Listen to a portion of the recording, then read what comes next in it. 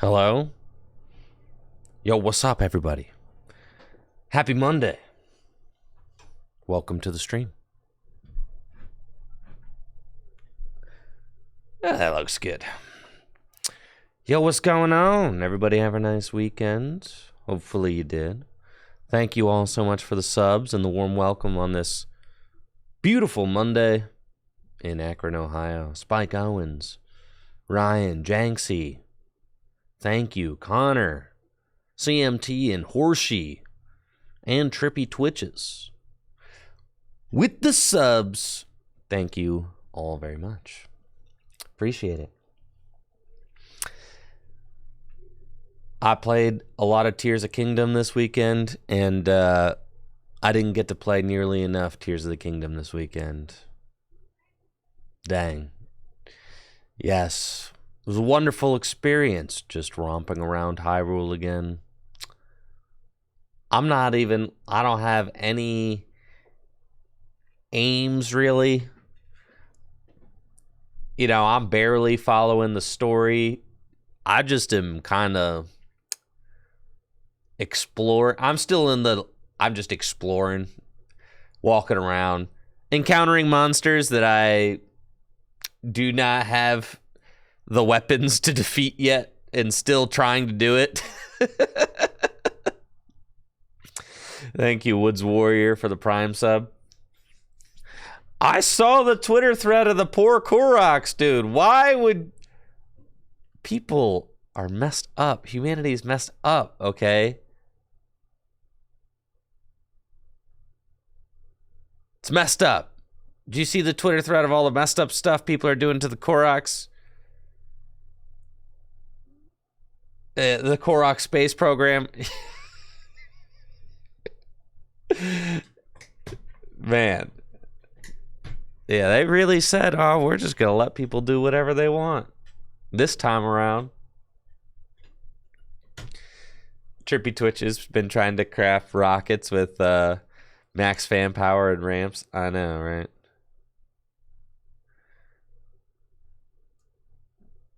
Connor, why are you Yamarrowing? Oh, you don't have Tears yet, do you? Does somebody like ordered Tears and not have it yet? I think someone in our Discord said that they like weren't going to get it for like a couple of weeks. for some reason, it's like their physical copy is like back order. I don't know. Oh, just being mean to Koroks is Yumero. Yeah, I saw somebody in our Discord posted that they weren't gonna have it for a couple of weeks, despite pre-ordering it, which makes no sense.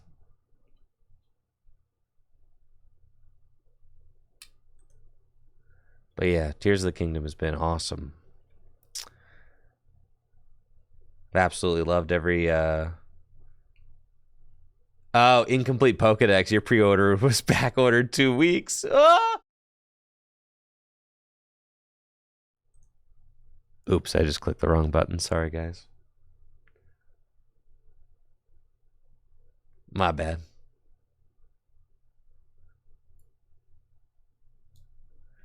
Yeah, I digitally downloaded the game. We'll probably get a physical. We'll probably get a physical copy as well. Natalie might get the physical copy, and then I'm fine with the digital copies. I want all my oh, there you go. Incomplete Pokedex. That makes sense. I know.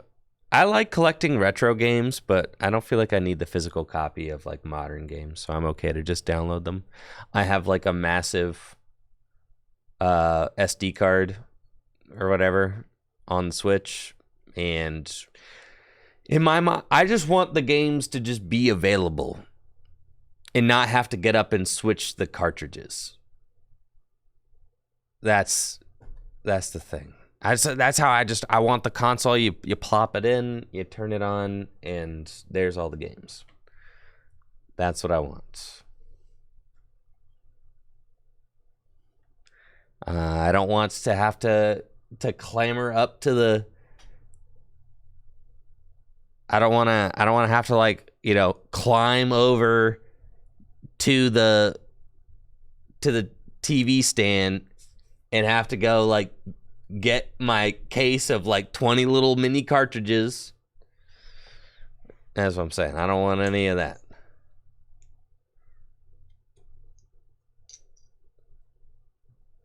Oh my gosh.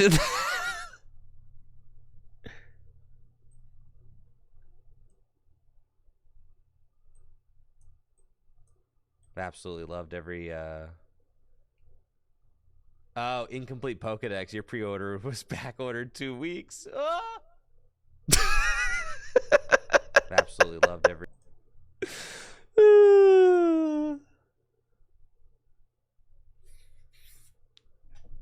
That's sick. Where did he go?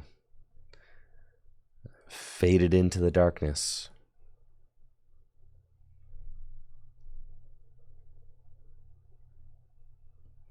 So the cards from Pokemon 151 have been kind of slowly being revealed over the course of the last couple of weeks. We saw Jinx, Nidoqueen, Nidoking, Articuno. Yo, we got ourselves a new Chansey. A new Chauncey. Hold up. Before I get too deep into actually talking about Pokemon cards, let's go to Twitter.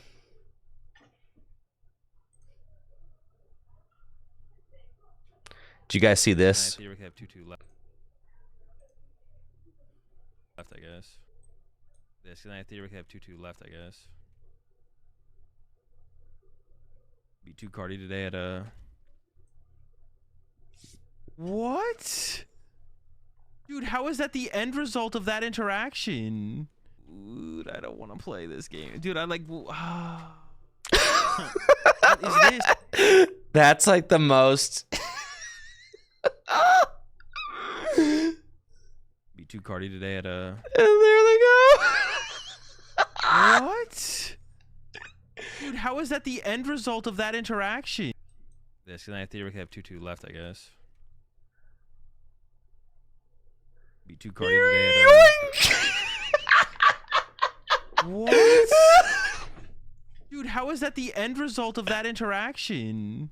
Dude, I don't want to play this game. Dude, I like... that...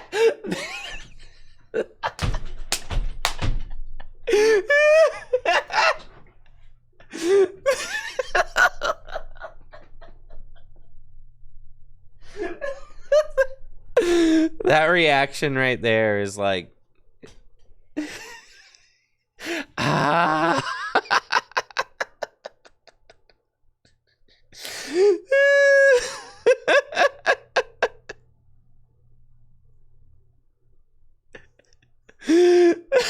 How does that even... How does that even happen? Like, how does that...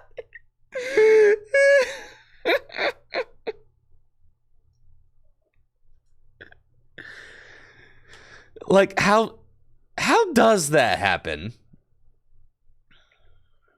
No, Trading Card Game Live does not generate logs. No, of course not. Of course there's no game log.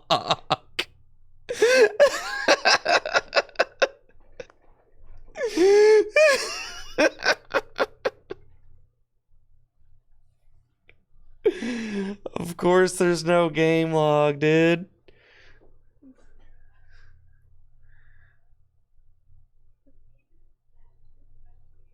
Bro. One more time. Yes, I think we have 2-2 left, I guess. Be too cardy today at a... What? Dude, how is that the end result of that interaction? Dude, I don't want to play this game. Dude, I like... What is this, man? Dude, I can't, man. This isn't that bad, obviously, but it's just like, it's always something, man. It's always something. I haven't watched Whoa. I retweeted this. I didn't even watch the back 45 seconds. I didn't know about any of these, bro. Holy smoke. I retweeted it. I only saw this one. Oh, well, we got to watch them all now. Holy smokes. It's not even over. Oh, man. All right. From the top. I'm going to let the whole thing play through. This, and I theoretically have 2-2 left, I guess. Be too cardy today at a... What? All right. Language warning. Dude, language warning end for the of that interaction. for the end. Language warning. Dude, I don't want to play this game. Dude, I like What is this, man? I can't, man. This isn't that bad, obviously, but it's just like it's always something, man. It's always something.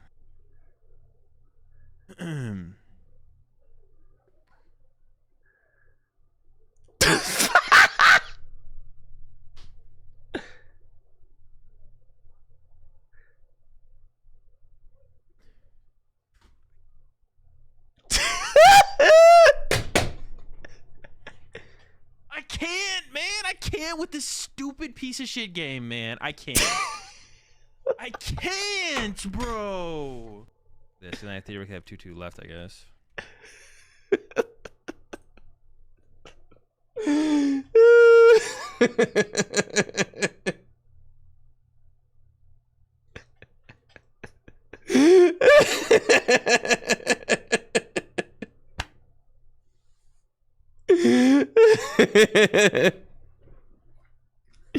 Bro.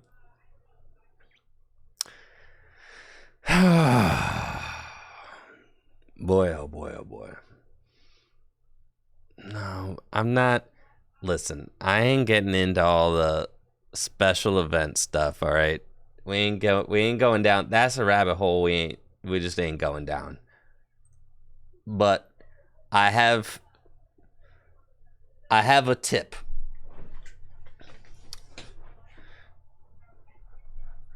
I have a tip for everybody out there. I have a do's and don'ts of the Pokemon TCG. All right.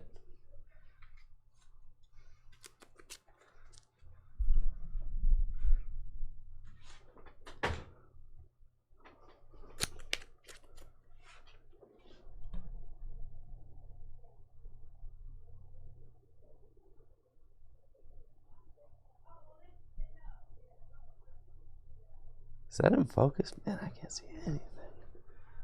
Yeah, I'm in focus back here. All right.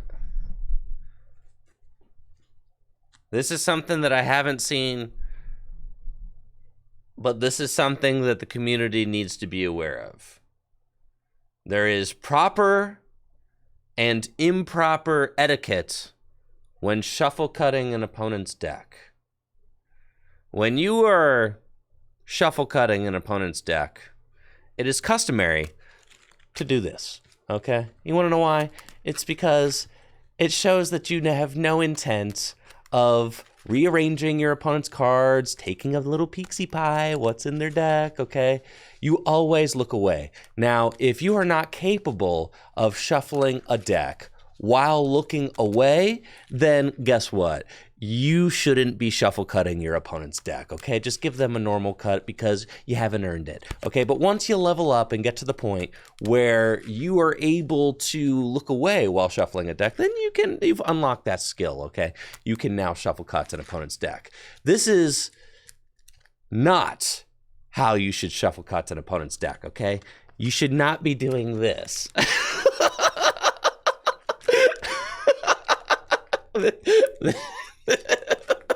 Yeah, all right, hold on. Here we go. Yep, we're gonna just take a little peek at what we got going on over here. Yep, and we're gonna slide that one to the front, and then a little bit more of this. Okay, and then, yeah, we're gonna put that one there and a little more.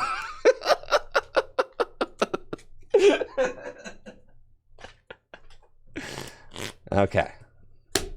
The do's and don'ts of shuffle cutting your opponent's deck, right? There you go. Don't look at your opponent's cards while you're shuffle cutting their deck. If you look at your opponent's cards while you're shuffle cutting their deck, you might be cheating, okay? So that also extends to shuffling your own deck, okay? The same extends to shuffling your own deck. Don't don't look at your deck while you're shuffling it. It's one of the reasons why I really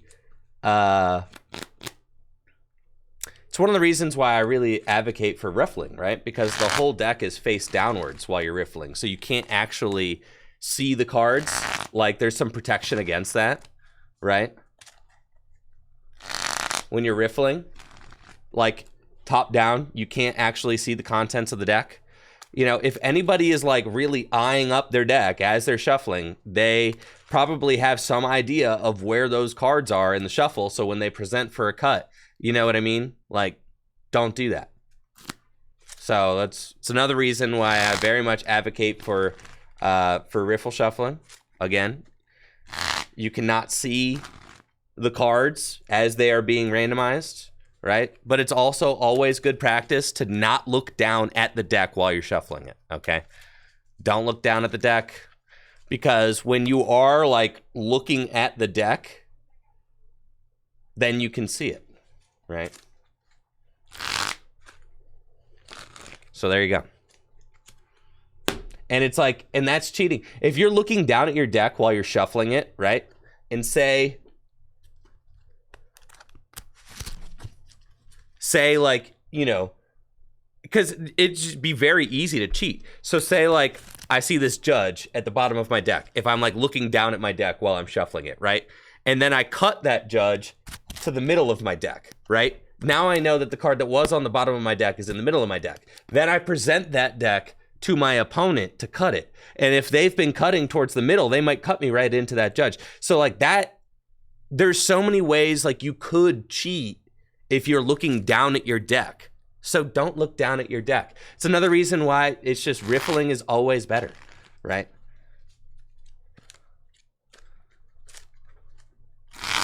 Riffling is always better.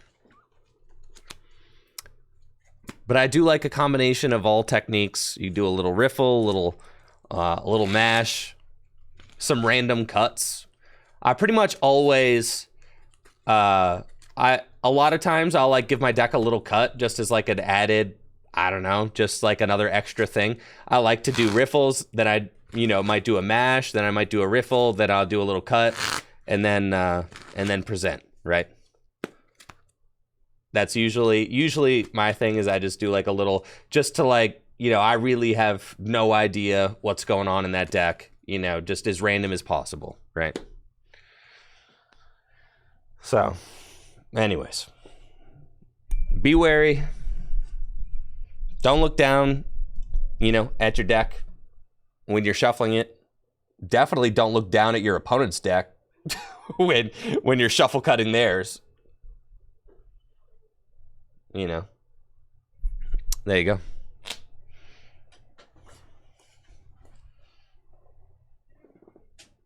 Cheating is bad.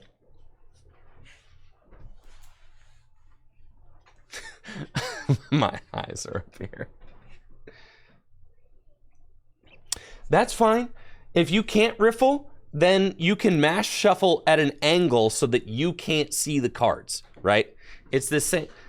If you can't riffle, then you can mash at an angle, right? So that you can't see. That's it. The big problem is when people mash like looking straight down. Then you can see the contents of the deck when it's opened up like that. So yeah, mashing at an angle is better, right? So like you mash at a slightly tilted down angle, and that's so that you can't see the deck, right? Again, because you just don't want to be looking at the deck while you're randomizing it, or else then it's not random, right?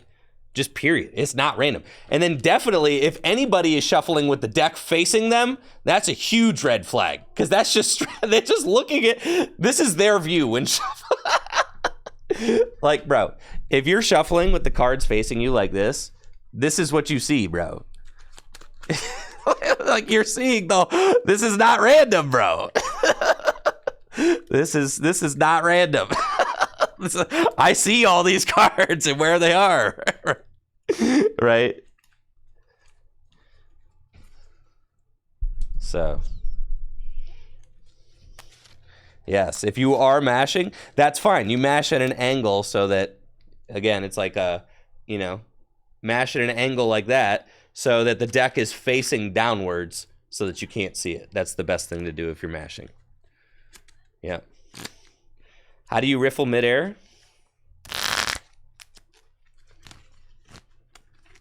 Like that.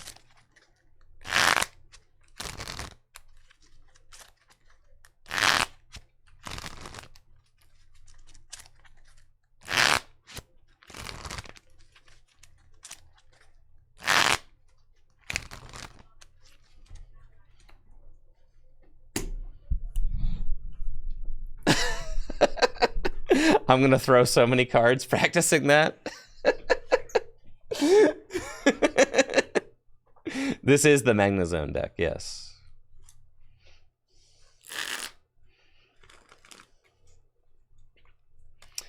Can you get an hour-long video of just the midair? I actually don't... I guess, like... Well, like, you could hold the cards like this, and they shouldn't go anywhere, right? I mean, you've got like a strong grip. You got those bottom 3 fingers there, and then, yeah, you know, they shouldn't go anywhere, right?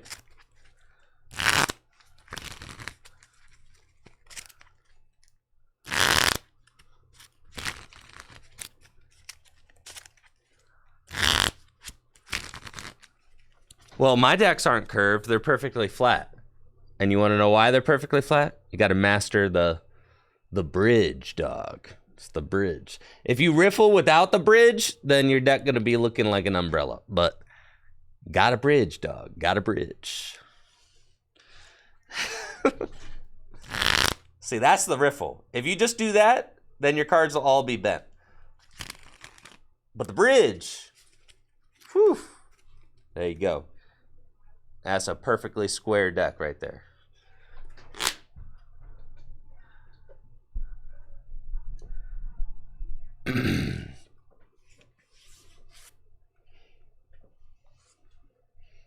My deck looks like a volcano.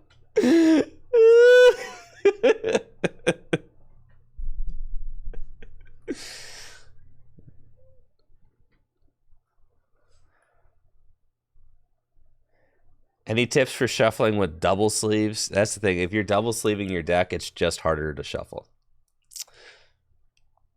And if you're double sleeving your deck, then you're probably not riffling. So you got to mash shuffle. That's just the...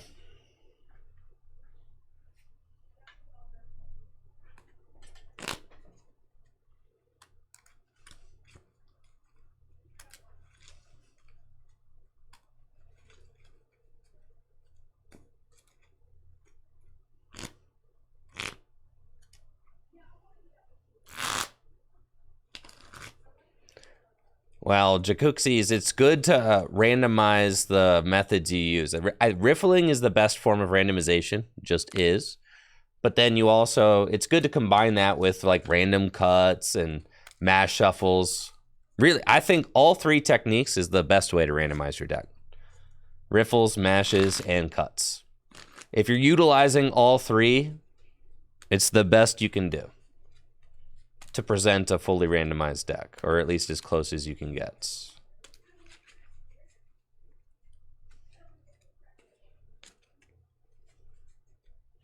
Of course you can riffle and bridge a double sleeve deck. Of course you can, but most people who are double sleeving their deck probably will not be riffling the deck, because then they would be bending the cards that they're trying to protect with the double sleeves, right? Well, that's a cool subject. I like the double sleeving with the smoke sleeves. Yeah, so that you to make the cards opaque.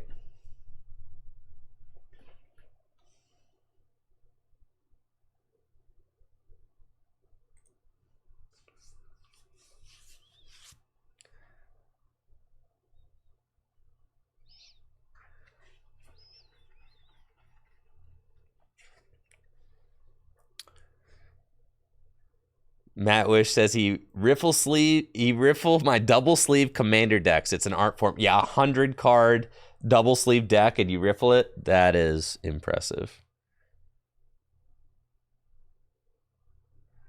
Yeah, that is. Yeah, that's gamer for sure.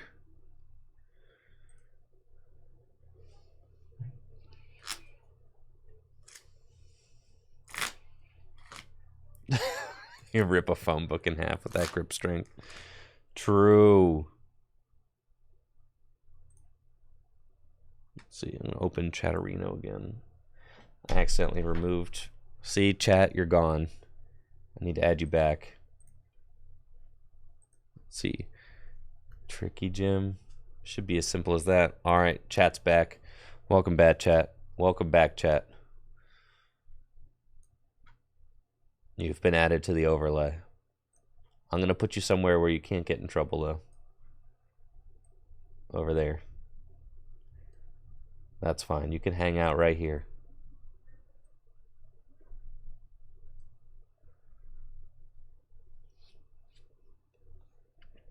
Cool. So, more cards from Pokemon 151 have been revealed. We've got Chansey, Articuno, Zapdos EX, and Moltres. Let's check out the Chansey. Chansey is pretty cool. It's got the Lucky bonus ability.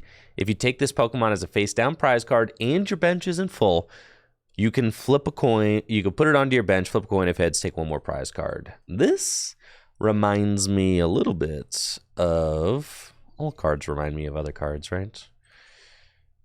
Jirachi Prism Star, baby. When you wish upon a star. Just like Jirachi. Or as J.W. Krewall might call him, Jirachi. It's got the Wish Upon a Star ability. If you took this Pokemon as a face-down prize card during your turn and your bench is not full, before you put it into your hand, you may put it onto your bench instead and take one more prize card. There you go. This card was played with Scoop Up Nets and Mr. Mime from Detective Pikachu with the Pantomime ability. When you play this Pokemon from your hand on your bench during your turn, you may switch one of your face-down prize cards with the top card of your deck. And then how do you get the Jirachi on the top of your deck? Well, you use a Rangaroo, right? With its Primate Wisdom ability. And once during your turn, you may switch a card from your hand to the top card of your deck. And well, it sounds like a wombo combo, but you can actually do that. So, because you need a bench space open. You need the Mr. Mime. And you need the Rangaroo. But this was a format with Scoop Up Net, so you could, like, finesse. This Chansey is a little bit less powerful, obviously, because you've got the coin flip there.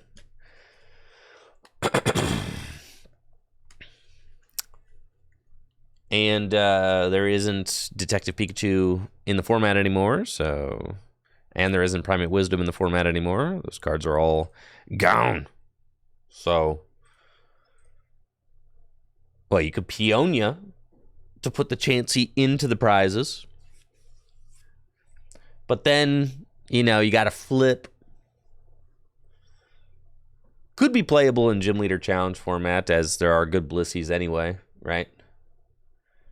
For sure. It is the optimal, I'd say definitely the optimal Chansey in your Gym Leader Challenge deck. And Blissey's pretty good. So, definitely something for colorless Gym Leader Challenge decks. Neat little card. I don't think that... Maybe if there's a Chansey EX, that would be so... I don't think that this card is going to see standard play unless there's like a Chansey EX that gets printed.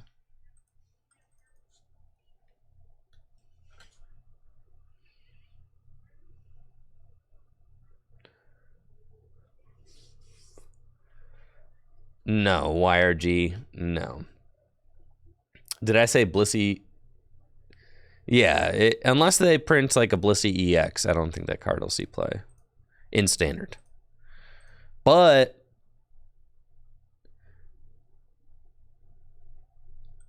I could definitely see like some 300 hit point Blissey EX in the future, you know? I mean, why not, right? Yeah. I could definitely see that. Then we got Articuno with the Ice Float ability. If this Pokemon has a water energy attached, it has no retreat cost. In fact, Articuno, Zapdos EX, and Moltres all have a version of that ability where they have no retreat if they have their respective types' basic energy attached.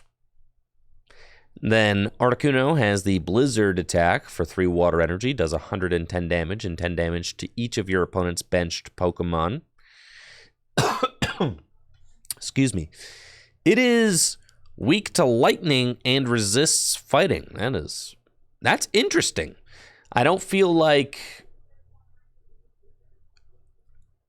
Are there any water type cards with that pair of weakness and resistance? Like, are there any? Does Cramorant have it too?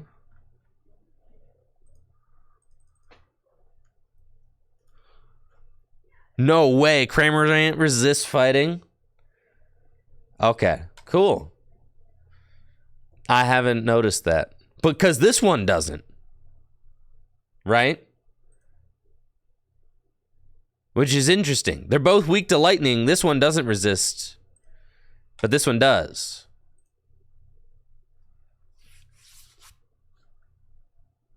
And this one doesn't. And this one are in the same set. But this one does. And that one does. But this one doesn't. Dang, bro. Brady says there's some Pelipers with that too.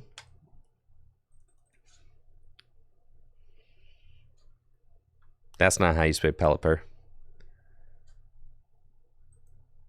Man. There we go.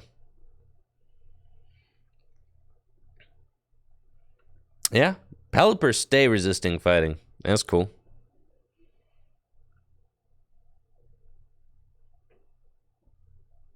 All 3 of the new legendary birds are weak to lightning and resist fighting. Yeah, so they've got their flying type weaknesses and resistances. Cool.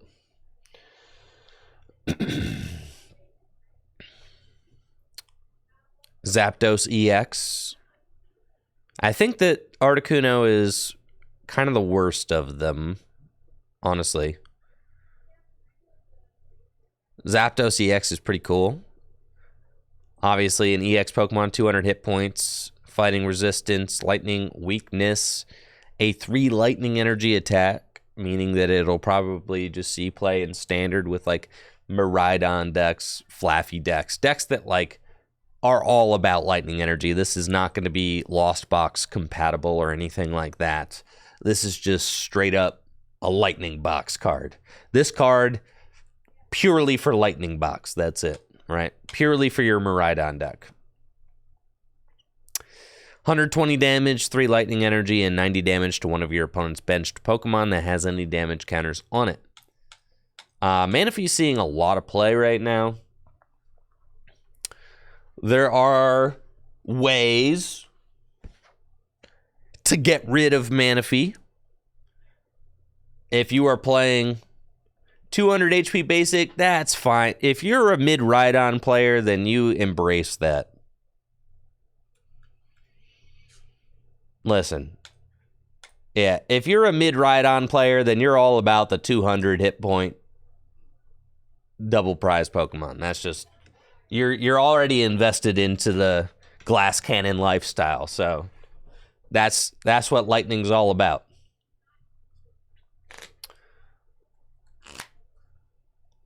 Zapdos does essentially have free retreat. I think this card is sick because Miraidon decks are already playing the zone, right?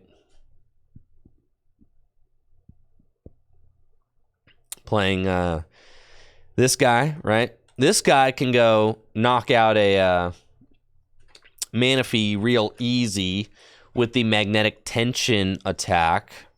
And then, that can make it difficult for the opponent to get a Manaphy back out. The problem is that Super Rod is getting a reprint in the next set. And since Super Rod is coming back, recovering the Manaphy just got a whole lot easier than it is currently, because you don't have to play a supporter card to get the Manaphy back, right? So with that in mind, you're like, all right, this is kind of like an idea that's seeing some traction right now, because recovering the Manaphy is not very easy. You can go, quick Magnezone, drag up, knock out the Manaphy, and then you go Electro Star and do 90 damage to 2 of your opponent's bench Pokemon, right? So that strategy is being used against like Lost Zone decks, Lost Box decks, and Gardevoir decks right now, which, Zapdos EX fits into that strategy of being able to pick off things on the bench. And I think that, Lightning's got some pretty good spread options. You've got Magnezone V-Star with its Electro Star V-Star attack. You've got Zapdos EX, which does 120 and 90. You've also got, not that this card sees any play, but Zeraora V is like another one, right? With the Cross Fists, 100 and 160. That card doesn't really see any play, but it is another lightning spread attacker. It is, limited in that you have to attack with a Rapid Strike Pokemon the turn previous, so it doesn't really gel with anything else. Then you got Regieleki, right? With the Terra Spark attack, 120 and 40 damage to 2 different things. And you've got Regieleki number 2 with the targeted bolts that does 120 damage. So, yeah, there's some good spread options. And then obviously with Zapdos, you're thinking, how are we going to put damage on the bench? There is a Hawlucha could do it with the Flying Entry ability, right? But then that eats up a bench space, and lightning type decks are really tight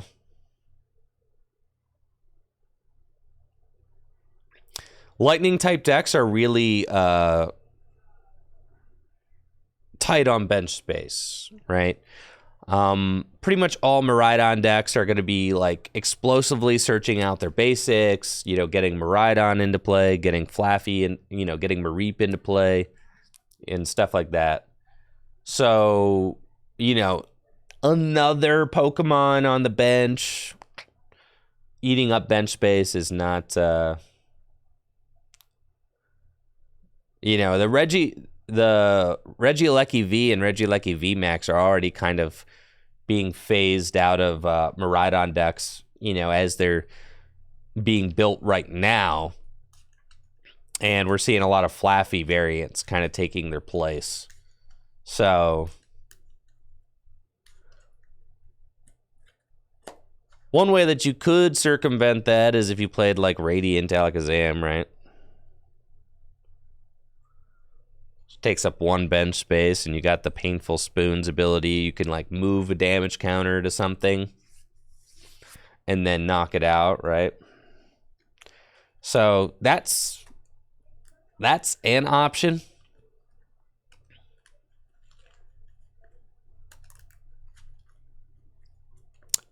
But again, I'll have to figure out what the best way to place those damage counters is for a card like Zapdos. I do think Zapdos is good. I think this card is good. 120 damage and 90 damage to the bench. I mean, that's just perfect numbers to hit for knocking out little dudes, right? And it's kind of in the same position as the Magnezone, is, right? I mean, this card's seeing play right now for its Electro Star, which does 90 damage just to 2 bench Pokemon. Can't target the active, but then this guy can do 120 and 90 to the bench. So it's like, it's kind of like doing it, fulfilling a similar role to Magnezone V-Star, but as a basic Pokemon, but could also work alongside Magnezone V-Star to kind of accomplish that, that bench targeting strategy from the Lightning deck. So I think this is good. And then it's got a fighting resistance as well, so it diversifies your weaknesses in a Lightning type deck, where most Lightning type Pokemon are going to be weak to fighting. The Zapdos is weak to Lightning and resists fighting, so definitely something to consider for Lightning type builds going forward. Moltres is a basic Pokemon with 120 hit points, the Flare Float ability, which makes it have no retreat cost. It has a fire energy attached. And the long distance flight attack does 120 damage to one of your opponent's benched Pokemon. And you have to discard 2 fire energy from the Pokemon, from Moltres. That's a pretty good attack as well. Especially for Gym Leader Challenge format. I don't really see this card being playable in standard format, as attacks like this kind of already exist. There's like Regieleki, right? It's, this attack kind of already exists in standard, and it's like, you're not really going to play this card for that attack. This card is more the same. This isn't going to, this isn't going to see play in standard format, but it could certainly see play in Gym Leader Challenge format, especially when paired with the Charizard, right, from Pokemon Go. Charizard has got the Burn Brightly ability, which makes all your fire energy count as 2 fire energy. Being able to do 120 damage to the bench for just 1, for 2 fire energy, and only having to discard 1 fire energy is like, that's solid. So, a decent basic Pokemon for fire. Decent, I'd say. Not game breaking, but not bad. I've also got the new Vileplume from Pokemon 151. It does not have a disastrously disastrously disruptive ability. It doesn't have a very disruptive ability, as I predicted. It instead accelerates energy. The Full Bloom energy ability reads, when you play this Pokemon from your hand to evolve one of your Pokemon during your turn, you may look at the top 8 cards of your deck and attach any number of basic energy cards you find there to your Pokemon in any way you like. Shuffle the other cards back into the deck. Feel like Togekiss usually gets that ability. I think there are like 2 different Togekiss with that. There's the Serene Grace, right? When you play this Pokemon from your hand to evolve one of your Pokemon, you look at the top 8 cards of your deck, choose any basic energy find there, attach them to your Pokemon in any way you like. This card was not very good, but the same ability. And then there's this one, which was actually good because it allows you to look at the top 10 cards and choose as many basic energy. Dang, dude. Power uncreep is real. What the heck? I'm sick of power decrease over the years.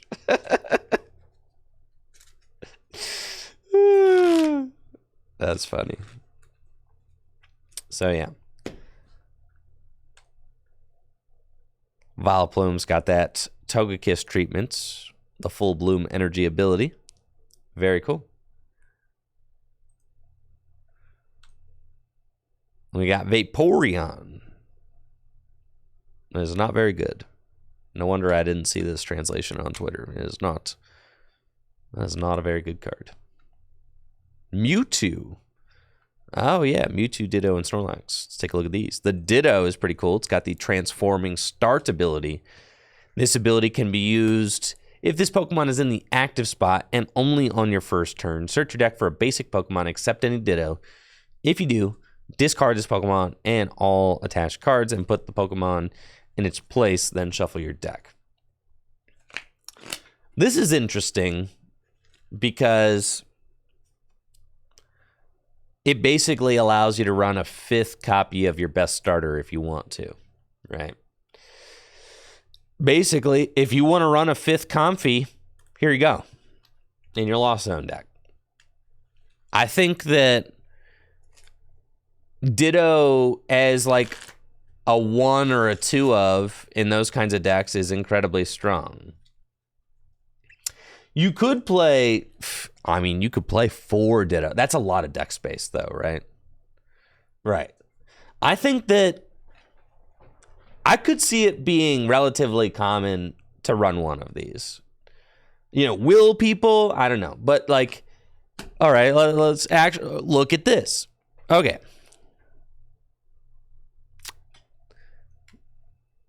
Why don't you just come on over with me to the draw calc. Shout out to the guys over at Limitless for making some amazing tools for us Pokemon players. Love it.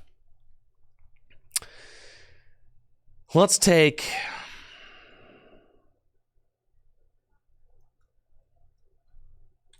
a tournament winning deck like, or a good, Lost Box. Let's take that.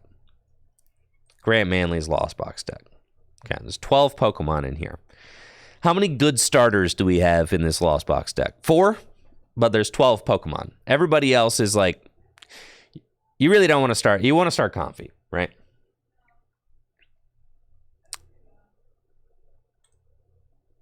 So say we got 12 basic Pokemon. We got 4 good starters.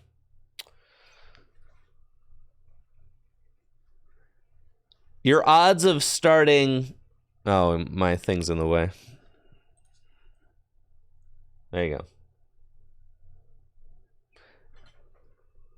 Your odds of starting Comfy are 49%. According to Limitless's, opening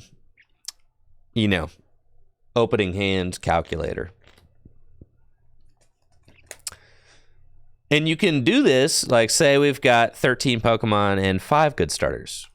Now we're up to 56. Say we've got 14 Pokemon and 6 good starters. Now we're up to 62. Say you've got 15 Pokemon and 7 good starters. Now we're up to 68% chance. Say you've got 16 Pokemon and 8 good starters. Now we're at 72.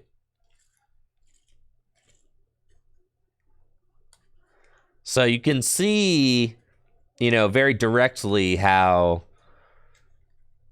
your increase, if you go from 4 Comfy to 8 Comfy, then you jump 22%, 23% chance of opening a Comfy, but that's 4 card slots.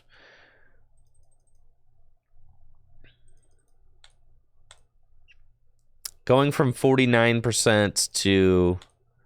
I think that's like the biggest bang for your buck, frankly. I think the 1 is nuts. I could even see 2 though. You're jumping 13% for 2 spots, right? I don't think 4 is optimal, but I think like 1 or 2 is nuts, right? Because you're... Yeah, that's a good ROI. Yeah. 100%. 4 is way too much deck space, but 1, I think 1 just makes sense.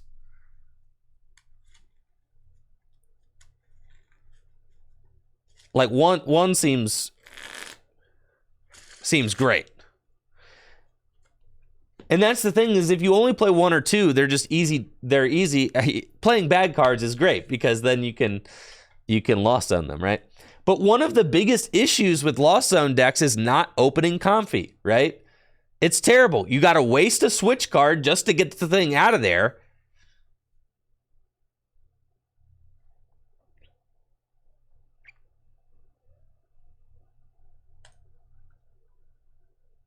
You got to go find the Comfy.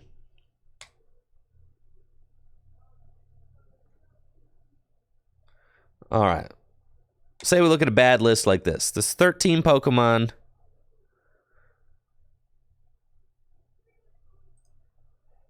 You got 13 Pokemon and 4 good starters.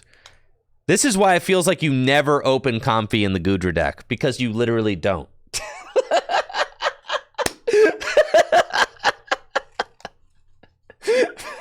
Because you don't. You don't. It's 47%, bro.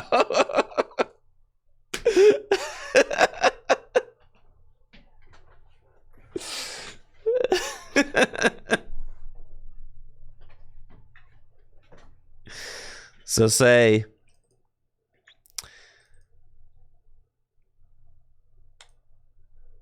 yeah, playing 2 copies. Like, dude, look at that. Playing 2 copies of Ditto takes you from a 47% chance to a 61% chance. Isn't that insane? Like, that's nuts. You're telling me I'm going to go from mostly opening not Comfey to opening Comfey almost every game. And the difference when you the difference between opening Comfey and not opening Comfey is so massive with these Lost Box decks. It's such a big deal. And not just searching out the Comfey, but like actually just opening it, right? Because opening it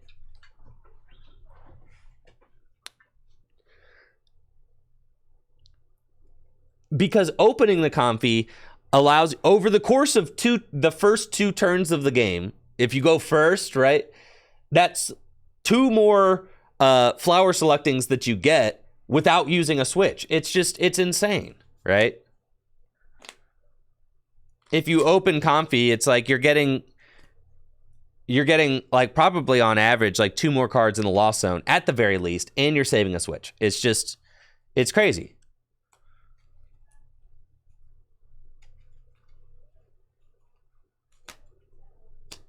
And it just also increases the amount of cards you're going to see.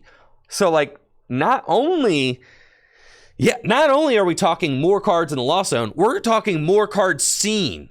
Because if you open Comfey, it means you get to see 3 cards off the top of the deck before you get to play a single card, right? And Ditto thins the Comfey out of the decks, true. Right?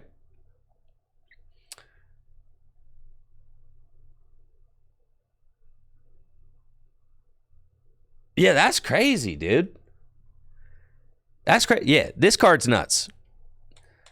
This card will see play in Lost Box decks. Just even after doing the quick math right there on the Limitless calc, like, dude, jumping from 47% to 61%, that's gigantic.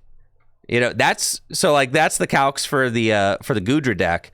But then for your typical Lost Zone deck, so Grant Manley's, top 4 deck from Portland, 49% chance, less than a 50% chance of opening Comfey, 2 copies of Ditto in the deck, and you jump to 62%.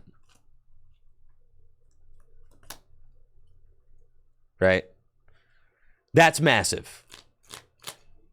That is massive. You're literally going from a less than 50% chance to a more than likely. You know what I mean? It's like, it's nuts.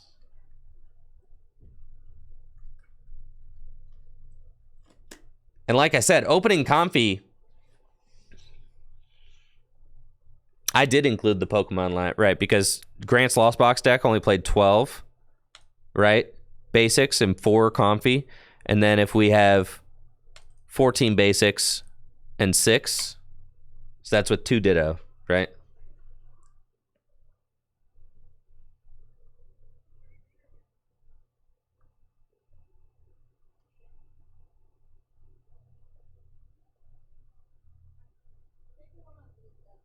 So yeah, this is the new Ditto from Pokemon 151. It's going to be incredible for Lost Zone decks. That's one of my biggest beefs about Lost Zone decks is not opening Comfey. It's one of the most tilting things in the world because your deck is so much better if you open Comfey. It's insane how much better your deck is when you open Comfey. Like, it's like night and day. And right now, Lost Box decks are only opening Comfy about 50%. And they're still some of the best decks in the format. And that's not even operating at full capacity 50% of the time.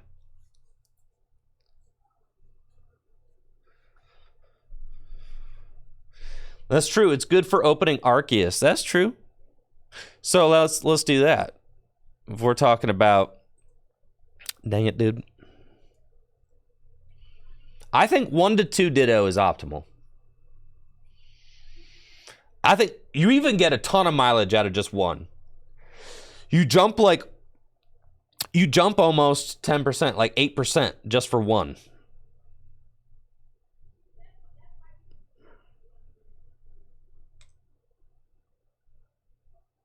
So let's go to EUIC, right?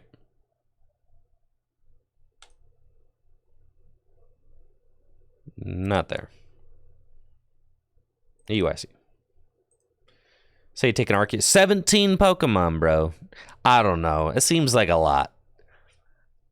I don't think it's going to be as... Let's see. 17 Pokemon, 4 good starters. Calculate. 43% chance of opening Arceus if you play 2 Ditto. You have 57%. That's not bad. I don't think it's as impactful for a deck like this. Oh, they're not all basics. Sorry, guys. I'm bad. All right. 4, 5, 7. Right. Here. All right. It's a lot better than I thought then. 4, 5, 6, 7, 8, 9. You've only got 9 basics. Whoa, this is gonna be sick. Yeah, there's only 9 basics. Excuse me. And you've got 4 good starters. So your odds of opening Arceus are is 9, right? 4, 5, 6, 7, 8. Oh no. 9, 10. It's 10. 10.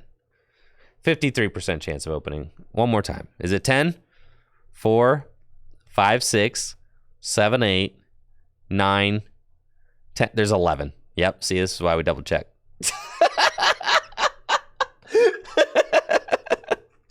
All right. Final answer? 51% chance of opening Arceus in Alex Szymanski's national championship winning Arceus deck. Right? And then if we jump to 13 basics, 2 of them are Dittos, you go to 64. Yeah. So that's good. That's real good. You're jumping from 51 to 64. That's like 13% chance of, opening your ideal. It's a 13% jump in opening your ideal starter. That's real solid. And for two slots. Again, you could play 4 Ditto. I don't think that's necessary, right? And get all the way up to 75% chance, because then you're just going to feel so silly when you don't. You're going to be like, dang, I have all these dudes in my deck. I do think that it's best overall for Lost Box decks.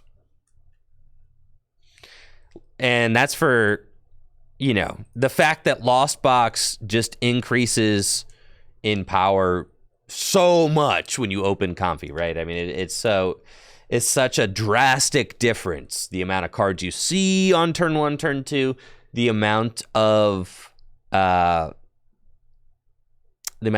that you're going to be able to get a quick attack with like a Sableye or something. Yeah, this card's bananas. It's going to see play 100%. And then the fact that you can just Lost Zone it if you don't need it in a Lost Zone deck is like brilliant, right? 1 to 2 Ditto in your Lost Zone decks. I think that's going to be ideal. I suspect it'll be 1. If I'm being honest, I think it's 1. And the reason why I think that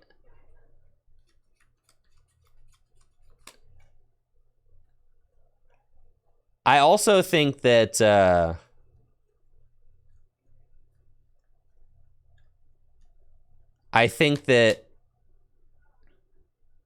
what do I think? Man. Oh, yes. Here we go.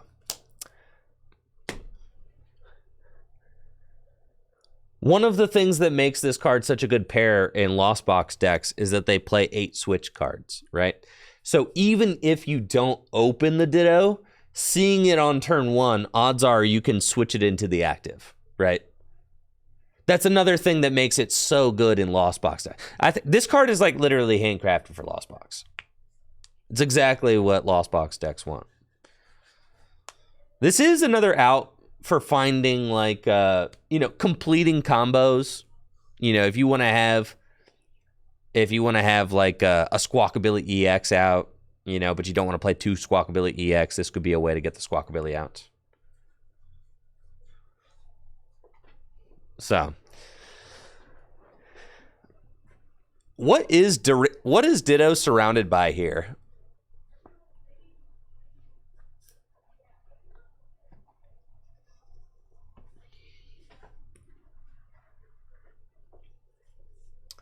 Mossy rocks.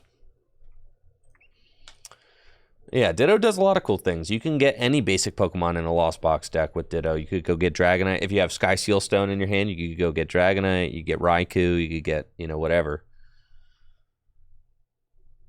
You could go get Radiant Greninja. Now, most of the time you're going to be getting Comfy, though, because you do have to put that card in the active spot. You could go get the Cramorant you need to take a knockout. That's kind of cool. Like if you say you start Comfy, right? And you flower selecting into a Ditto turn 1, that's basically like flower selecting into your Cramorant, right? Because you could just bench the Ditto, switch it to the active, turn into Cramorant, and swing. That's why I'm telling you it's going to be 1. I think one Ditto. People will find room for 1. You can use multiple Ditto, but I think that 1 makes the biggest difference. Because, like Grant Manley's list, right? Played 12 basics, 4 good starters. It's 49%. You go for 5 to 13, that's 56. You're jumping 7%. You're getting over the hump of being slightly less likely to open Comfy to more likely to open Comfy, right? Fits better in Sablezard. Yeah, let's see. What is let's look at that list. Pedro's list. 15. Holy moly. What's the math on that? 15 basics, 16 basics, 5 good starters, 52%. Dang, dude. You're going from 45. Yeah.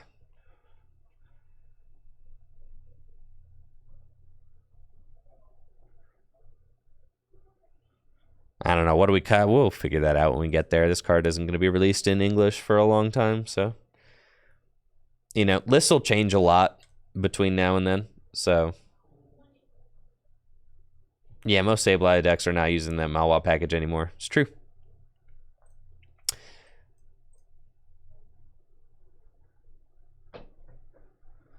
I think that even with Battle VIP Pass, people will play 1 Ditto. Like I said, the difference between opening Comfy and having to switch into Comfy is huge. It's such a momentum. It's like such a momentum play opening Comfy. And being able to switch your Lost Zone deck from slightly less than likely to open Comfy to more than likely to open Comfy is like, that's a pretty seismic shift for 1 card inclusion. So I think a 1 of just makes a lot of sense. It's all about the numbers, guys.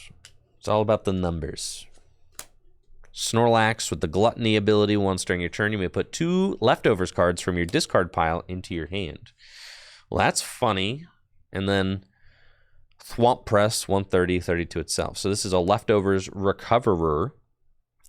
Leftovers tool card. It heals like 20 damage from your active right before your turn or something. It's okay. Leftovers is not a very good card, but I guess if it becomes necessary to recover them, the Snorlax does it. And then Mewtwo.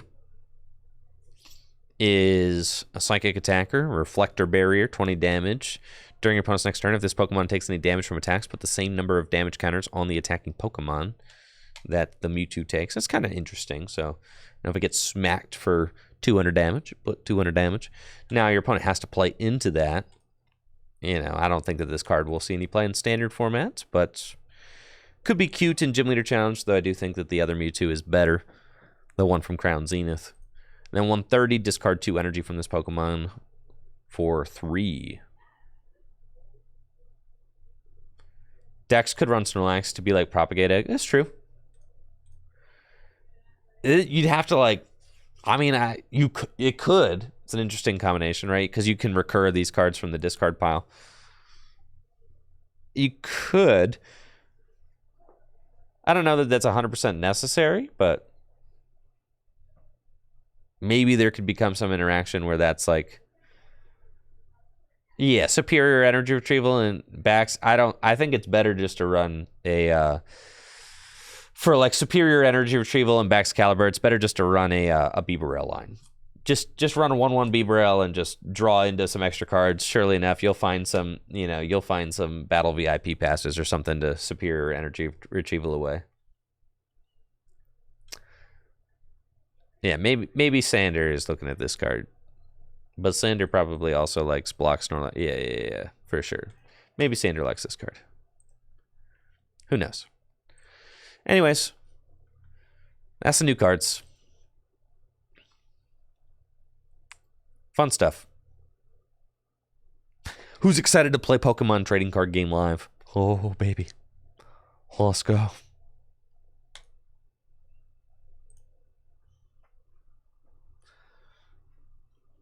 Who's excited?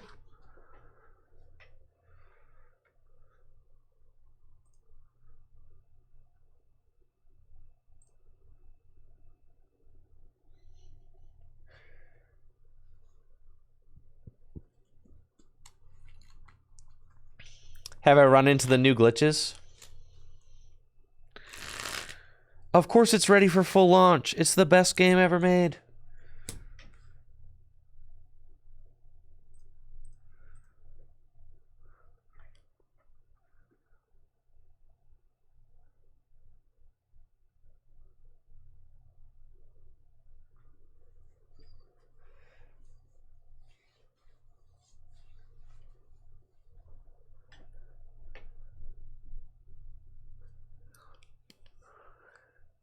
All right, what kind of deck do you guys want to attempt to play today?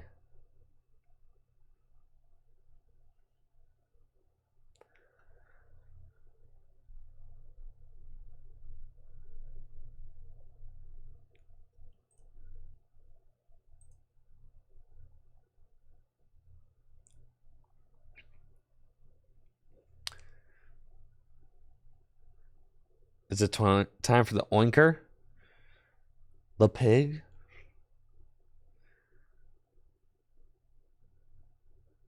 Hisuian Zoroark?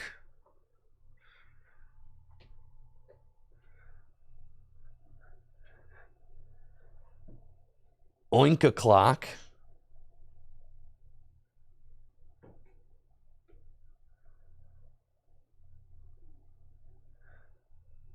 There's a lot of people want the pig deck, it seems.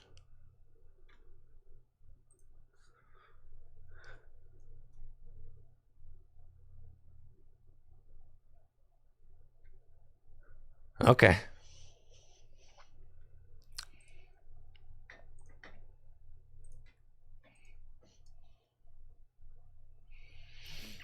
Man.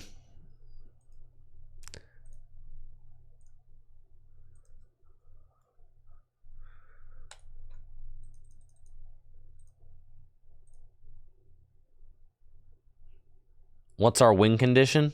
Bro, the win condition is going to be simple to find.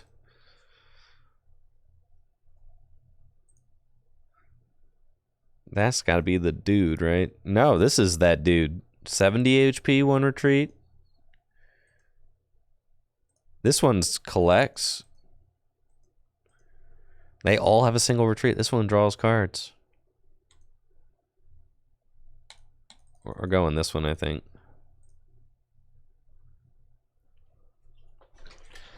$70 HP seems good. Okay. And we're going to get Bidoof. And we're going to get Bibarel.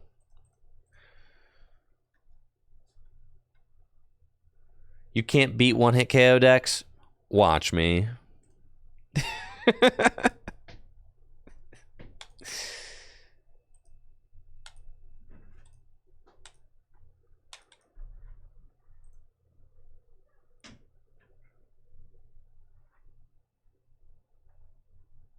Okay. We've got our Oinkers.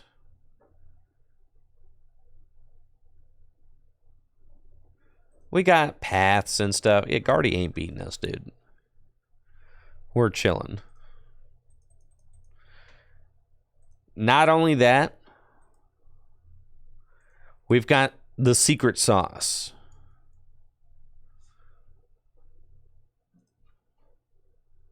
It's only for Pokemon V. That's fine. The Spirit Mask probably won't do it. Spirit Mask only works on Goodra.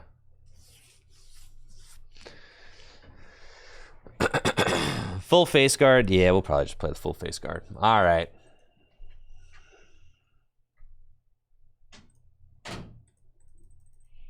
Right, so we can send our pigs into space.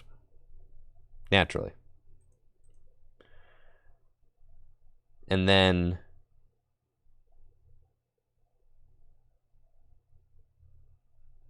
we want nest balls.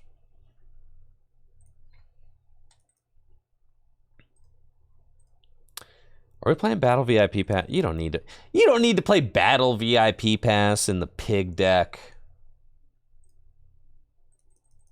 It's ridiculous. We're going to play the most powerful card in the game right now. Squove it.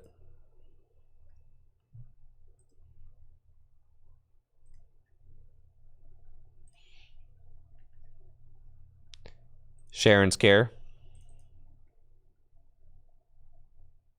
I feel like Sharon's Care and Cheryl are both good. Which one do you guys like?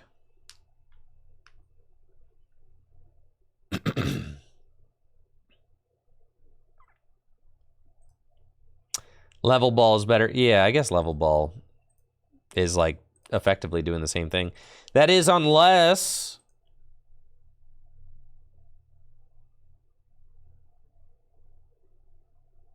we're playing a Radiant. You could play Radiant Guardy. Right, which you're going to turn off most of the time, but it is annoying. It is annoying for decks to have to chew through this. I know I'm playing Path, but people are inevitably going to counter that. And when they do, they turn on your Gardevoir.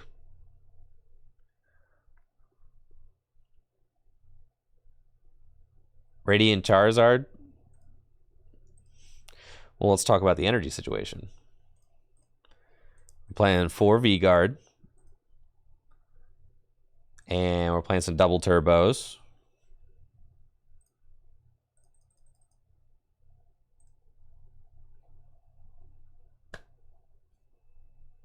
Maybe like a gift or two. I think Lucky feels better.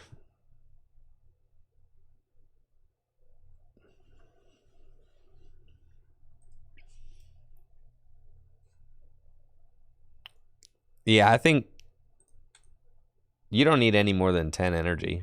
I think 8, honestly, is like fine. Basic energy spice for Duraludon. We got 4 paths to the peak.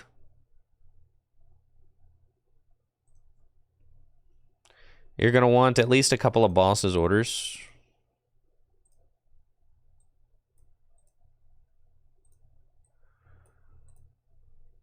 Man. I hate how you can't tell, like, what the reverse hollow, like, which ones are reverse, which ones are, you just can't tell. You have no idea. You're just clicking and guessing, right? Is there any way to tell which one of these are non-holographic?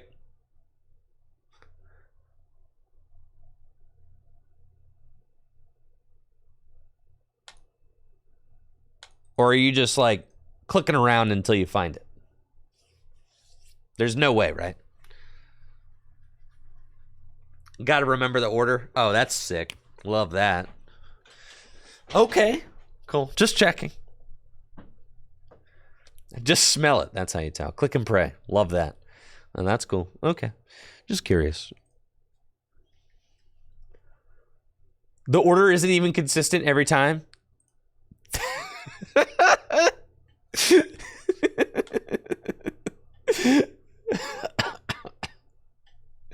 That's sick. Have we decided on Sharon's care or Cheryl?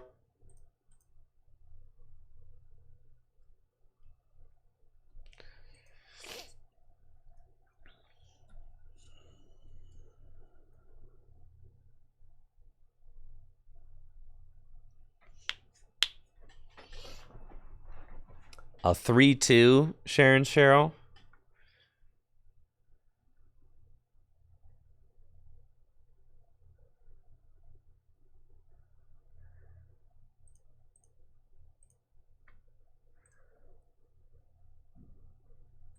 Three two seems fine.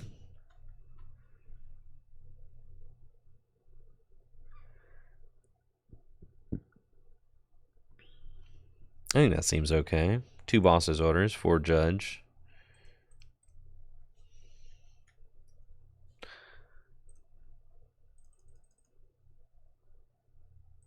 many cards we got in this deck? 4 Cheryl.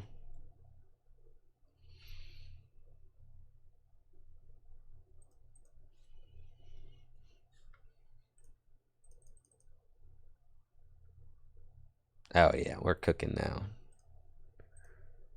You go 3 full face guards. Some aromas for more search. Sure, yeah, you could do that.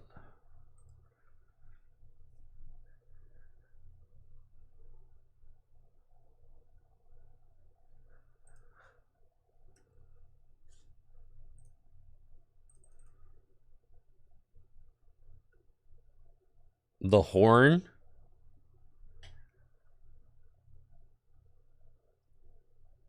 I like the idea of 4 aroma, 4 nest, 4 ultra. I like that.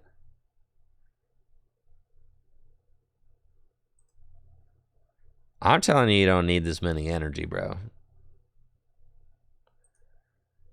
I think, why is 8 energy not enough? Yeah, 8 energy seems fine. You're not supposed to be dying.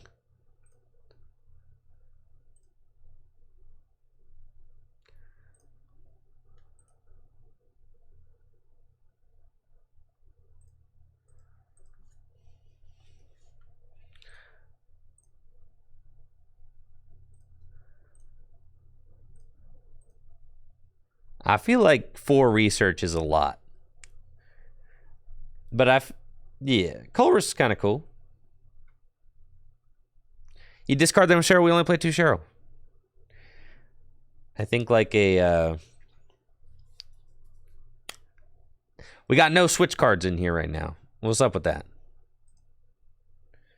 You guys like switch cards? Like 2 ropes or something?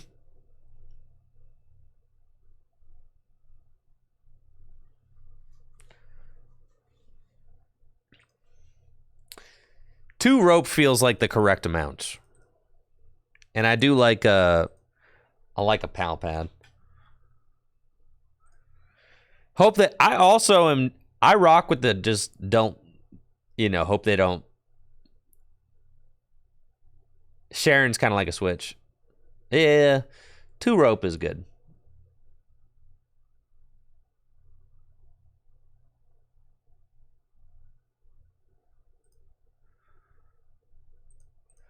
Hey, we'll just do like the Portland winning list and go 2 shoes. Yeah, now we got the gas dog. This little piggy. There we go. Hey, chat, you're going back over here now. Hopefully you enjoyed your stay. Okay.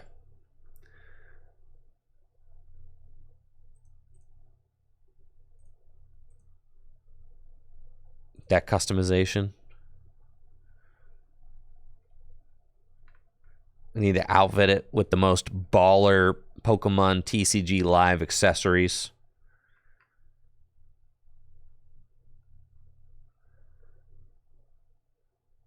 Like, I guess the Bidoof box is like relevant considering that we do play Bidoof in this deck. Cool. Let's play some games, gamers. Spend those coins. No. I refuse to spend coins on customizable stuff that I think is ugly. Unless it's clothes, in which case then the ugly stuff is funny. Dunsparce and Manaphy, why would I need either of those cards? You got a fighting deck I should be worried about?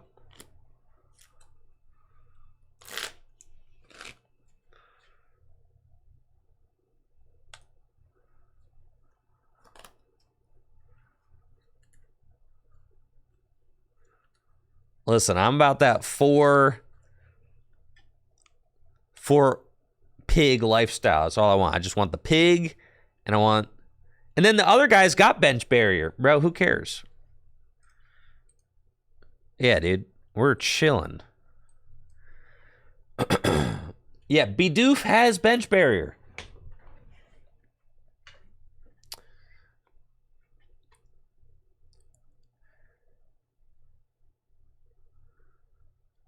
Cool.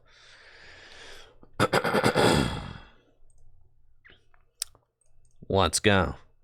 This brave little piggy is our starter. We've got 2 pigs and Capturing Aroma and Nest Ball.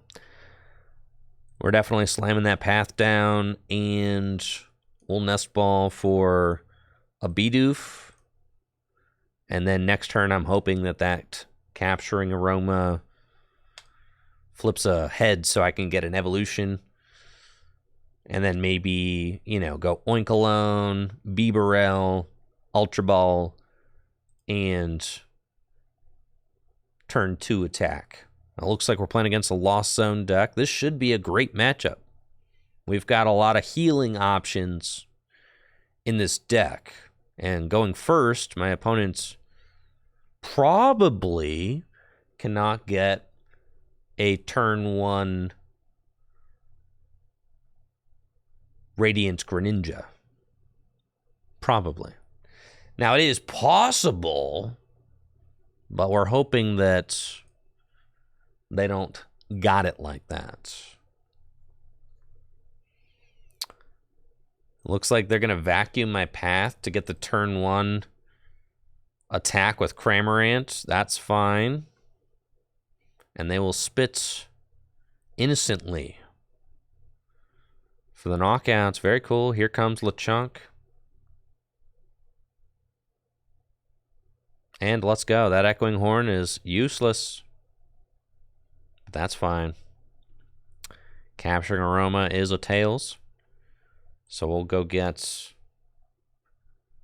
another chunk. We go there. We go there. Ultra Ball for Bibarel.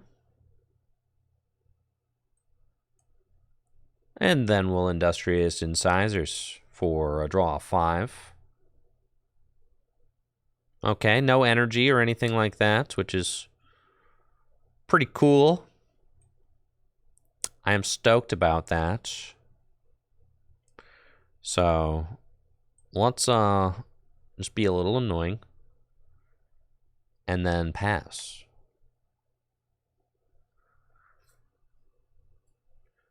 Eight energy is fine. It's a fine amount of energy. We're low rolling.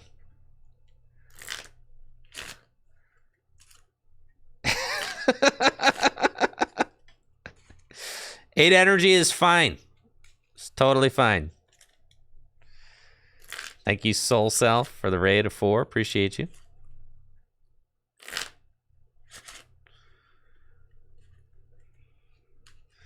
Here comes the Dragonite. Oh, God. And they're going to spit innocently again.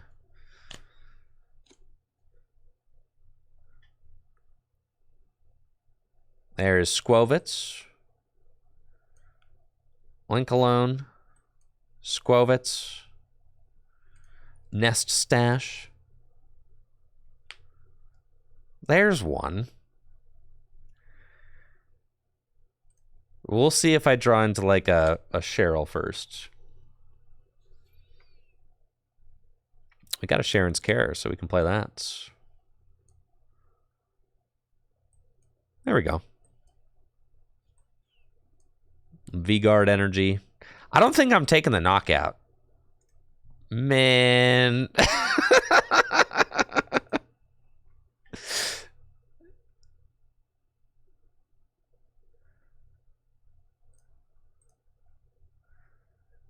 Okay, we got another piggy. And I'll use Maddening Scent for 100 damage. But we've got all the dudes set up. So that's good. We're rocking and rolling. And then hopefully I can start to find some judges.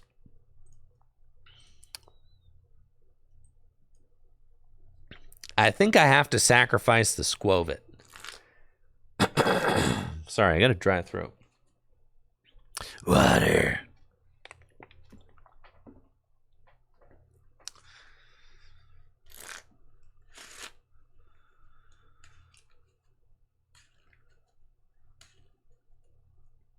That's fine. Heavy Stomp does 190 damage with the double turbo.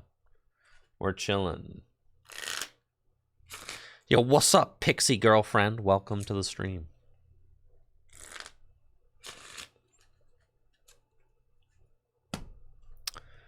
We want to force them to knock out the Squovit, because the Squovit's easy pickings for the Sableye later anyway, so it's fine. Our Squovit fought valiantly.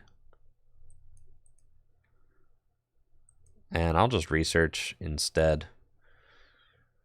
Because... yeah, let's go Ultra Ball away these. And we can get all the Oinkers set up. You know what? Cheryl's actually better against Lost Box than, isn't it? I don't know, maybe. Than Sharon's Care. Attach here. Industrious Incisors. Because you don't have to reset your dudes. Maddening Sense.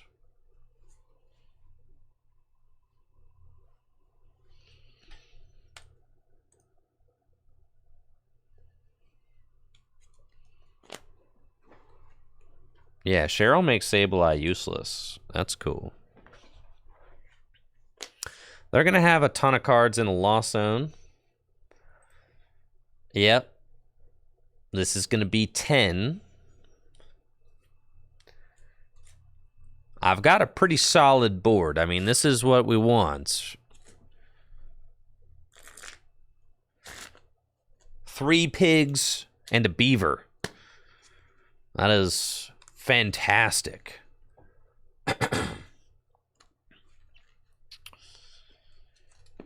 Energy Recycler, sure. And Mirage Gate. Looks like they are going in with Dragonite. Be a shame if we were to, you know, glance that head off. No, Sableye? That's fine. They might soften. And this is why Cheryl is sick. If they try to go in and ping damage to everything, I'll Cheryl, right?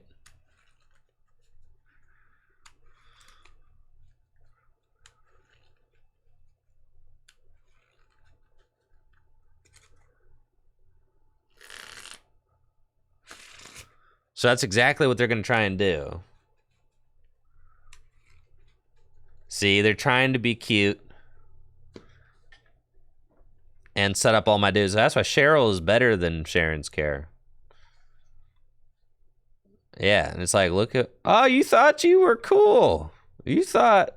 And then we're still doing perfect damage for a knockout. That's fine. Maddening sense.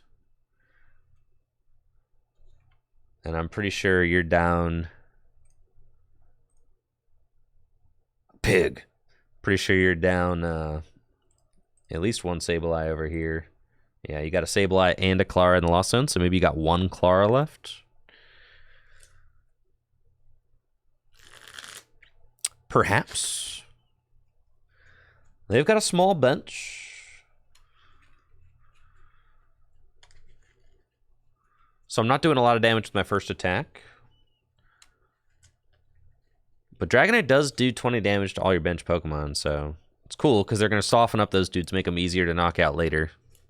And there is the Clara. It's like, all right, so there's the only Clara, which means that we want to find another Cheryl if this Sableye is coming back.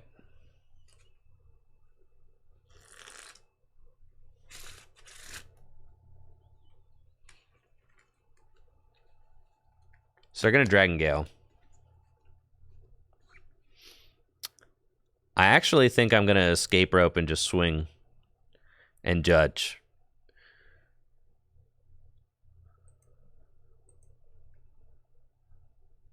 So we're doing... Yeah, that's fine.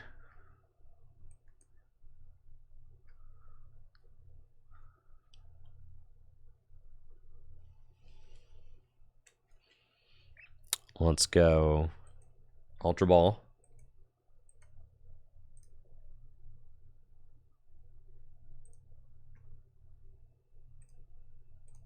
Industrious Incisors. Cool. Trekking Shoes. Huh, Space Helmet. Cool. Trekking Shoes. Keep that. Burn that. Okay, there's still the Cheryl, 2 Sharons left in the deck. Okay. Maddening Scent for 50. Take the knockouts. And what we're saying here is with that judge,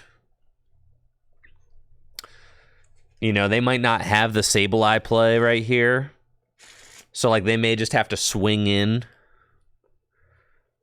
to the Oinkologne with Dragonite again.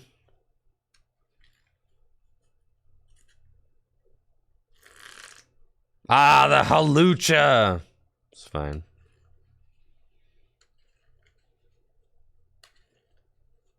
No! My pig. My pig, bro. That was so sad. Well, I gotta give them the beaver now. Or else they'll just smack me for game. So can't do that. Well, this is sad. We're so close, yet so far.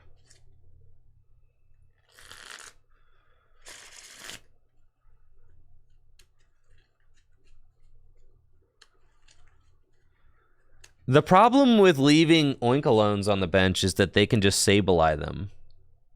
Right? That's the problem. So...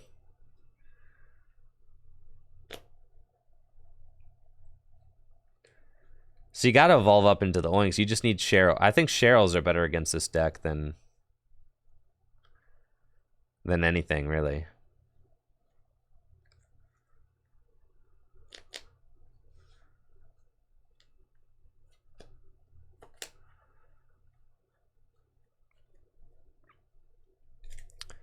Here's the Sableye. Don't love that. There's Mirage Gate. Don't love that. Huh. It's a tough situation to be in. So they can place their damage counters.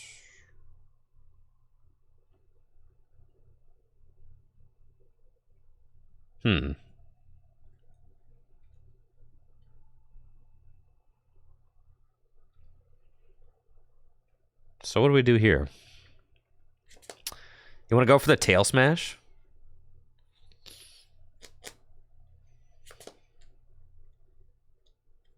Attach energy to Beaver.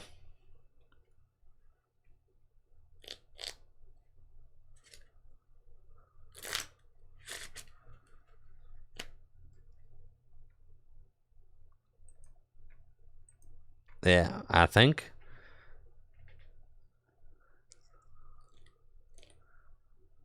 I have to find a Sharon's Care or something like that. So go energy here and judge.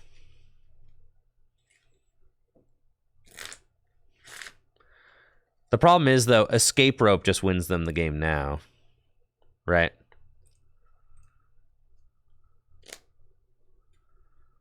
Okay. End turn.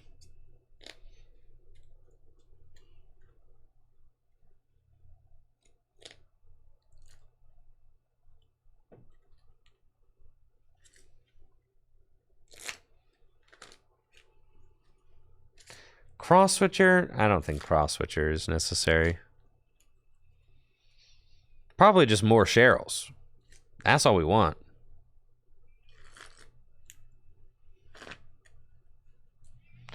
Okay.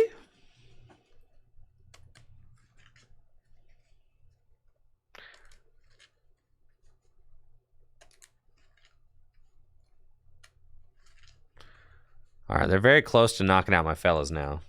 I need a double turbo off the top.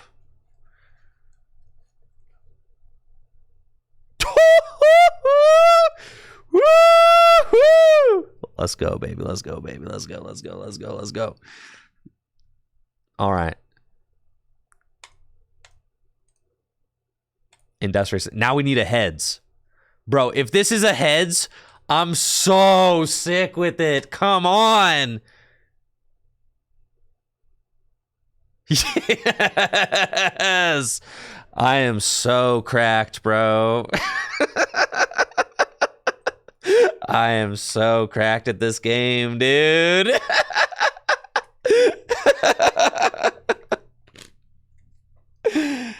Bro, they didn't put a single damage counter on the Beaver. They needed to do that. They just needed to put one damage counter on it.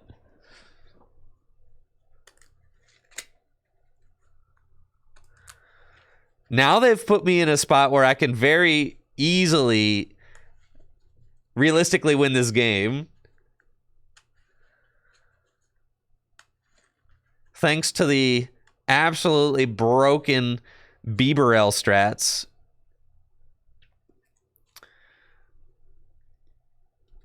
All right, so they annihilate my Beaver. Now what do we do? Let's go here. We got the Sharon's Care.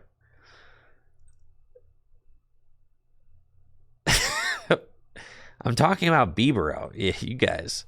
Okay. So I could boss and knock out the way. I think I just swing into the active. Yeah, for sure. And then I got Sharon's Care right here. We do 130. That's it. And then I can boss and knock them out. That's game. Unless they've got the Echoing Horn. What if they have Echoing Horn? They don't have Sableye, though. They're down both Clara and both Sableye. There's no way they have it. We got there, dude. This is it. Oh, no. Don't heal your guy. No. All right, we're still doing like 130, right? We're fine. We're in there, dude. We've got the fat dub. 4 Sealstone, don't you dare, dude. No. What are you getting? Nothing good. There's nothing in that 8-card deck that can save you. Quit playing with me, dog.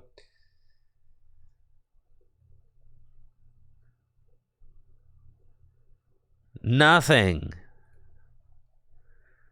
You just got outmaneuvered by some space pigs.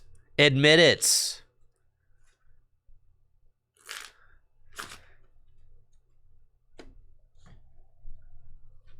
You got outmaneuvered by the pigs.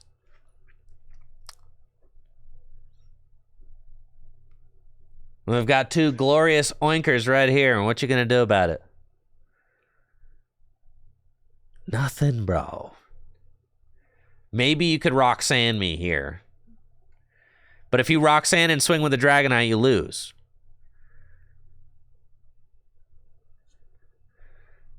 There's nothing to be done. Just go ahead. Pass me the ball. I'm hungry. I'm ready.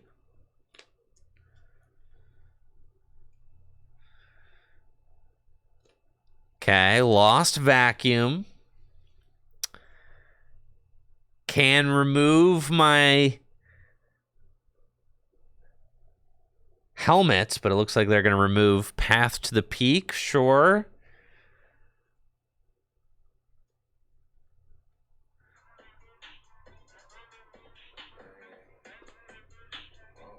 Whoa, hold on.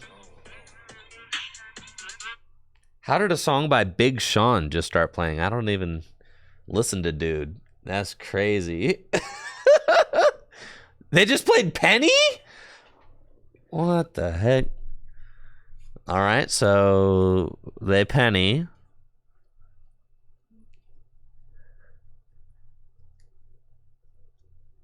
But what are you going to do from here?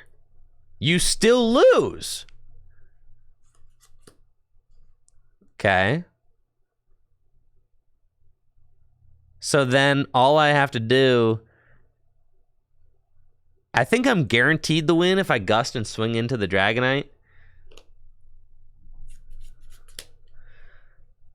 That's probably what we got. Or we could swing into the active. But what if they Roxanne, right? What if I swing into the active and then they Roxanne, right?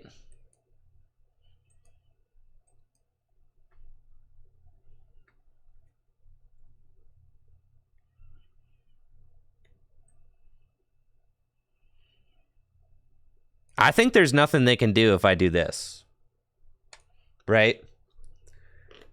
No, you see what I'm saying? Like, we're trying to think of like what are my possible routes to lose? And like Roxanne they just played Penny. I mean, they could definitely Roxanne me to 2. To be fair, I've only got so many cards in my deck, but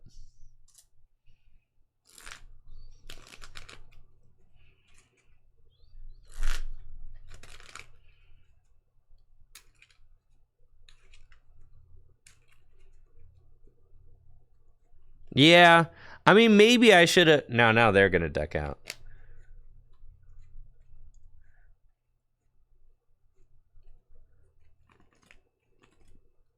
They could definitely Roxanne. Like, Roxanne's a very common include in these decks.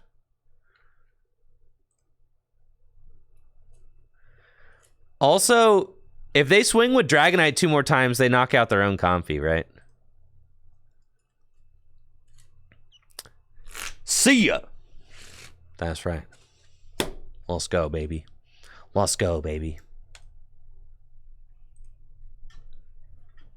Let's go. That's right.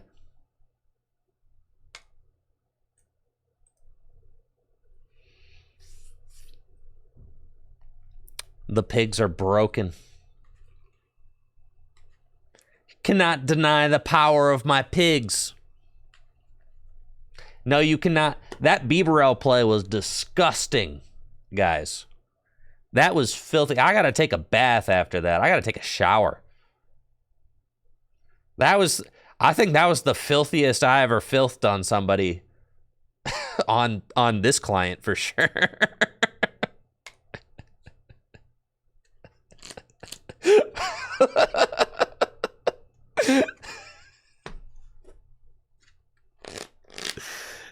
That Bieberl play was nasty.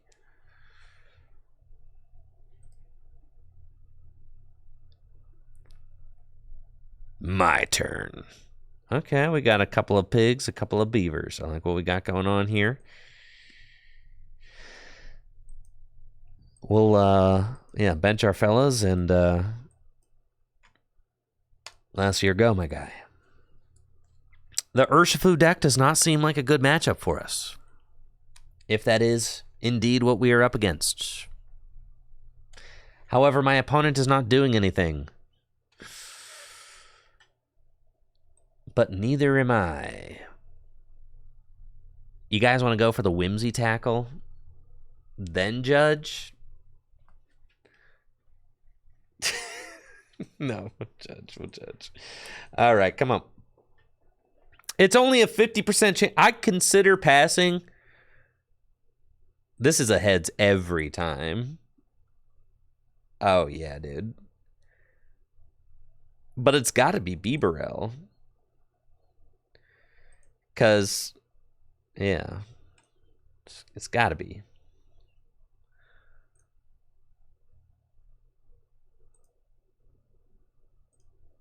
Let's put the cards to the bottom of the deck. We do a little nest stash. Yeah, definitely the Squovit. The Squovit provides. What an insane card, bro. Just like that. Man, this deck is some fire, dude. What the heck? We got the cracked list right here. Look at me with my turn 2 heavy stomp.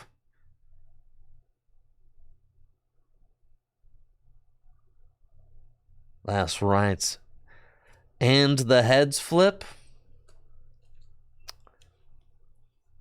I know. Squovit listens and answers. Squovit's there for you when you need it most.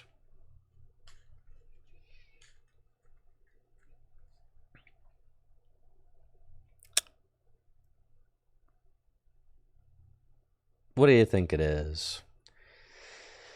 There's definitely an argument for like chasing that Urshifu right now.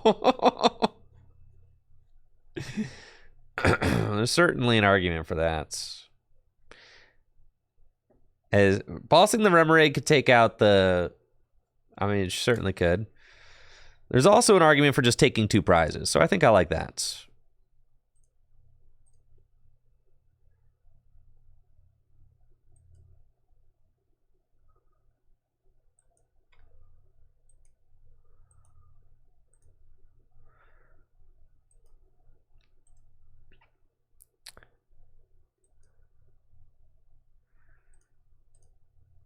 This deck's crazy. Dang, we're just like, we're cooking right now. I don't think anybody's ever cooked this hard with the pigs. No chance.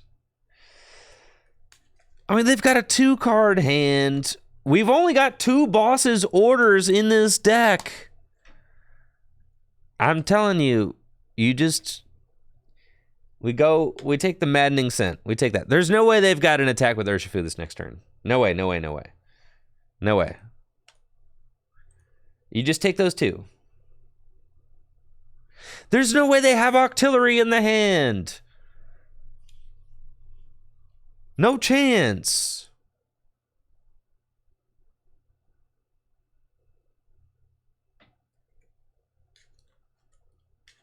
I'm telling you, that 2-card hand does not have the octopus in it. See?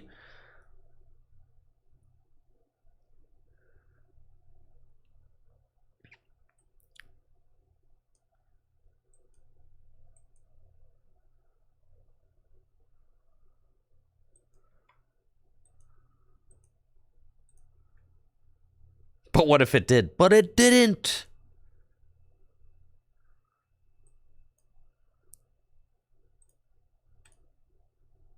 To the bottom of the deck with Yi.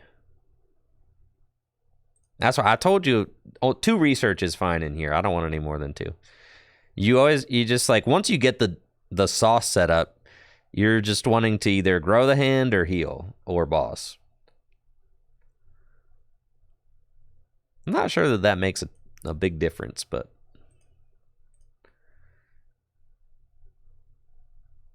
actually it does. With V-Guard and that's minus 50, that actually does make a difference. That means I'm out of range for 100 furious blows. Cool. No, because we're decreasing by 50, right? Yeah. Yeah, dog. See? And we flipped another heads. We're cracked.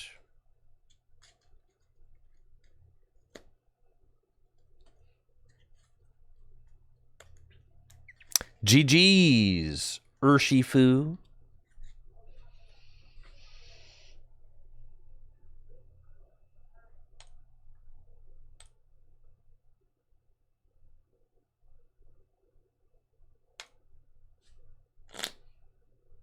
More like Urshifu, am I right?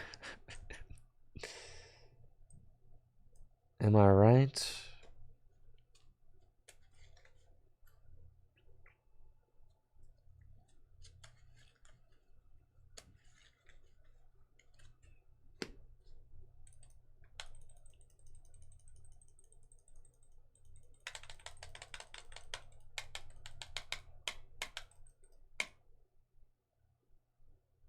Fantastic.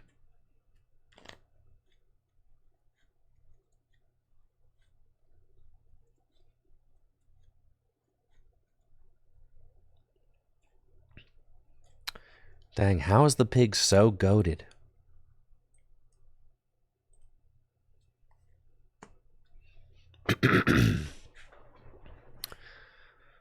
Looks like we're up against Lost Box.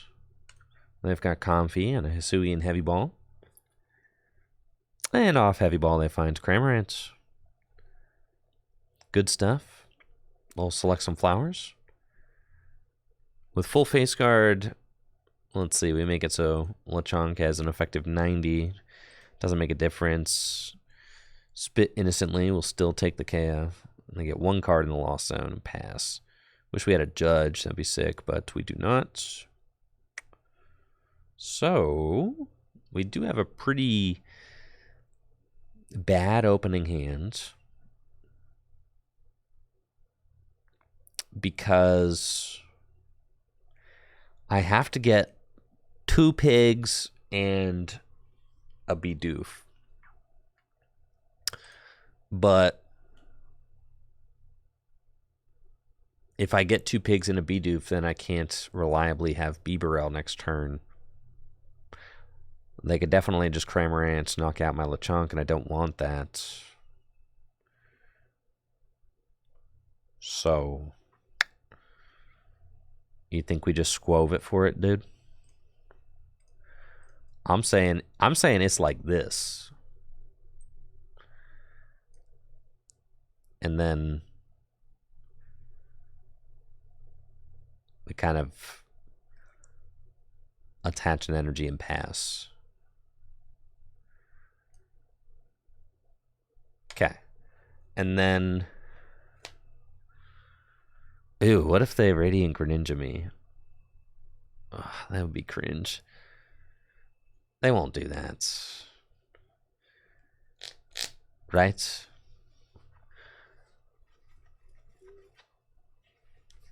So we can wait like one... We can wait one turn and see what we get. I knew they were going to escape rope, knock out this one, but, you know, what can you do, right? Gotta try. I'll spit innocently. So then at least I have an Oinkologne, so that's why I didn't squove it yet, right? We're also going to see what our top deck is. So we give ourselves one turn to top deck a good card with, like, a decently sized hand, right? And we don't. So then we go here and attach there, and we Ultra Ball away these. And we go get the extremely powerful Squirrel. And do you have to put a card on the bottom of your deck? Huh, okay, yeah. I almost attached that helmet, so. Dang, bro. That was not it. All right, Squova, you got one more turn.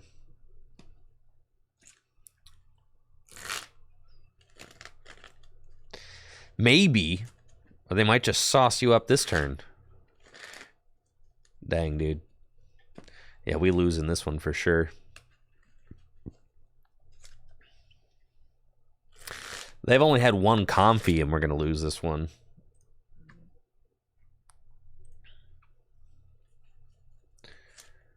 I mean, we have one Echoing Horn in this deck. It's actually, I think, the worst card in the deck. I don't really think you need it. It feels too situational.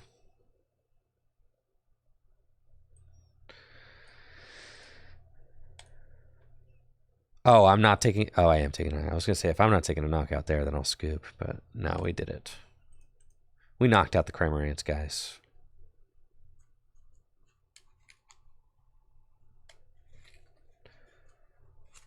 We got the one Echoing Horn. It just seems... Yeah, it seems too situational. You can just swing for 190. And you only play like 2 bosses' orders, so...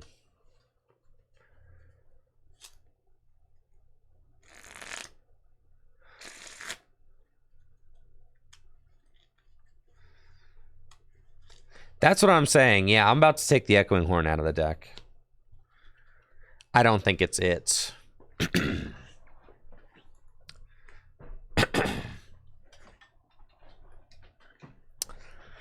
See, and your opponents, they'll put things on the bench for you.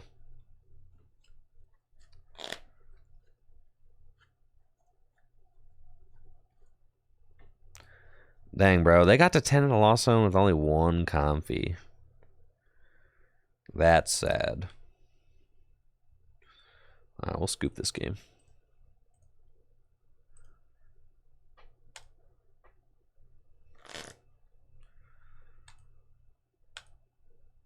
That's so true. You do win some and you do lose some.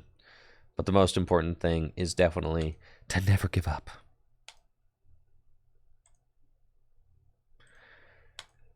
Wow. More rewards.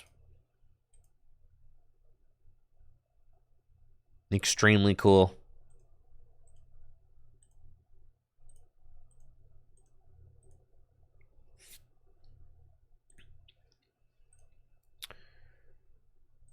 Okay. Definitely don't need that Echoing Horn. Definitely do need another pair of shoes. Or just more supporter cards.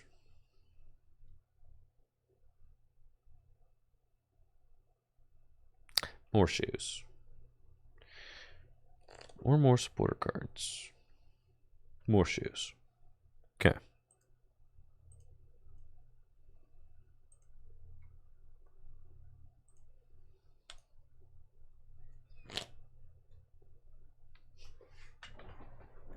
Of course, Bennett's.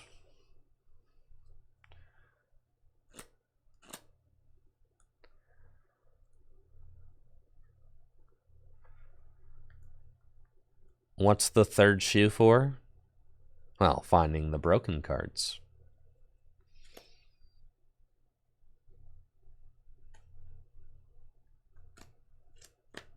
It's a nice sweater you got there, bud. Love that.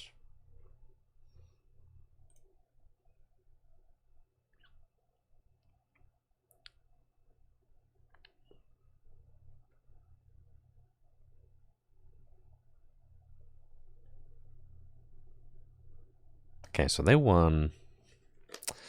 Let's see. If we have too many dead draw situations, we may have to increase the amount of consistency cards in our deck. But see, this is fine. That was just low roll. We just low rolled. Playing against Mew VMAX. Free matchup, dude. It's as free as they come. I'll take my 4 mulligans, please. Thank you. Playing against Mew VMAX. This is certainly one of our best matchups with the Oinkalone EX deck. We've got our brave little pig in the active and a 4 mulligan assisted opening hand that is gigantic, full of search cards, judge, and path. Great. I've noticed a lot of Mew decks having awkward starts against me. Not just online, but also at regionals. I feel like Mew decks are like not setting up consistently lately. Thank you, a lot of raccoons, for that Prime sub and the 8 months. I feel like I see this all the time. Like this kind of thing constantly. When I'm sitting across from you, they're doing like, yeah, I got one Genesect, and that's going to be a pass from me, dog. Like, constantly.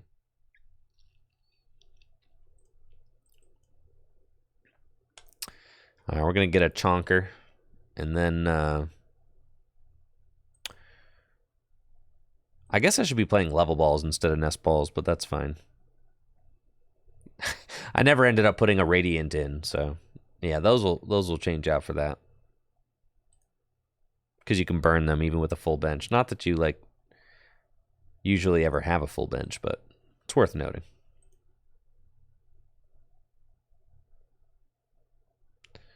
Okay, we got all the juice. We don't want to judge.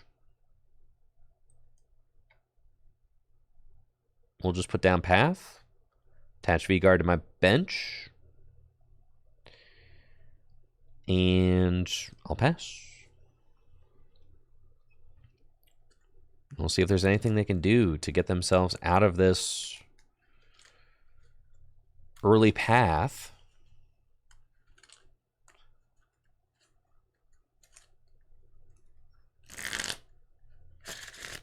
Yeah, you're done, bud. It's not going to bode well for you there.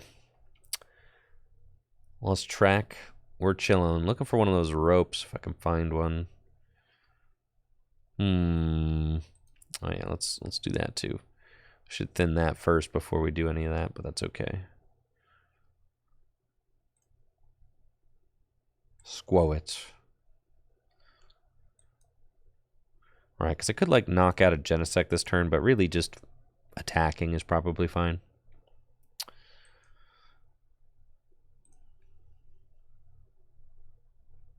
Culver's Experiment's a good card.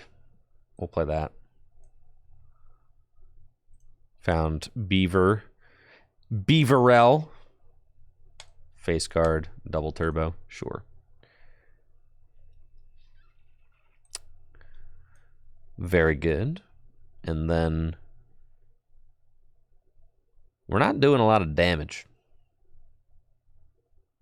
It's unfortunate, but that's fine.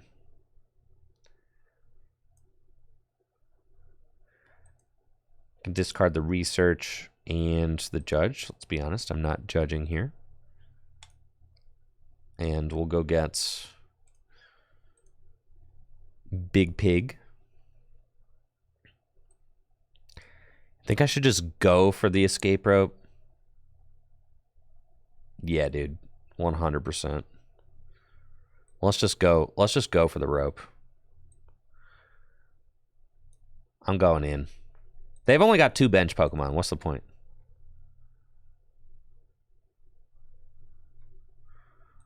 You know what I'm saying? Here we go. Easiest escape rope of my life. All right, never mind. It's fine. Sick heads flip. I get another piggy. And then we could just chill here. Face guard. Pass. And then if they swing into my pig, I can play Sharon's Care.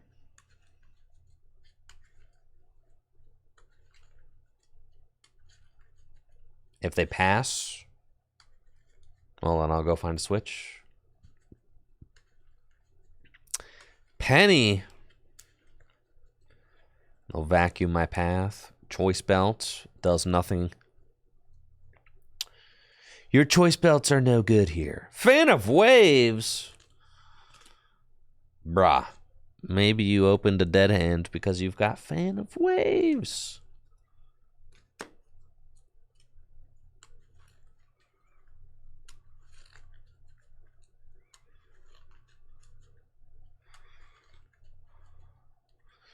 Cramomatic, the feather ball.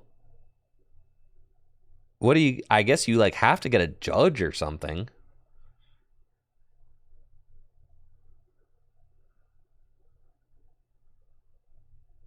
Right? Like what one card can you get?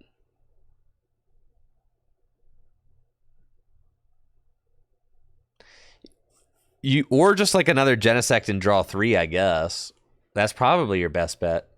And then hope you don't get the nest ball because then that actually thins an out to Genesect out of your deck. You want to keep the nest. Yeah, judge is like fine.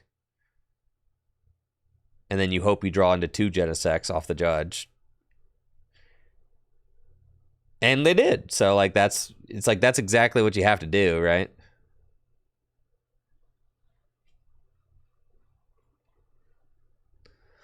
Oh, this hand is magnificent. We've done it.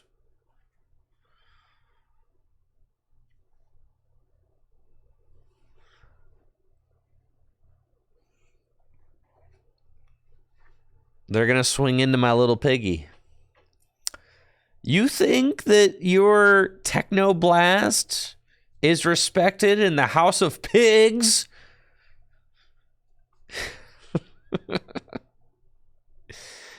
You fool.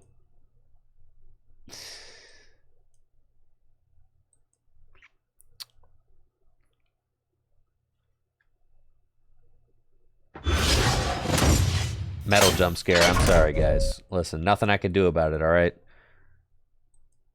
There's nothing I can do. I tried to turn the volume off. The game doesn't let you turn the volume off. Okay? No, they haven't fixed that yet. All right, we got the Sharon's Care. Give me the pig. Glorious.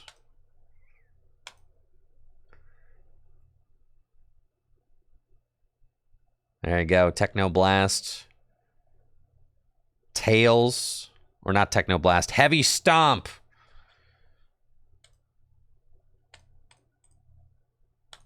You're done, bud.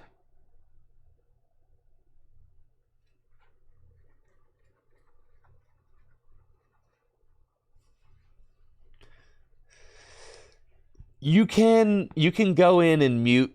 Like I could turn off all of the game sound. I'd have to go here on OBS and I can turn off all sound coming from, yeah. So that's what you have to do. Obviously, you know, I just forget, okay? I forget to go in and mute all game, not all game noise. All game noise is muted. Yes, of course, right here, as you can see. The game sounds are completely muted. But I have to go into OBS and turn off all the sounds coming from my computer entirely. Yeah.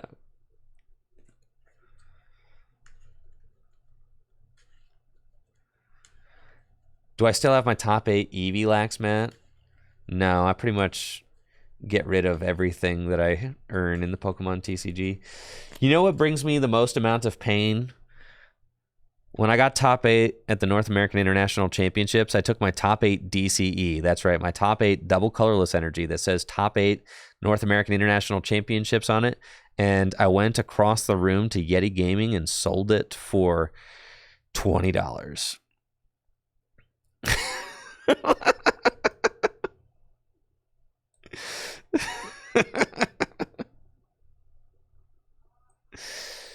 Yeah. That one wasn't great.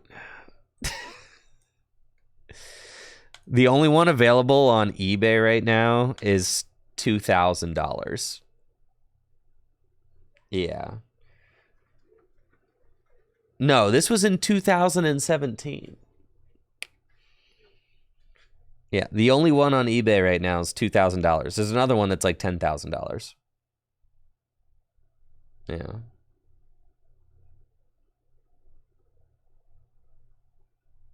Yeah. Yeah. Yeah.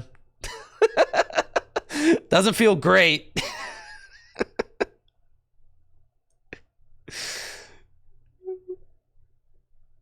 But I would love to play that double colorless in one of my Gym Leader Challenge decks. But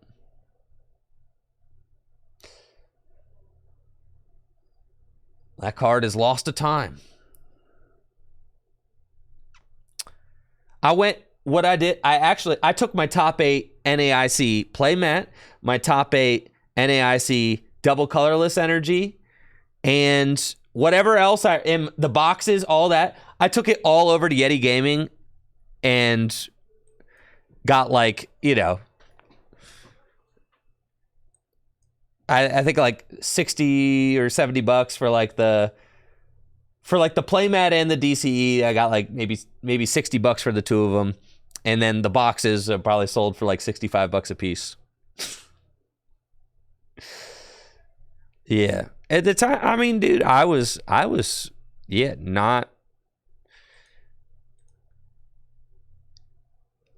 not super financially stable back then, so, when I went to a tournament like that, I needed to try and recoup funds immediately.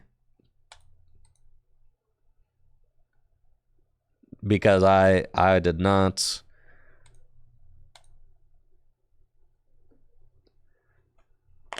did not have a lot of cash to spare.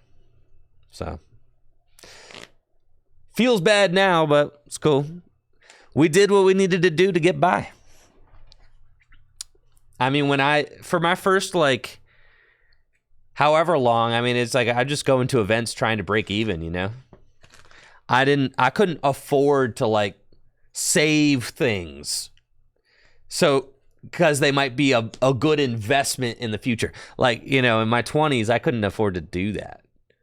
It's just like, if someone will give me money for this thing in my hand right now, I have to do that. That's just the situation that we're in. Oh, yeah, we just go for it now.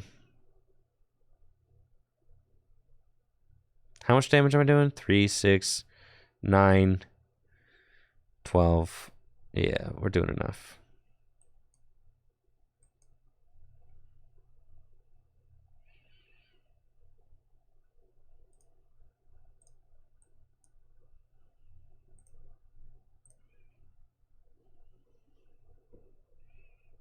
I was born with 2 kidneys.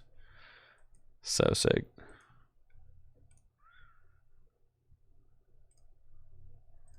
It's my other boss in deck. I guess I should check that, but we stashing.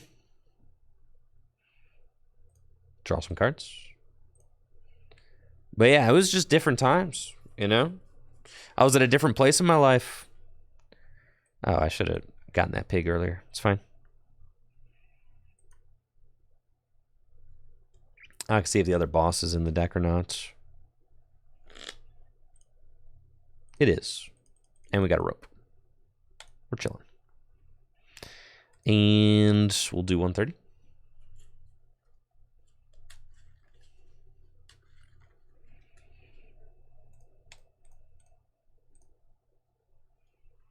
Yeah, no path, but it doesn't really matter. At this point, I'm just going to win because they can't. At this point, we're just winning because they can't win.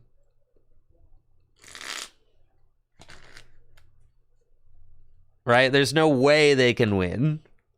I've got 2 Bieberells and a Squovit set up and a boss's orders in my deck. Like, there's no way. We're going to see so many cards.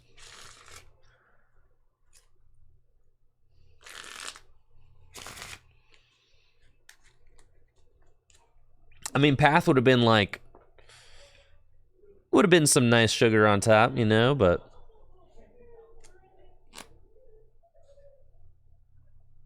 It's cool.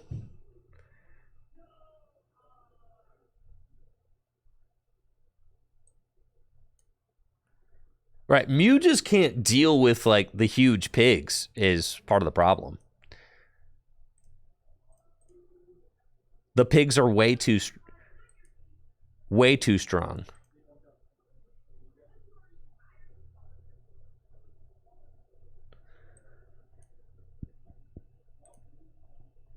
Nest Dash. And I think we're guaranteed at this point. Luska.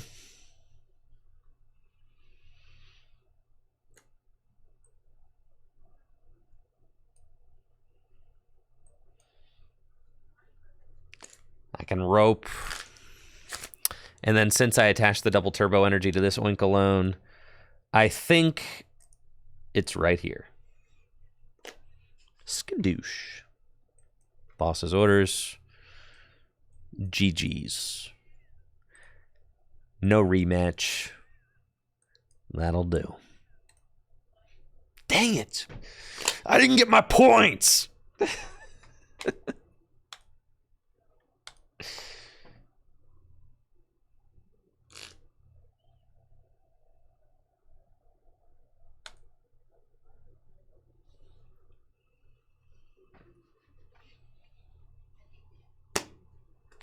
A rematch button would be sick.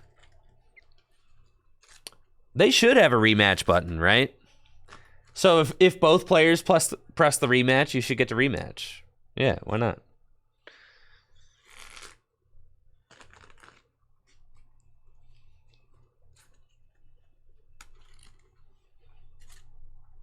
But, you know, that would require... Who knows the consequences of... Would that produce too much salt? I don't think so. If both players are, like, choosing to rematch, then why not? Here we go. It's that time of the stream again.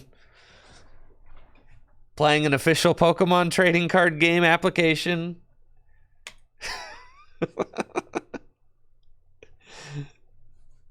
Close off.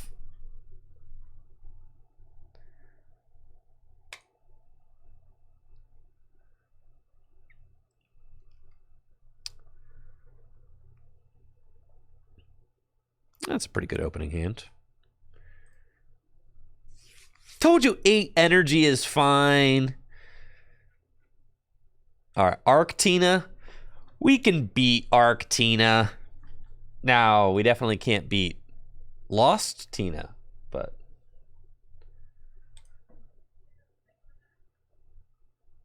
we're chilling. Playing against Arceus, V-Star, Giratina V-Star. I think this matchup should be fine, actually, because they can't attack turn 1, so that's nice. I don't have to worry too much about that.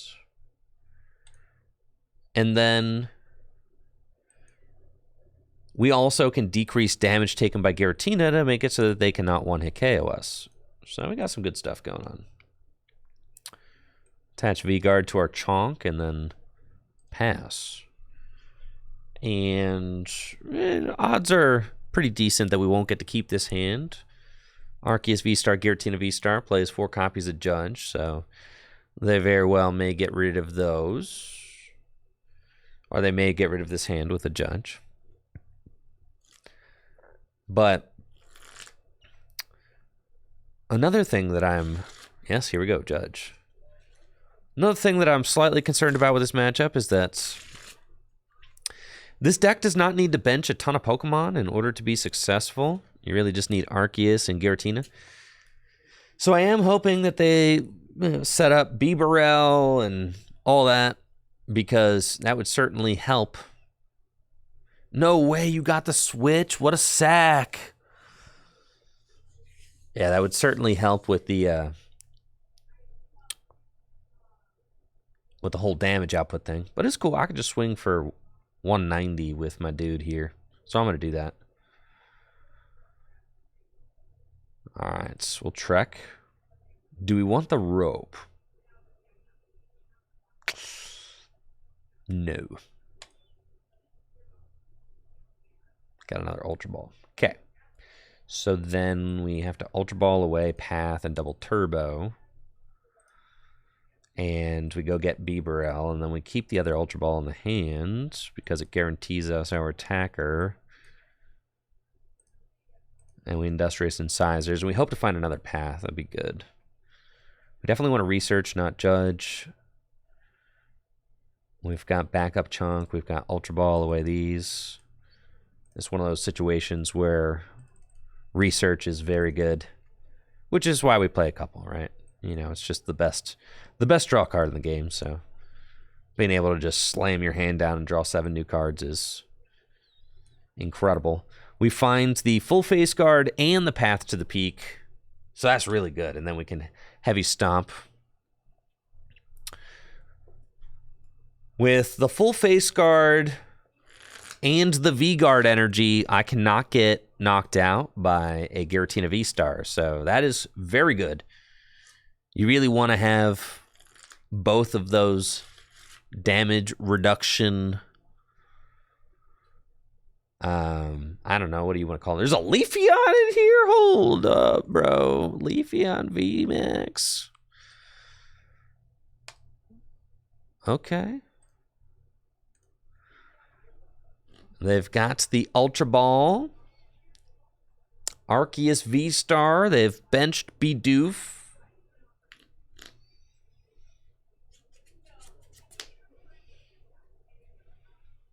And I don't think that they have a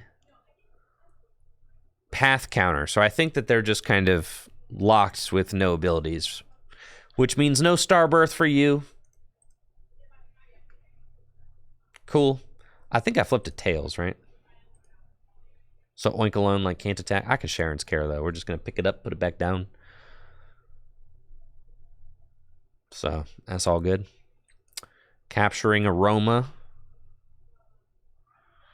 Another evolution. Would have preferred a basic. That's fine. We'll get this guy. And I could just Cheryl here. But the Sharon's Care saves the energy, which is kind of nice. We're doing enough damage for a knockout. That's fine. We'll Sharon's Care.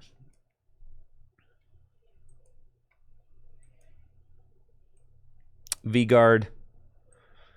And we're back at it again with the Maddening Scent for 100.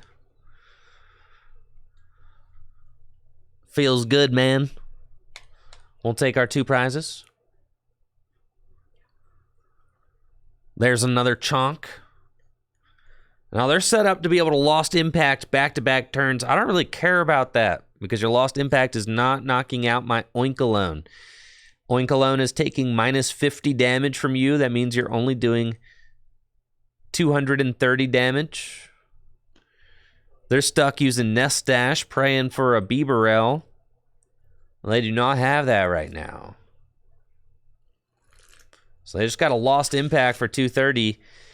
But then I can just share all that damage away. So you don't even get to keep that damage, dude. It's over for you. So go Cheryl. We got another V-Guard. Lechonk. Nest Ball. Squirrel. Another Pig. And I can just go draw a bunch of cards, honestly. Nestash. And then Industrious Incisors. It's insane how that combination just allows you to churn through your deck so much. And the thing is, we've got 5 healing supporters in this deck.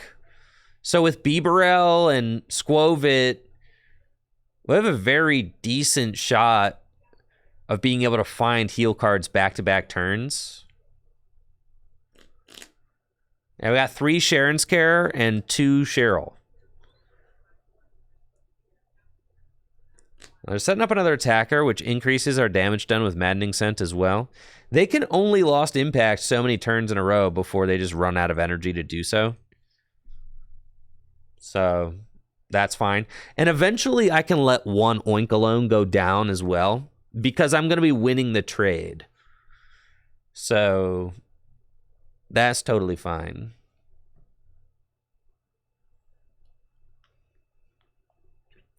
Yo, Oinkolone's kind of sick, dude.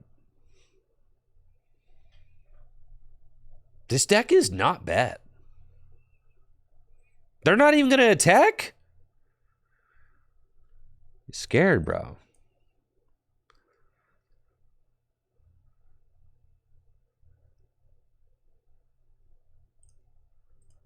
I get another pig.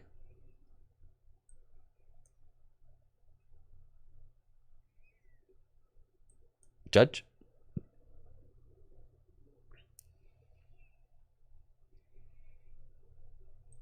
Another pig.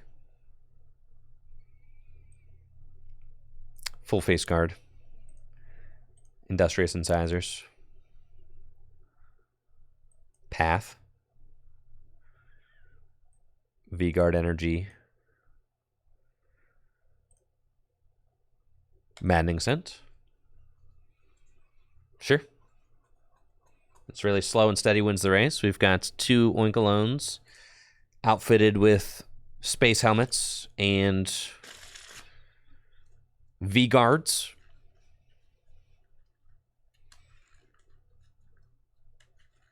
They've got a lot of draw power now. If they find a boss's orders, they can bring up my Oinkolone without the space helmet and the V-guard. They can knock it out. Which is fine, honestly, because they don't decrease any of the energy that I have in play, so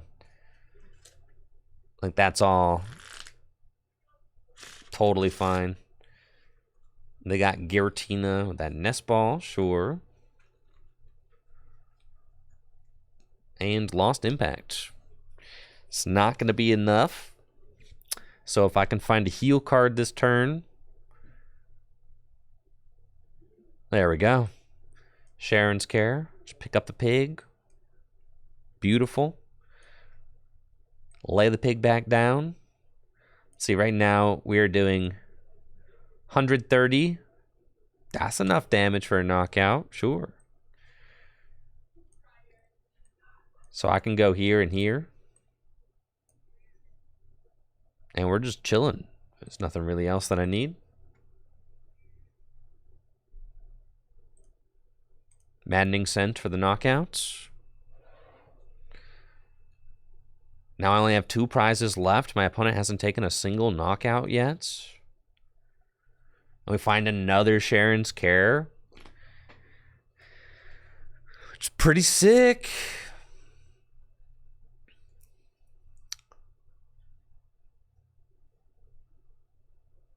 There we go.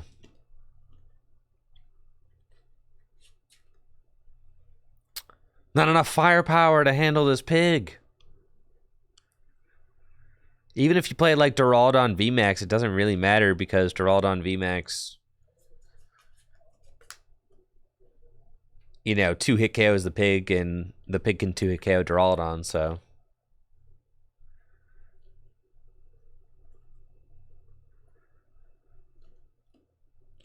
I've got Cheryl. If they swing into the Oinkolone, that's fine. We could just Cheryl and keep swinging. The Choice Belt does nothing for their damage output. In fact, the 2 double turbo energies decreases their damage by 40. So that Trinity Nova only did 110 damage. They've got no energy accelerated to their board, so I don't have to worry about what they've got going on at all. In fact, I don't even have to heal this turn because they can't knock me out. Like, I can save the Cheryl a turn.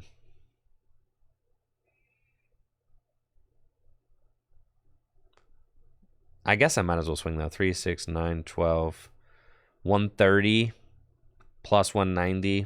Yeah, that's plenty. They could Sharon's Care, I guess, but that's fine. We'll put the full face guard here. And I guess I can just swing. They can't knock me out. So I think I'm okay. We'll just heavy stomp.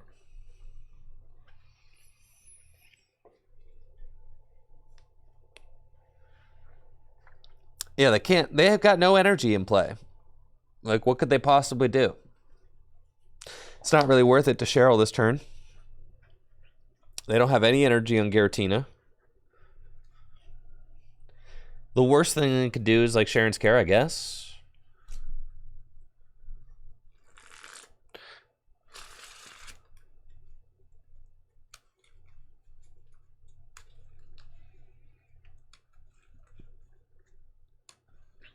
They've got Vacuum, so with 2 double turbo energies, they're doing 140 minus 30. Right? They do have the Sharon's Care, which is what we thought, right? But then they can't really do anything, so it doesn't really matter. Nothing really matters to me. See? So we're just going to do this again. And then, what do we got? Both bosses' orders still alive, so I can just knock out the Bibarel for game. That's fine. So let's call risks, thin our deck. Go get... I don't know why I got that path. That's fine.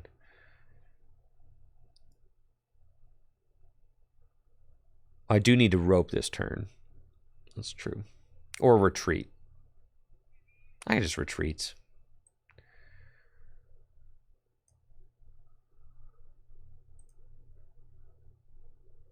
That's fine.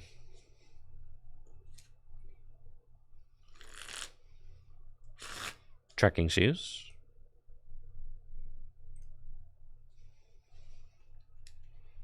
Sharon's Care, will Industrious Incisors.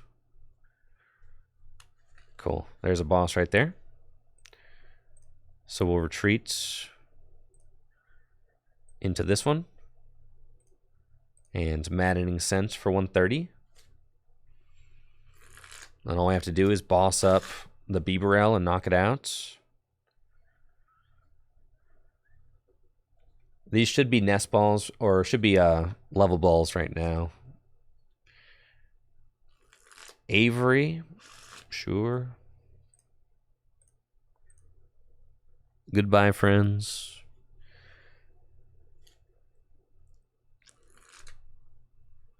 Now I can burn this nest ball. I got Trinity Nova for 130.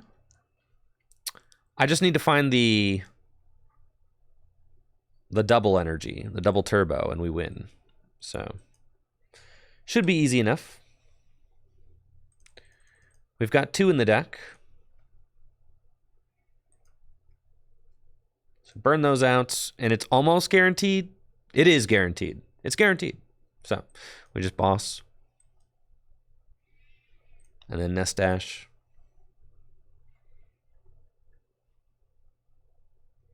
And then Industrious Incisors, and since we have 2 in deck, we should be guaranteed to find them. There we go. Heavy Stomp for game. And that's it. GG's.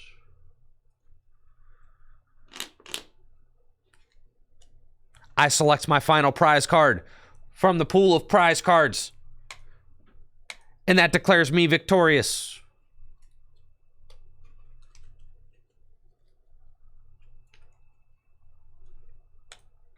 Oh, God.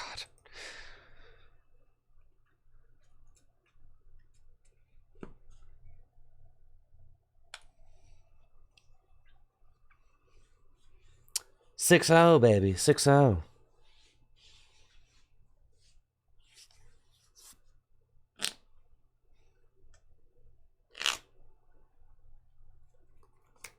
This list is very straightforward, but it's effective. It's doing what we needed to do. My dude left his bottom half at home, apparently, but sorry about that.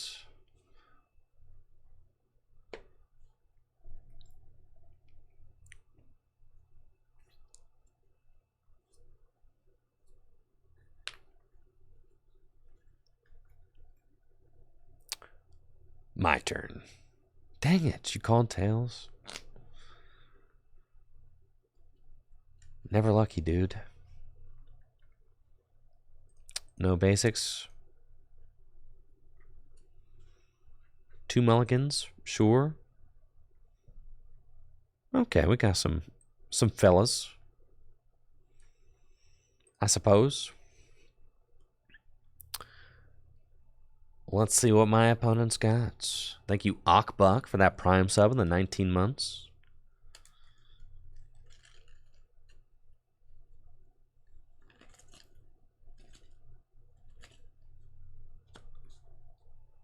Looks like I'm playing against Miraidon. This should be a pretty terrible matchup for us.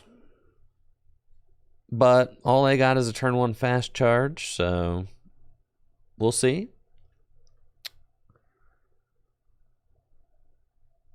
Colress's Experiment off the top. That's fantastic. We can grab Nest Ball, Capturing Aroma, and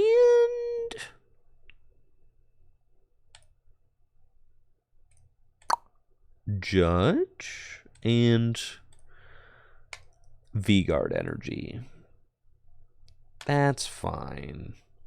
We've got 2 Bibarels in our hand, so, you know. Nest Ball for our other Bidoof.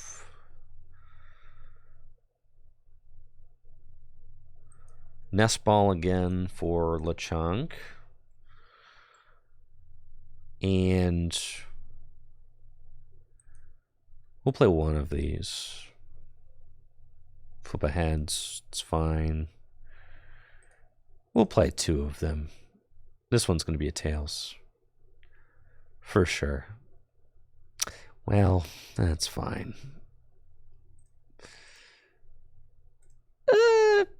Sure. V-Guard Energy here. And we'll pass. Then next turn, I can evolve into Oinkalone EX. Nest Dash my hand to the bottom of the deck. That's a...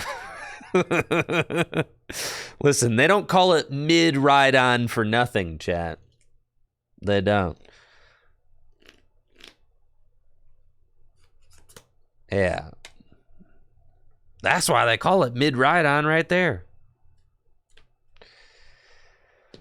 This Raichu is very intimidating, though, because they could just knock out my Oinker this next turn, so I don't love that. Path, Oink, Bibarel, Stash.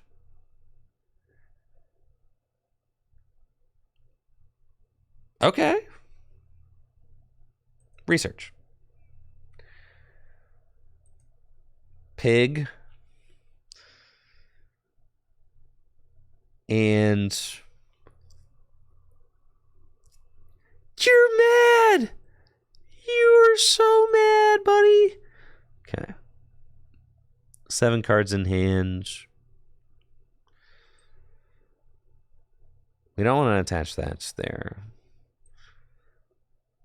It's a 2-hit KO either way, so that's fine. Ultra Ball away these. Go get another Lechonk. Attach there, and Industrious Incisors. Capturing Aroma. Sure. No basics in that deck. And then we swing with Maddening Sense. So we got to get this Raichu out of here, because if they go Flaffy, right, I mean, I've got V-Guard, so it's 290, which is good, because it puts me in that 300. So they need 5 energy, and there's the double Flaffy. All right, so they got 5 energy. This Oink is going down. 100%. Yeah, they got double Dynamotor, attached from hand, boom. That's a knockout. But fortunately, they should not have the easiest time doing that back-to-back turns, and they are about to exhaust a lot of resources. So let's hope that pig number 2 lasts a little bit longer. They don't play any supporters. It's fine.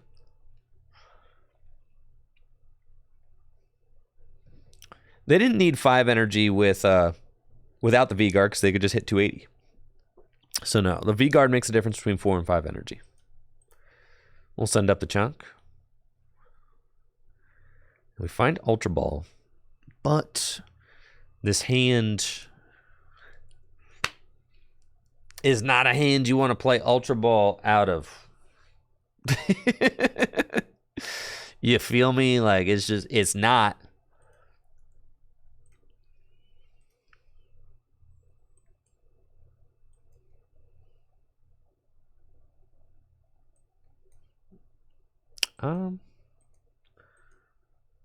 Get rid of those.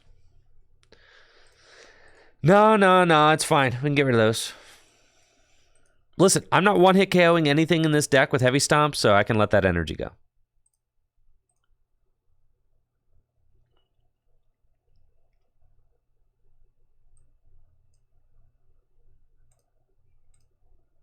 Industrious Incisors. We'd like to find a judge. We did not find one. So, it's fine. We just take this knockout.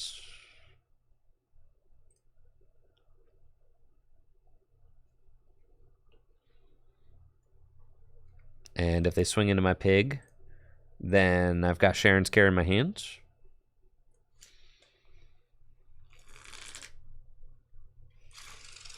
So that's fine. They're only threatening 220 damage with the mid ride on. We're chilling. We're chilling. We win this game. Unless they've got another Raichu. Which they aren't going to get 5 energy on in one turn. There's no way they've got 2 Raichus. And there's no way they're going to power it up. They're going to do something like swing with the mid ride on. Squovit? Is it Squovit? It's got to be the pig.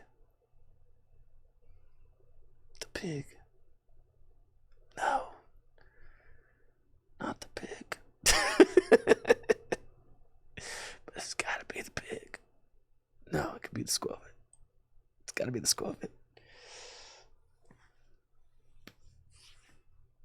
It's got to be Squovit, guys.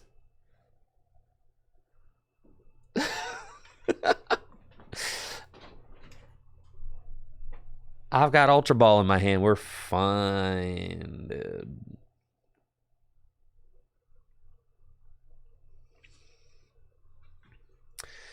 They got nothing in that hand. Unless they're about to research. No, they got nothing in that hand. They're about to Photon Blaster a squirrel. That's all they got. Now, the question is, having to 2-hit KO these mid ride-ons is like really cringe. But I think that's just what we have to do. Hitting the flappies is probably not. Well, yeah, force them to like have the switch and stuff.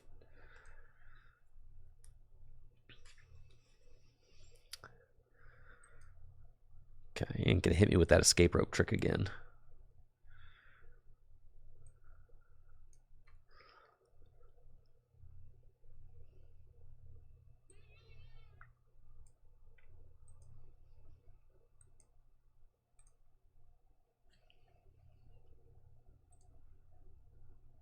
Industrious Incisors.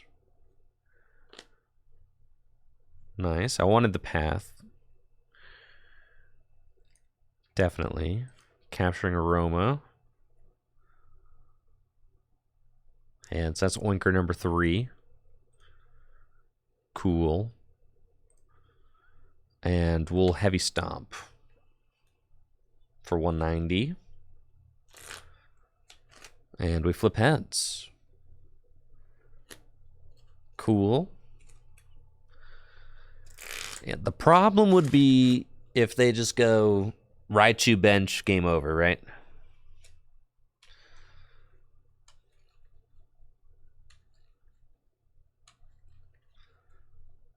That would be an issue.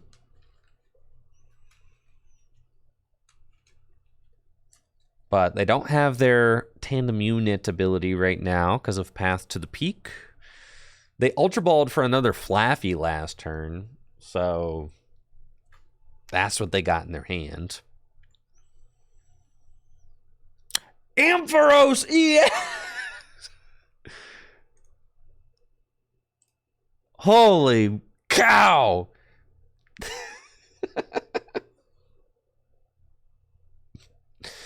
That's fine. It's fine. It's fine. It's fine.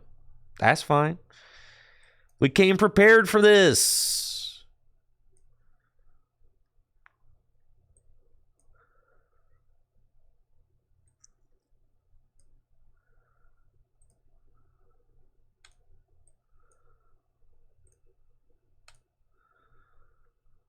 And we're chilling, dude. Yo, what's up, Trevor? How you doing?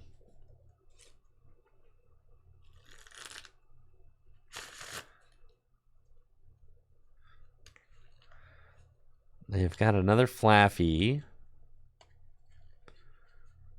We've got Sharon's Care queued up again, though. But what are we hitting? 100 damage? It's not enough, dude. But they've only got 2 I have to do it. I have to Sharon's Care. Straight up.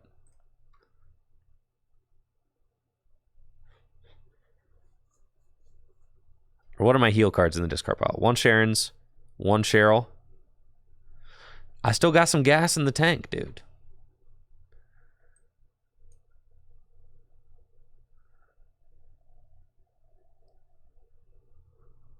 We're so close.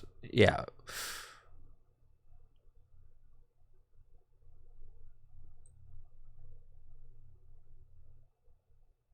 Huh. Yeah, it's got to be Sharon's Care.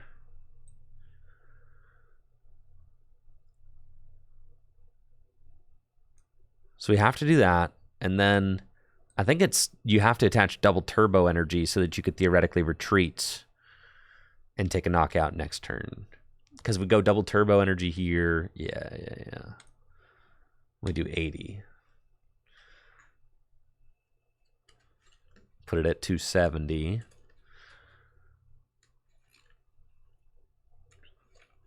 And then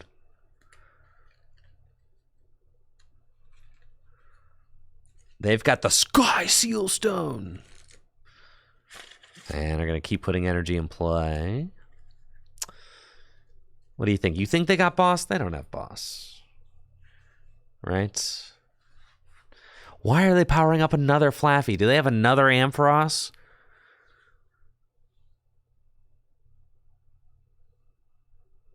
It's fine. We don't need our face guards. They're fine.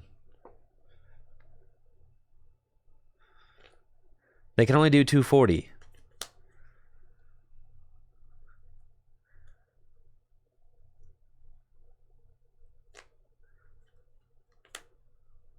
Okay. Is the last card in their hand a boss's orders? What do you think? It's not like there's any counterplay. We just have to retreat, boss. Like, retreat and knockout. And hope that they don't have it. I guess I can incisors for 1 and see if I find a Cheryl. That'd be kind of gnarly. We didn't. So we definitely don't judge. And bossing doesn't do anything. Because they have it. So they have it if we don't. So we just go here and Maddening Scent for 100, and we hope they don't have boss.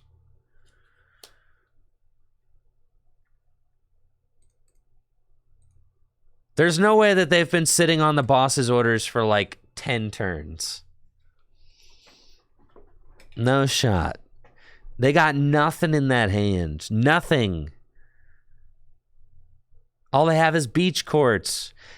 For the Raichu number 2, baby. And that's it. Raichu V number 2. Coming out the deck. No way. I ain't got it. For 2 more Miraidons. Yeah, there's no way you've got another Raichu in there, dude.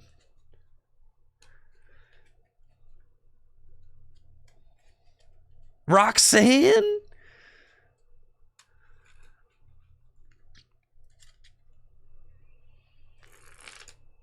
That's not a boss's orders. I'm thinking we got this one wrapped up.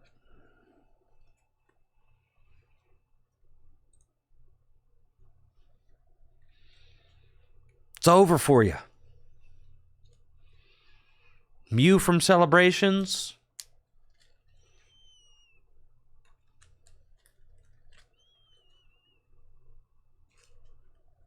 No, sir. I guess you have to attack with a new Miraidon. And then if I don't draw into boss's orders... or a heal card, I could draw into a Cheryl.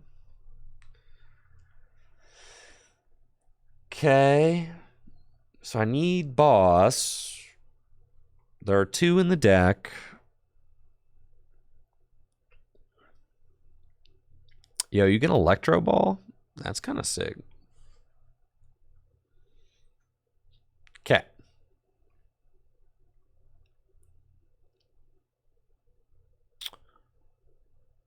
So, say we don't find a boss. Does full face guard would make it so they're only doing 200 damage, which actually would put them out of range of knocking out this particular Oink alone. So that's important. And then if we go, say I had a Cheryl this turn. It doesn't matter. I think we're just going for win. So we go energy here and Industrious Incisors. Do not hit the winning cards. We do not hit any healing cards either. That path to the peak froze the game. Woohoo! We don't even get to see who had won. That's so sick, dude. Oh, that's so sick. Love it. Dude, this game is sick, dude. Yeah, this is awesome. Man, we're all out here having a good old time. Yeah. Maybe it'll come back. No shot. Yeah. The game might recover. Am I back? No, you guys are... We're not back, bro.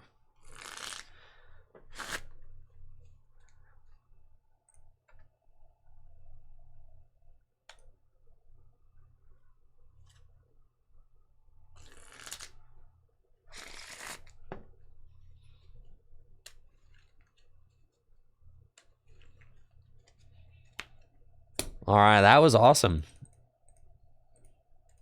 Yeah, sick game. All right.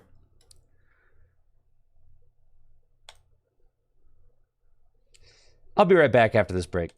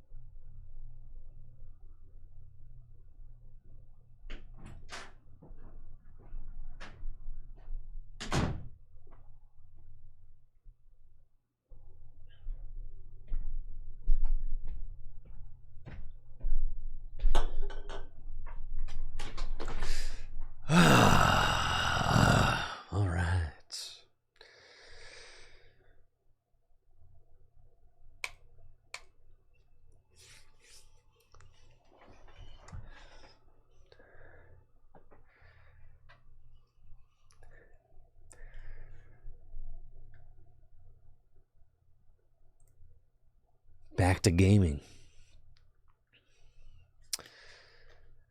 We'll see how we do.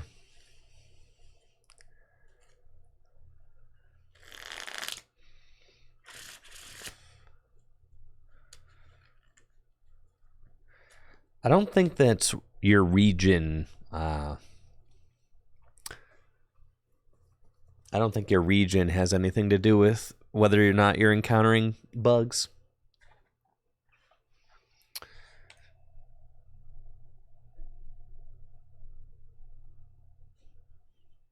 You know, what's evident is that there are major inconsistencies in the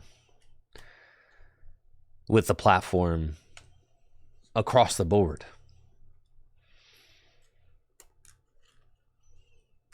Oh yeah, we collectively watched Azul's tweets on stream earlier. Yes, that was a real treat.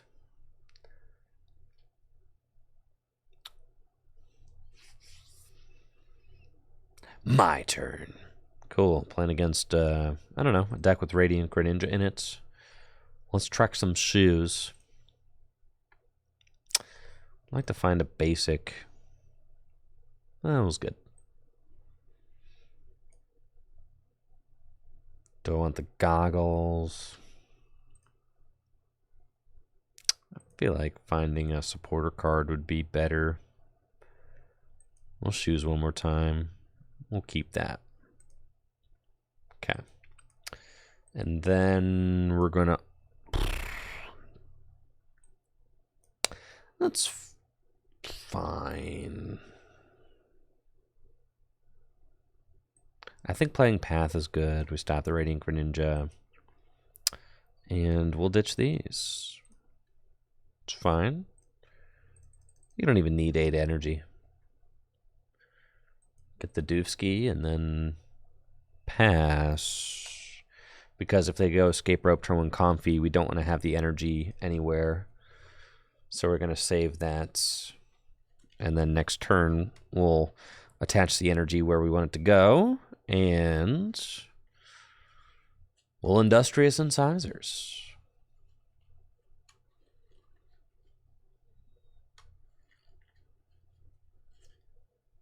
They do have Temple of Sinnoh. Well, that's not a card that we like to see. Fortunately, I do play 4 Path to the Peak. So I should have plenty of outs to be able to counter it. Let's see what kind of strategy they're going with. Battle VIP Pass. Looks like it's going to be... Oh, this is a Gardevoir deck. Cool. I was thinking maybe Lost Box, but Gardevoir it is. So that's actually real good for me because it means they wasted one of their stadium bumps early. So that's very good. Because they probably only play so many stadium bumps. And with one of them gone early on means that they will not have them later on in the game. I also had to bench this Luminion. They probably play Collapsed to remove it, but it's certainly helpful for me right now because they have a full bench, so I'm going to do 160 damage with Oink alone EX's attack. They might play a Worker, which is another stadium bump, so we got to look out for that too. And then they might play Pal Pad to put the Worker back into the deck, right? Cool. There's a Path, Bibarel, V-Guard, and we'll use Industrious Incisors to fill our hand of 5 cards. We were not able to find a draw card. Or a pig. So I'm kind of stuck here, doing nothing.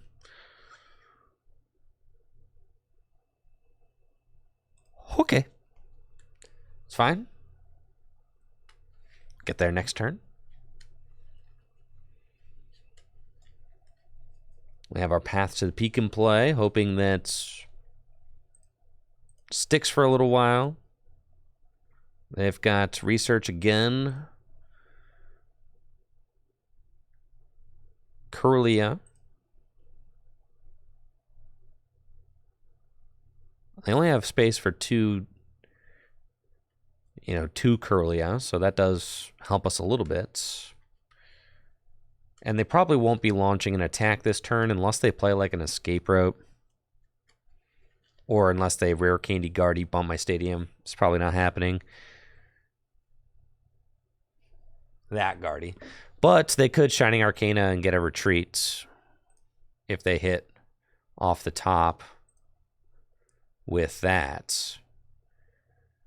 This is kind of dangerous, though. With only one Curlia in play, I could just boss up this Curlia and knock it out, and then you cannot get Gardevoir out. So they have certainly put themselves in a little bit of a tough situation by doing that. And I will attempt to take advantage of it. Let's see.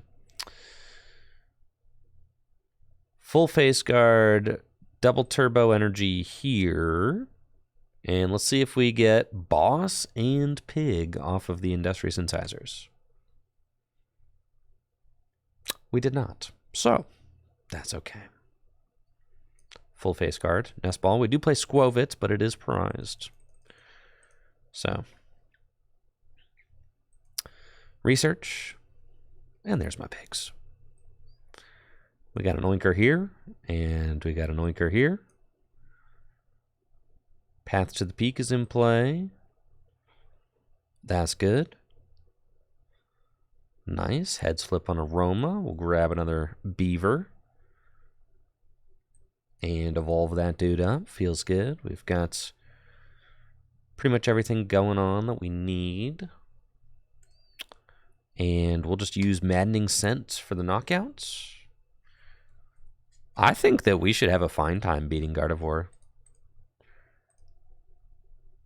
Here, this seems fine.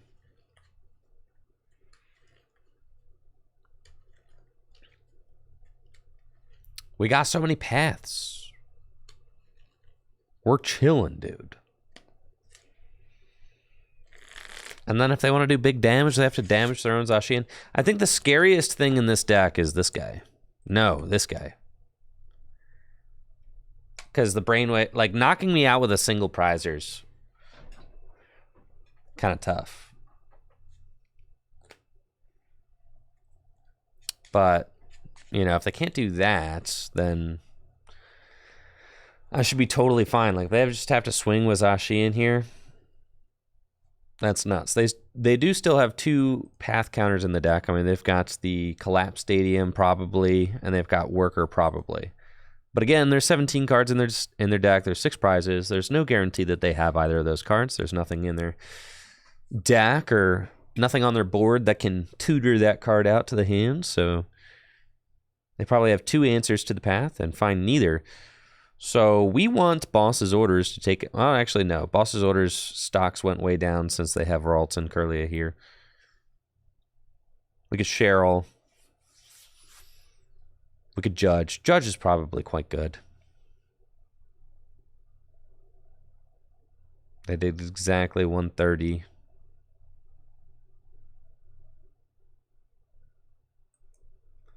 Let's Ultra Ball away these. Grab another pig. Let's take a look at everything I've got. There's no more Sharon's Cares left in the deck. That's sad.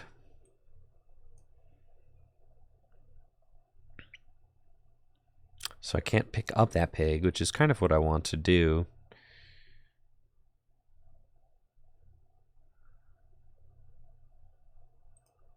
Industrious Incisors 1. See if I gain a little bit more information. We do find rope. So that's kind of fine.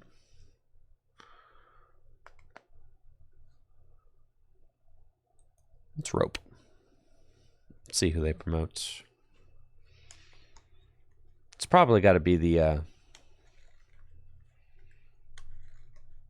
the Cresselia for sure. So then this thing is taking a knockout on the Cresselia. And then we can start loading up another pig. And judge.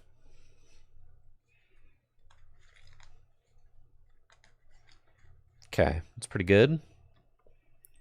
Industrious incisors for one more. And we go swing for 140. So we're on even prizes now, which is good. Still got to deal with the Zacian, but if they load damage on the Zacian, I can knock it out. All I've got is 2 Cheryl to work with. I've got 2 Sharon's Care in the discard pile, and 1 is in my prizes. If that Luminian doesn't go, then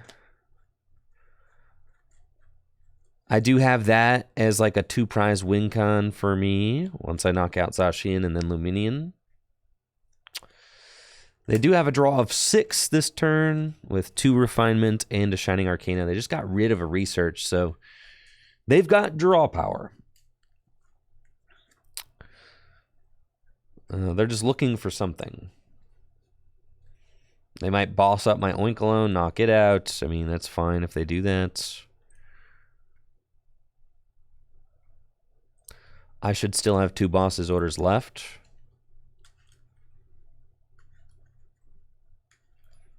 Available to me. So that's good. Yeah, they're going to go boss my pig. That's fine. That's fine. I can judge again. Or I could boss and knock out the Luminian. I would like to kind of take the Luminian out of the equation so they can't use... so they can't use Collapse to get rid of it. I feel like that improves my board states considerably. So they're doing Storm Slash for 160 now. That attachment. That's fine. All right, we want to get rid of the fish if we can. But they've got a huge hand, and I don't want to leave them with the huge hand either, so it's kind of tough all around. Heads flip, and let's see. We've got 1 Oink left in deck.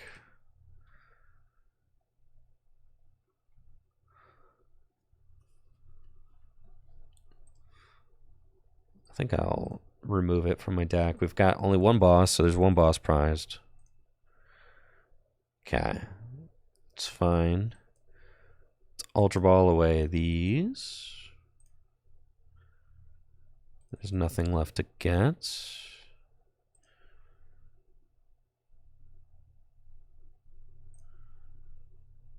Industrious Incisors.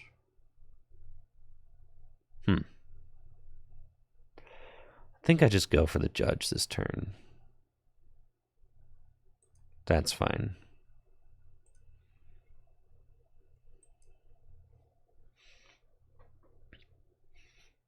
Just limit the hand. There's boss. And then see if we can't maybe draw into another energy, do a little bit more damage. Got 2 Cheryls in the deck, 2 V-Guard energy in the deck.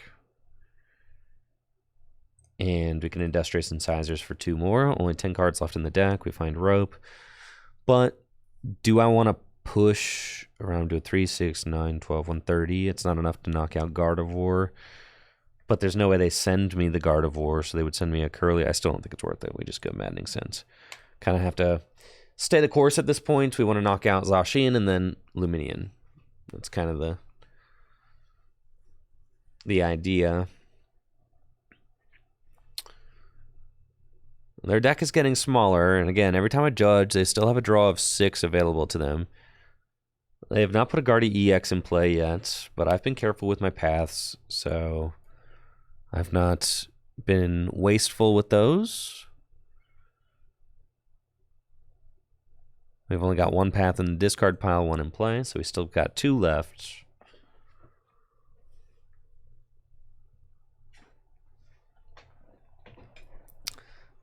They've got 4 prizes left, though. So if they are able to reach for a knockout on this Winkalone this turn, so maybe if they go like Gardevoir, EX, and Stadium Counter. Can they do that, though, with the Zacian? I guess they can put a few more energy onto it without knocking it out. Yes, I mean, they definitely can take that knockout on Winkalone, right? Yes, they can. Got an energy on Guardy now. Guardy can also take a knockout against the Winkalone EX. But they have to counter the stadium. Miriam. So they'll draw 3, and they put 5 Pokemon back in, and they draw 3. I think they just put 1 Pokemon back in, but only God knows what that Pokemon is, because the Pokemon Trading Card Game Live doesn't show you. So we have to just sit here wondering. That's nice. You put a Pokemon back into your deck. Would have been cool to see it. So that I could formulate a game plan based on what you're doing. But it's fine. It's all about the vibes, you know? I'm just playing off of vibes. Who needs information? 190 damage? Oh, we win this game now.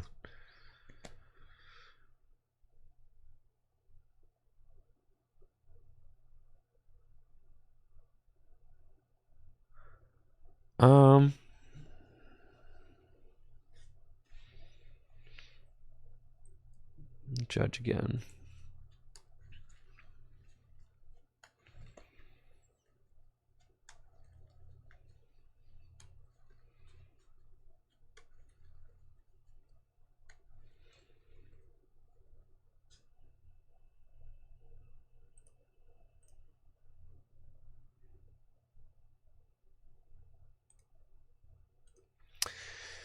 If I retreat and take the knockout... No, we don't. We just say I'm going to boss Luminion for game. Yeah, okay.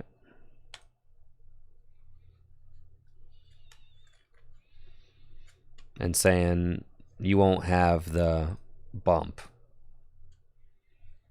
You ain't going to have that collapsed stadium, dog.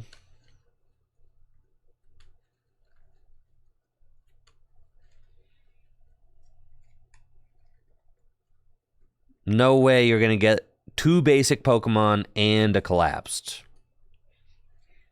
Nar.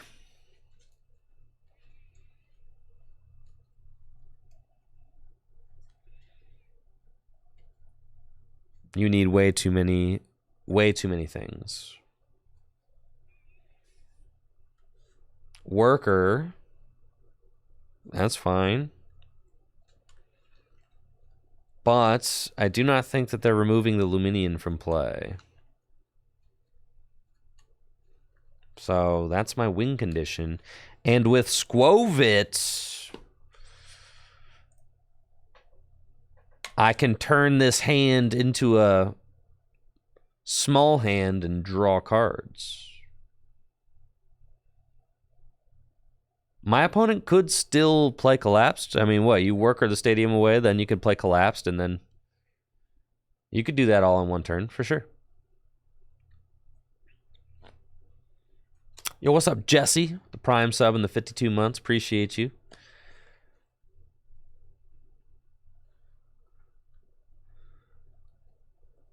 Squovit, I think you mean computer search, true. Yo, good luck at the Hartford Regional Championships, Jesse. Godspeed.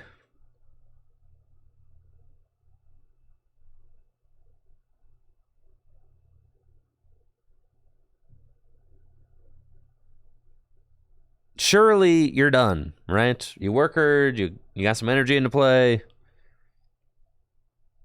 You should have never put that Luminion down.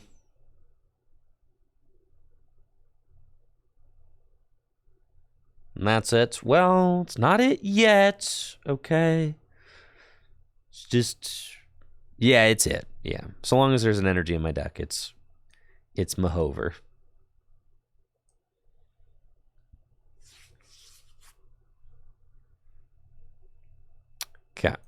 Put down the Squovitch. Put down the Path. Boss's orders up. Luminian. Ultra Ball away the Cheryl. You're giving me the big thumbs up. Is it because I'm cool?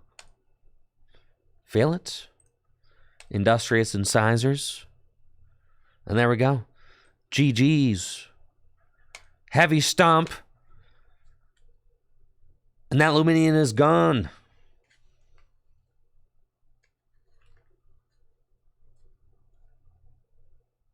And I select my final 2 prize cards.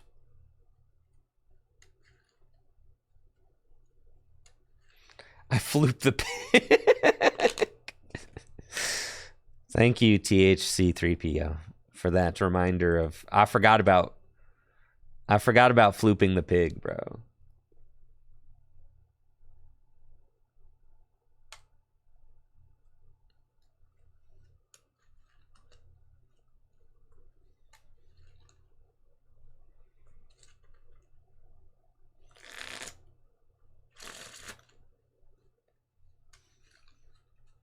You flooped the pig. It's from Adventure Time. When there's the card, the episode of Adventure Time when they're playing like a tabletop game or some card game or whatever.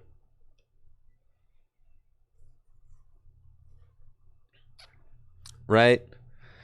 And who is it that's like a terrible sport? The dog, right? The dog is like a terrible... Is there a dog in Adventure Time? No. Yeah. The yellow dude. Yeah. Man, I have not watched Adventure Time in a long time. Jake. Yeah. Yeah, Jake is like a really poor sport. Yeah.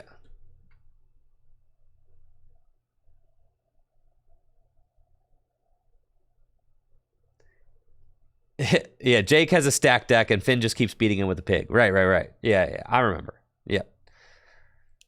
I haven't watched Adventure Time in like 5 years or something. It's been a long time. But I used to watch it a lot of Adventure Time back in the day. I mean, that's like peak living in my 1-bedroom apartment, hanging out, playing Pokemon cards, watching Adventure Time. Yeah. There was a period of my life where there was a lot of that going on.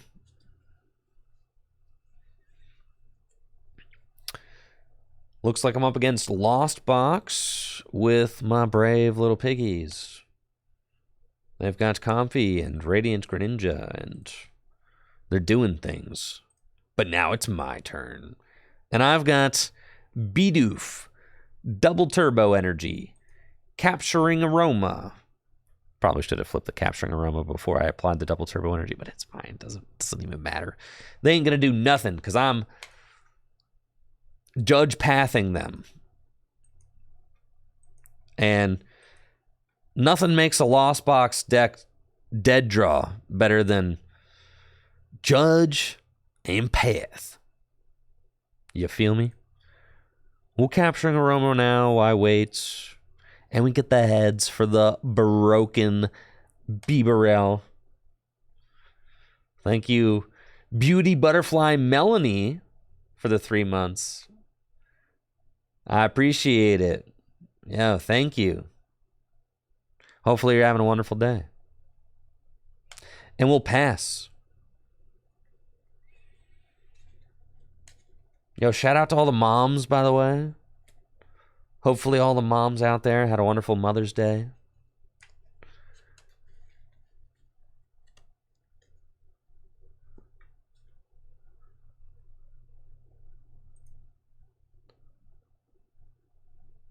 And nothing wrong with... Bro, Trey, you telling me you don't want to shout out to all the moms, Trey?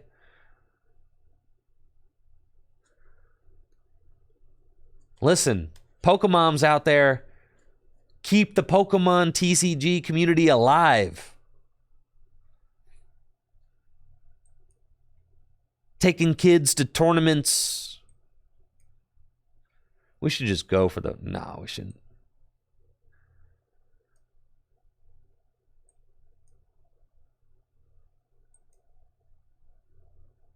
Industrious incisors.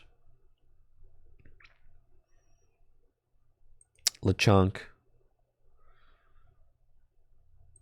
Squovit. Double turbo energy. Nest Dash. These should be level balls. It's fine though.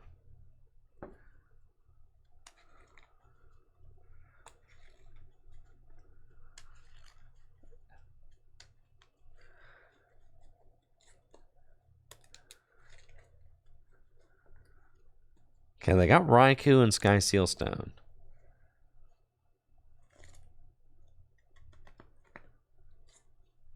Yeah, thanks, Beauty Butterfly Melanie. Thank you.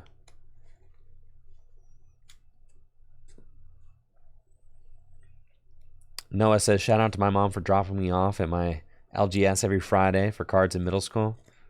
That's what I'm talking about. Shout out to my mom, who was the person who gave me my first pack of Pokemon cards ever. And, you know, it's just loving and supportive and supported me in any and all of my endeavors, even if that meant playing the Pokemon TCG for a living. That's so sick, Jesse. Okay. Industrious incisors.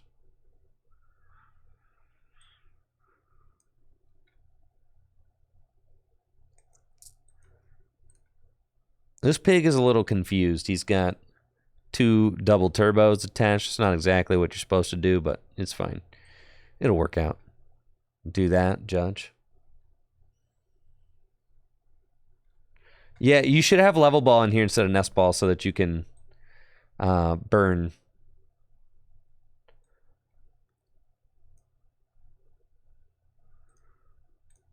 So that you can burn it. Yeah, that's sick, Trey. Love that.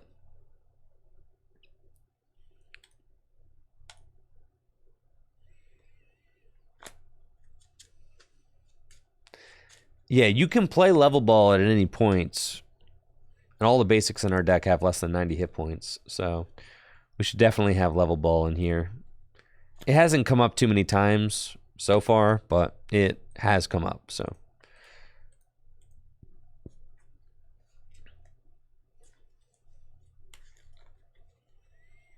All right, swinging with Raikou. It's fine.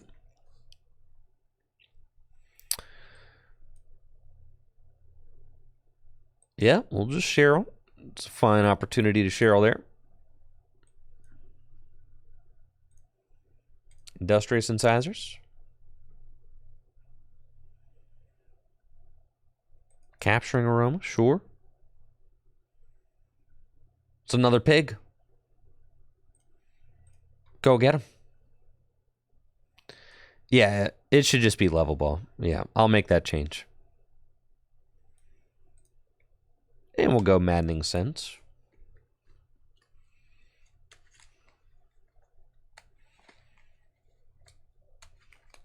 I think my opponent is going to lose.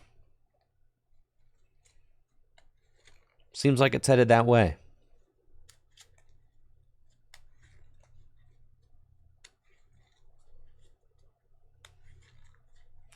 Don't believe him. I've been saying that all day. What, that I'm going to take the level ball, put the level balls in? It's so true. I have been saying that all day.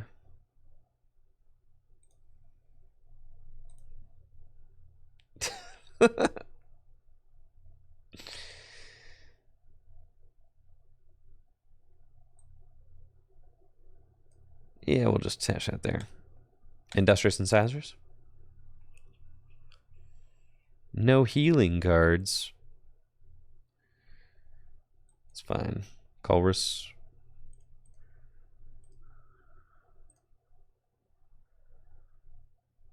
Sure.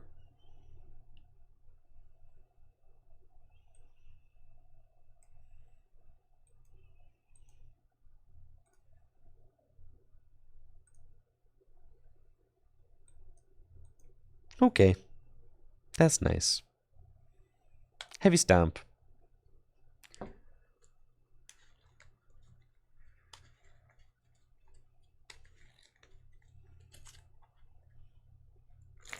Bro, we got all 4 pigs in play right now. This is the most powerful board you've ever seen. This board cannot be defeated. We've got 4 pigs and the power of Squovit and Bibarel. Just look at it. It's glorious. Absolutely glorious. You stumble across a board that looks like this. What do? You cower in fear. There's nothing to be done.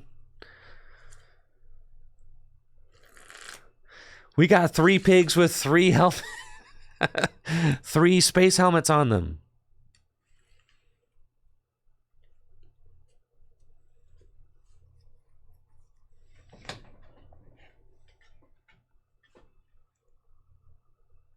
They slayed my Squovit. No. Okay.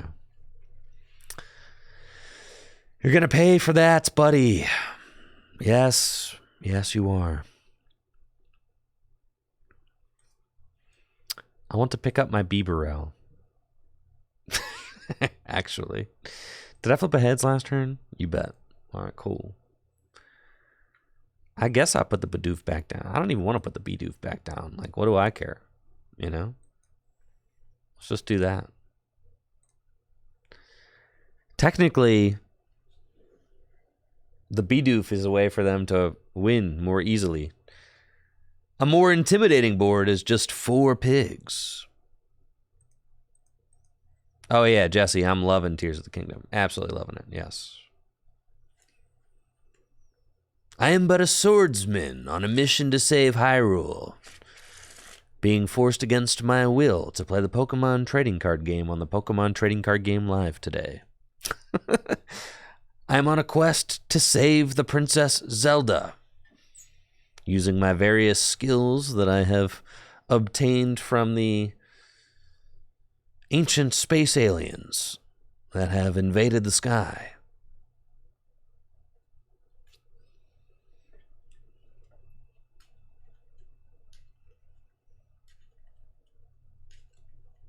I feel like the Zonai are just ancient aliens, right? Like, watch an episode of Ancient Aliens and then play Tears of the Kingdom. And it's like, brother, that's what this is what they're talking about in Ancient Aliens. These guys right here.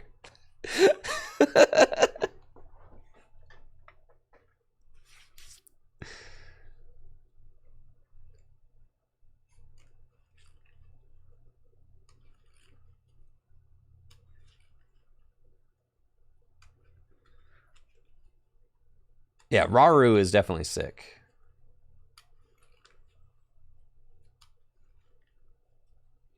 And the Zonai are sick for sure.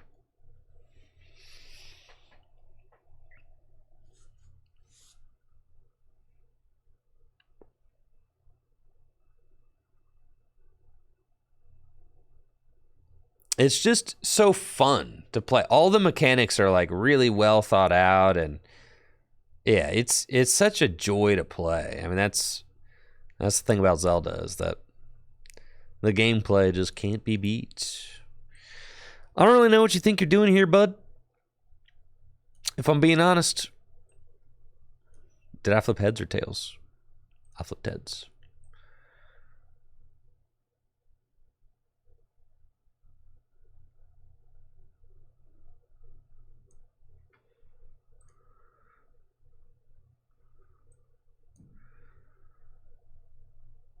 Cool.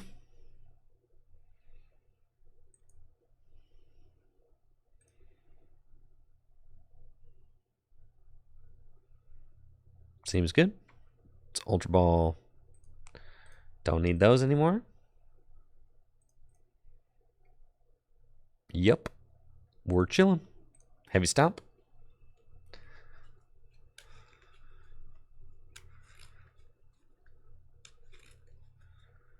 Can't even Kyogre for the win. That's right. GG's.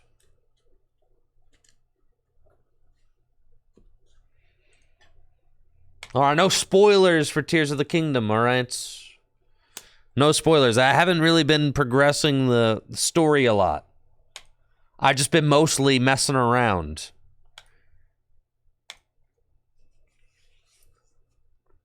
Because that's, frankly, the best part about the game. Oh, and the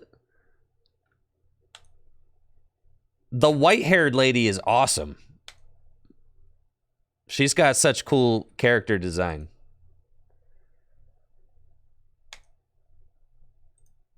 Yeah, whoever the white-haired lady is, she's really cool.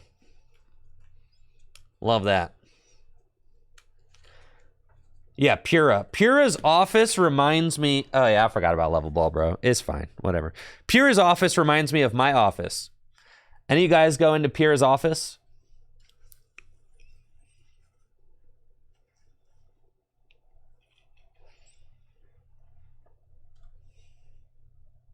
I think the game froze. Yeah, I want to go first, yeah. That's sick. You think I'm going to get to play this game?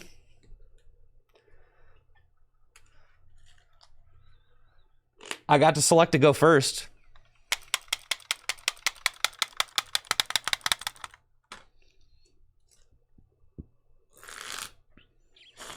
That's pretty sick. Who do you think's winning?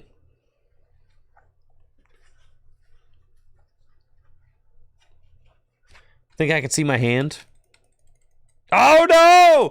I'm losing! Oh no!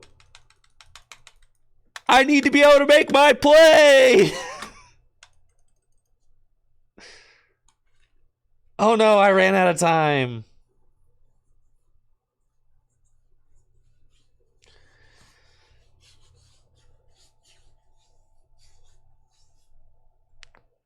Man, I didn't even get to see what my opening hand looks like.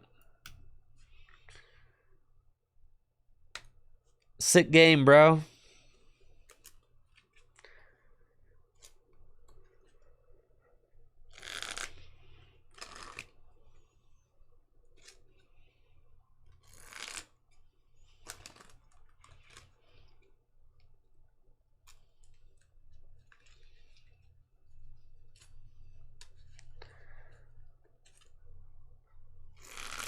We keep finding new issues.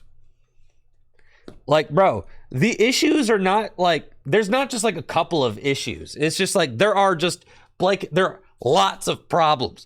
It's like, if live were a term paper that you turned in at the end of the semester, bro, it would have like red marks all over it. There's not like, there wouldn't be a sentence without like red marks on it, okay? Every single sentence.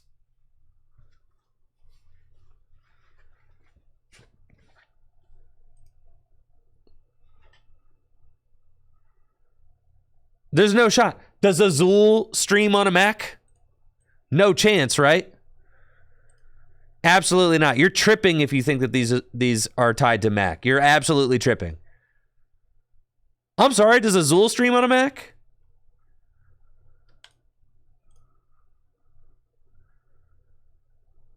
Cardi today at a...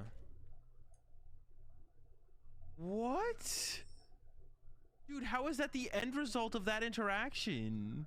Dude, I don't want to play this, and I theoretically have 2-2 left, I guess. You 2 Cardi today at a... What? That's what I'm saying. The game just doesn't work, Dude, bro. how is that the end result of that interaction? It has nothing to do with Max. You guys just watch me play a lot of the game, and then I'm on a Mac, and people that don't like Macs are going to be like, it's because you're on a Mac. No, it's not. Quit playing with me, dog. Also, if you're a programmer in the year 2023 and you can't code on a Mac, then you probably shouldn't be programming. Dude, I don't want to play this game. Dude, I like... What is this, man? I can't, man.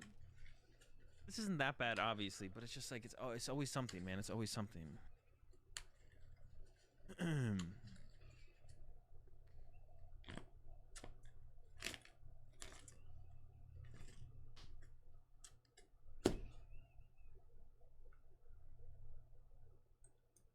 Yeah.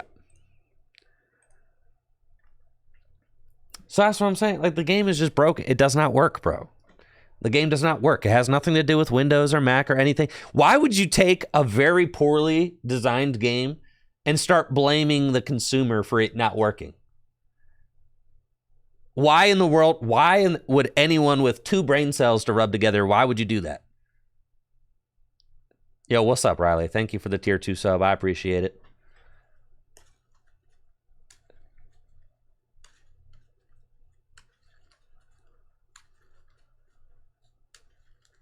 The 53 months.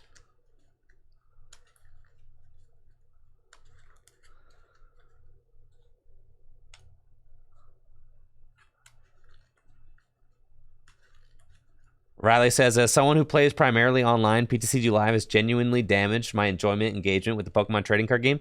Me too. Of course it has. Yeah. Nothing makes me not want to play this game more than this client. 100%.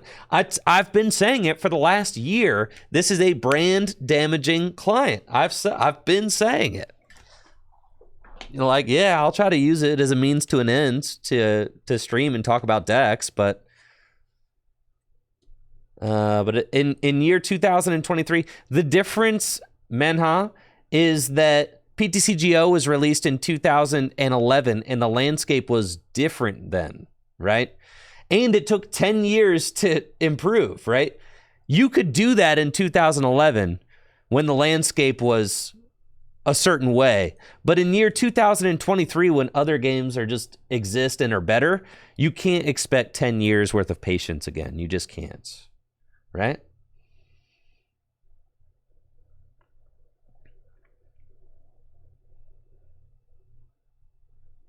You can't, the landscape's different. You just can't expect, you know, like, it's cool. 10 years down the line, we're going to be chilling, dude. Like, no.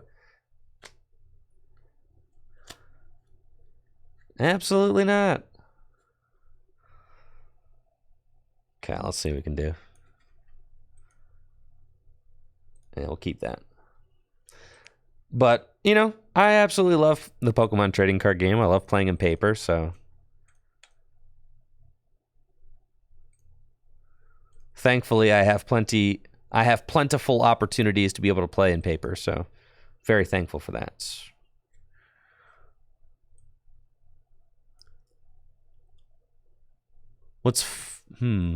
Yeah, we have to bench that. But they can't knock out both, so that's fine. We'll just bench that and pass. Yeah, they can't knock out. This has bench barrier, so even if they go Magnezone V-Star, they can't knock out both of these.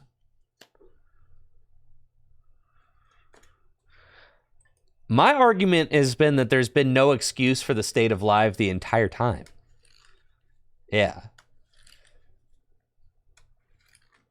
Listen, now I've been basically just letting other people kind of like, you know, make their views and positions and experiences with the Pokemon TCG Live like kind of known and heard, because I've said enough. You know what I mean?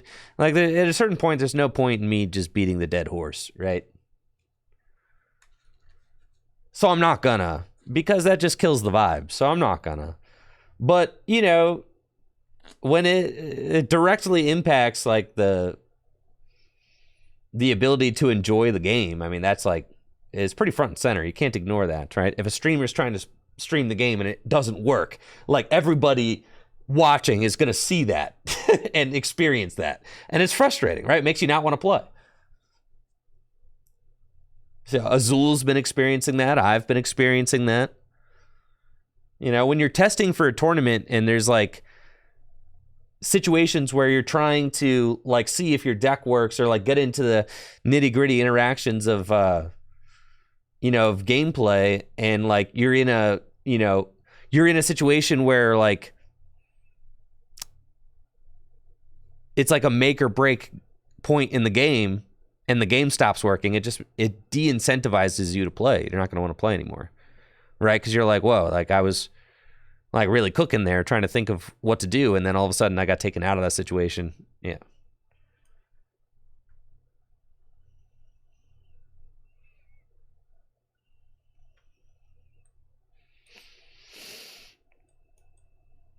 Okay. Go there.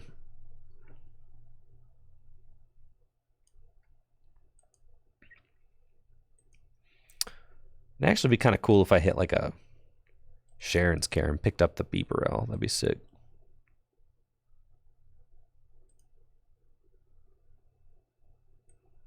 We'll do that. That's Nest Dash. We found research, but let's see what else we can find. Nothing. It's fine. Yeah, we can just research.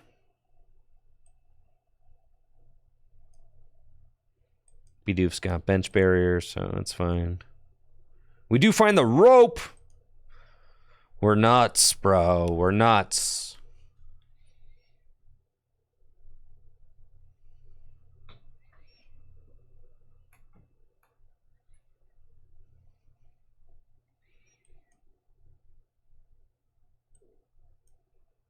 Can't see flip of heads. Cool. Not you. You.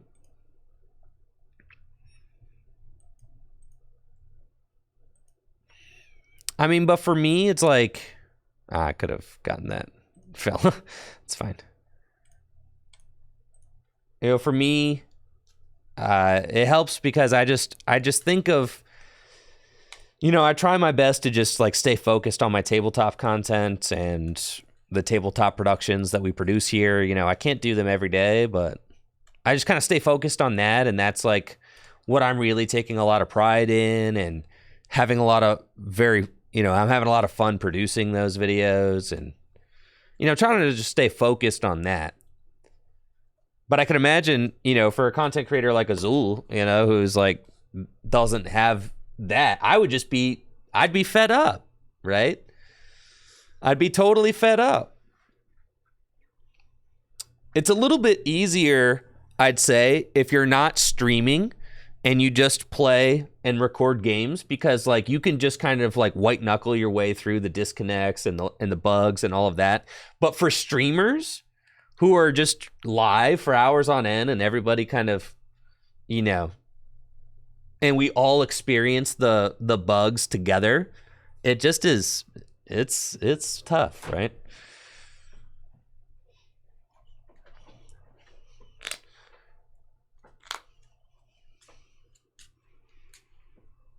It really takes the wind out of the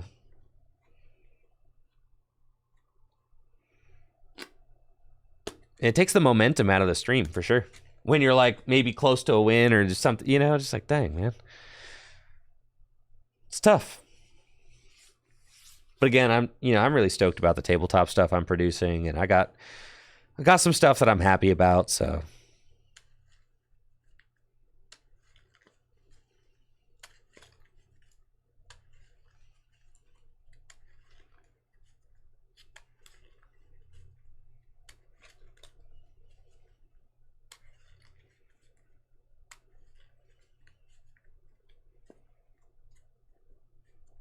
All right, so they're swinging, taking 2 knockouts with Magnazones. Fine.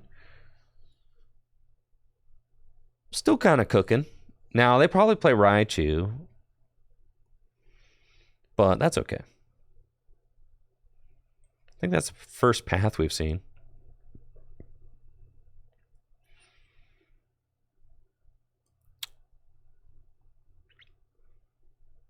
And how many Sharon's Care? I've got no heal cards in the discard pile, so I feel like I can just research here. It's kind of a good opportunity to do that. Get a second V-Guard. Oh, I could just swing for the whole 190.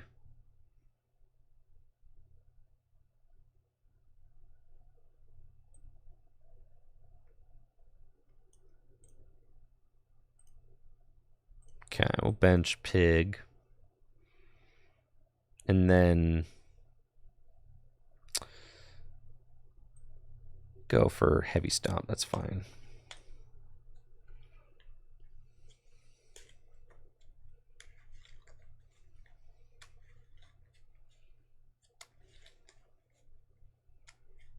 Yeah, that's sick, JNL.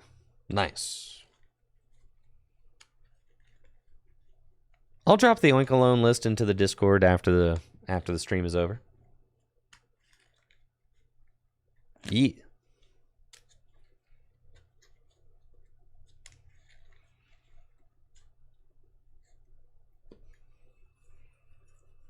But yeah, I mean, I've pretty much said everything that I got to say about the client, so I'm just like, I'm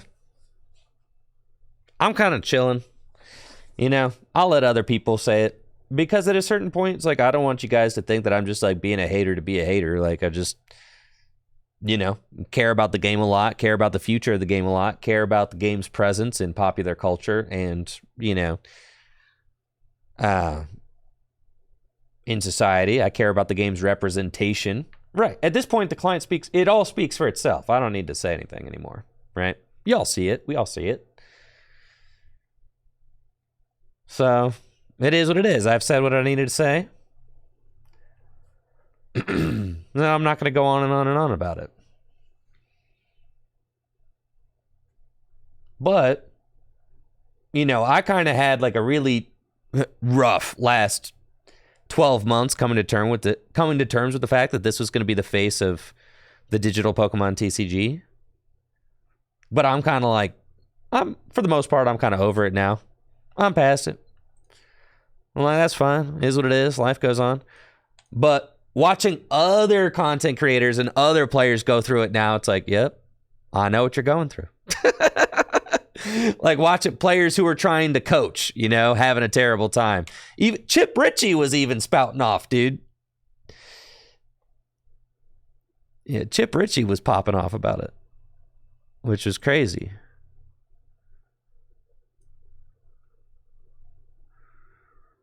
Oh, it's Industrious Incisors. And there's the Sharon's Care. Send that guy up. Evolve Glorious Pig. And put our guy back down. Cool. And we'll Maddening Scent for 100. Chip talked about it on Twitter. And Chip is like a, you know, commentator for TPCI. You have Azul. Azul is like going through it right now, which I understand because I was going through it. I was going through it real bad like 6 months ago. But Azul is like going through it.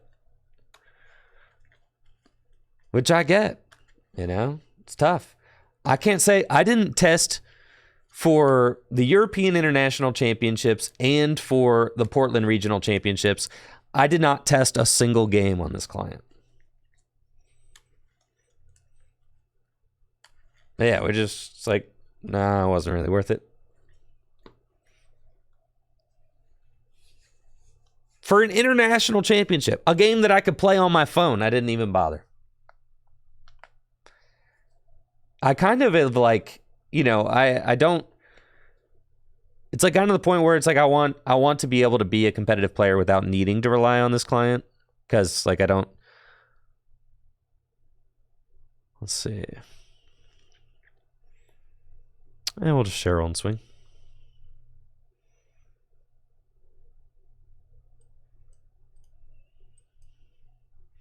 And I think that's probably fine.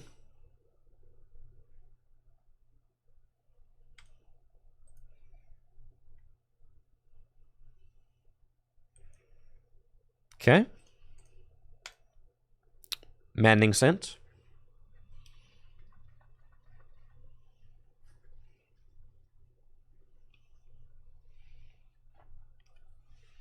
I mean, that would be so sick, Joe DM. Yeah, that would be so sick, but that's not what's happening. But I think like that would be reasonable if they were more transparent, right?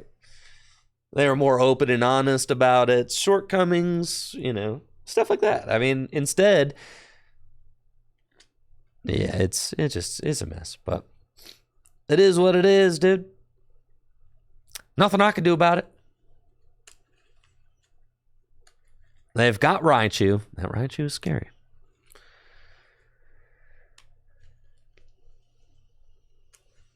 This week you got metal sounded for the first time. Tough. Everybody remembers. First time they heard the metal sound.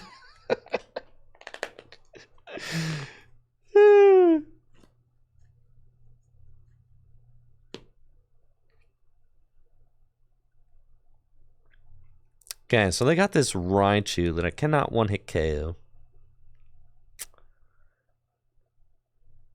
I should have gusted up that Flaffy last turn.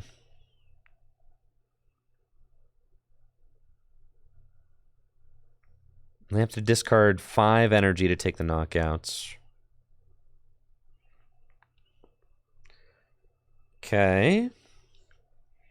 So I need them to not be able to get 5 energy into play this next turn.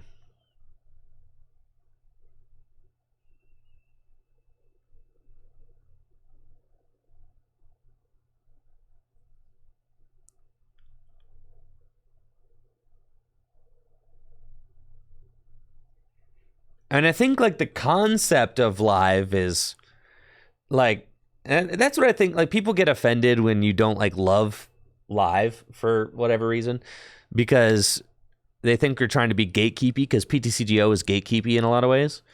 But like, that's the thing, is that live is great in concept. The fact that you have like an easier time building meta decks, that cards are craftable, and the toxic trade system's gone. Like, of course, all those things people across the board agree are pretty much unanimously people agree that those are great things for the game, right? But the problem is in everything that's going on, like, you know, here.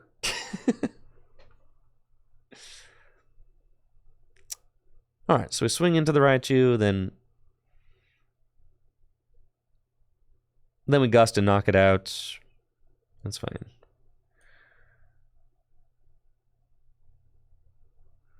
But they only have 2 prizes left. It's fine. Colress.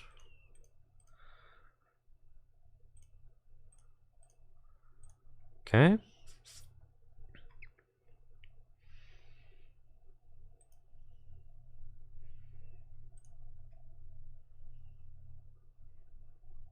All right. I've only got 4 cards left in my deck. That's fine. Let's do this. If they like escape rope, I want to be able to promote a pig. So we'll do that.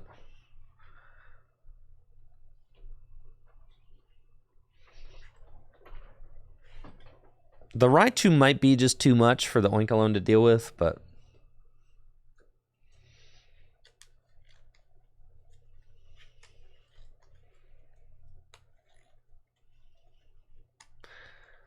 I think another thing that's important to recognize is that part of the reason why the Pokemon trading card game live is like such a,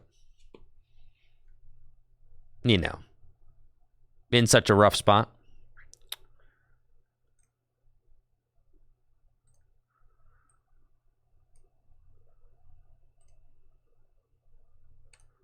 is that the Pokemon Company is just such like a nice. I think we win here. Is such like a fractured and it, you know what I mean?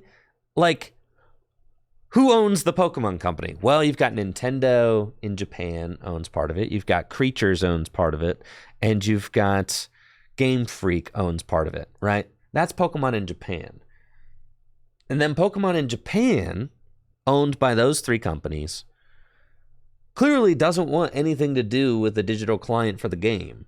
So then they have kind of just let TPCI, which is like another branch of the Pokemon Company, the Pokemon Company International, which is basically a distribution company based in Bellevue, Washington, that is only recently starting to get into its own content, you know, and things like that. So then you have TPCI is producing this digital game that the Pokemon Company doesn't really want anything to do with, or else they would be supporting it in some way. But clearly the Pokemon Company is not supporting this game in any kind of way. So then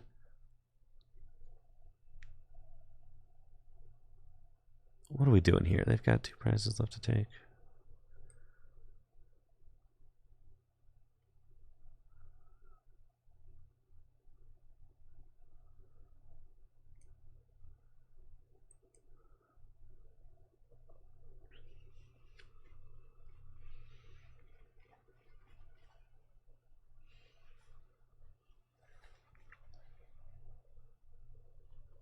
Right, so you have this, it's like fractured leadership, right? It's like fractured,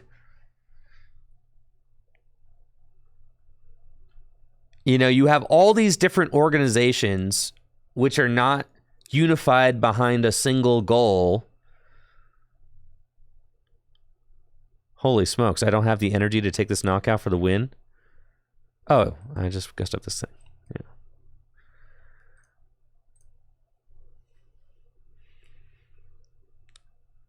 Right? I mean, imagine if Nintendo decided that they were going to create a digital client, or even if Game Freak decided that it was producing a digital client, right? Instead, you've got the Pokemon Company Japan, which is like and even they've kind of shown that they're even struggling in some ways to produce like a AAA video game in some ways, right?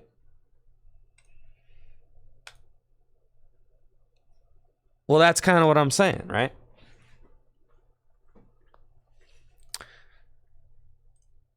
In some ways, a digital card game is like much smaller in scale than like Pokemon Scarlet, though, right?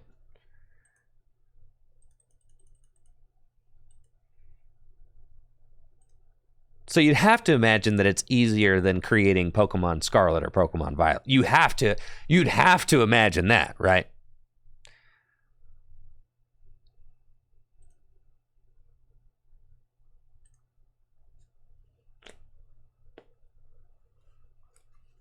Zelda is owned solely by Nintendo, yeah. Zelda, Mario, Splatoon.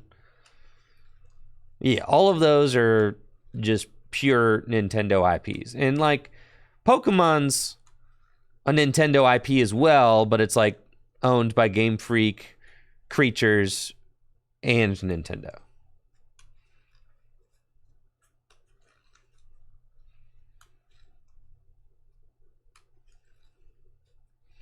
Why do Creatures and Game Freak need to exist separately?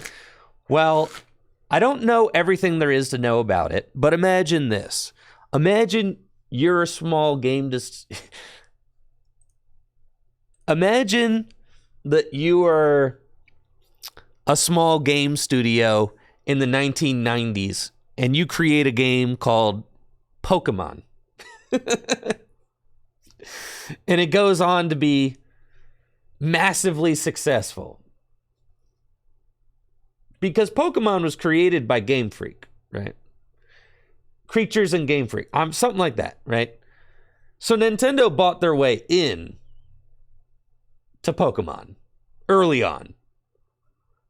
But do you know what it would cost to buy all of the Pokemon Company? I don't know that Nintendo could afford it. The Pokemon Company is like the world's biggest franchise. So it's so the reason all these separate entities exist is because they all helped bring Pokemon. They all helped Pokemon become what it is. And why would anybody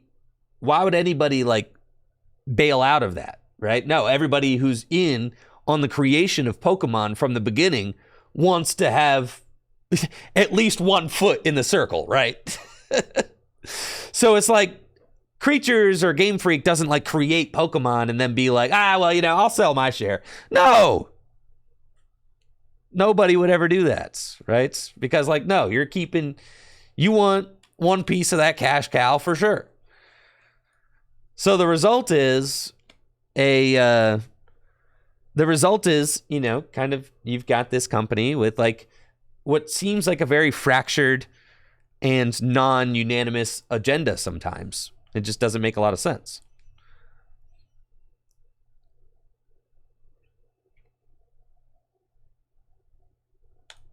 Right?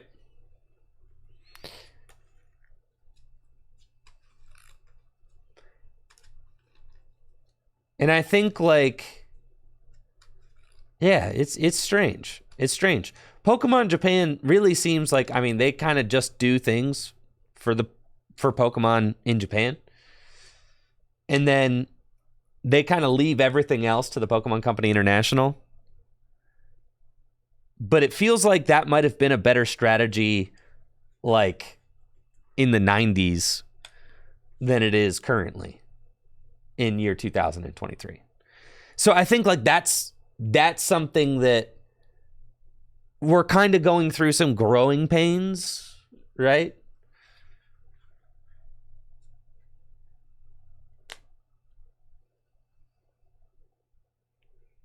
So basically, like when you're interacting with the Pokemon trading card game live, that is only between us and the international community and the Pokemon Company International. The Pokemon Company Japan really has nothing to do with any of this, right? Which seems silly considering that you would think that they should be somewhat involved in like one of the most like outward facing presentations of their IP. But it's strange.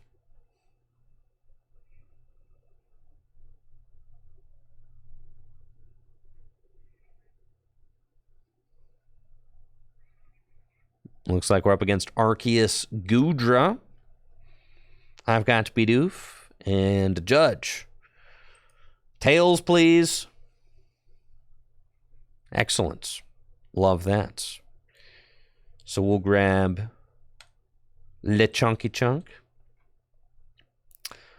Put that dude onto the bench. Full face guard and Judge.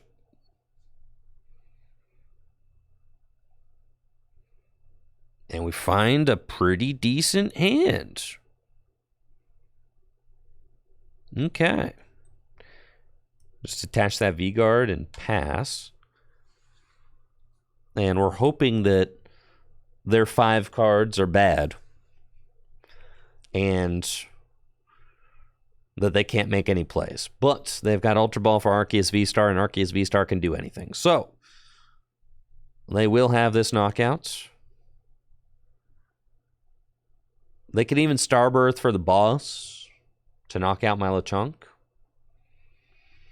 I do think that we are going to lose if they set up Goodra. Yes. For sure. So, yeah, it looks like they're setting up Goodra. That's bad.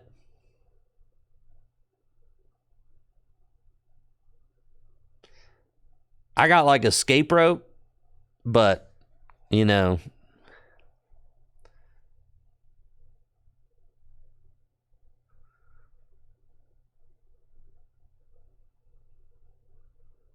it's true. My opponents could just have the game glitch out on them, so you never want to give up. The game could just stop working. So you always want to hang on to hope for that.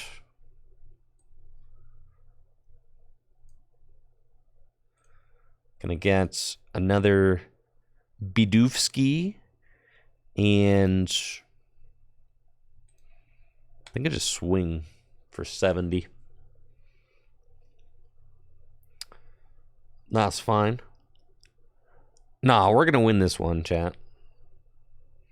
Y'all are some haters. So I got the share roll. They're benching a bunch of dudes.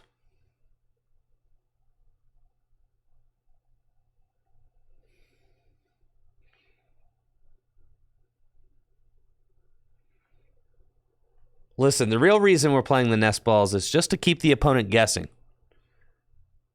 You know, they don't know. There could be anything in this deck.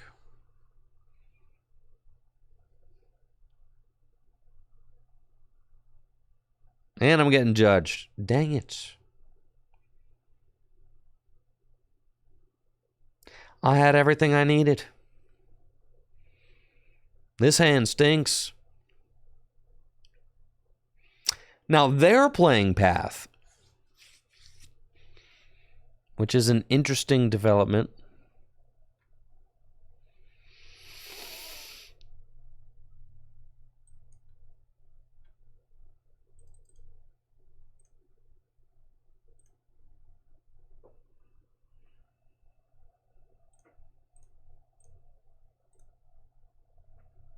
Pigs.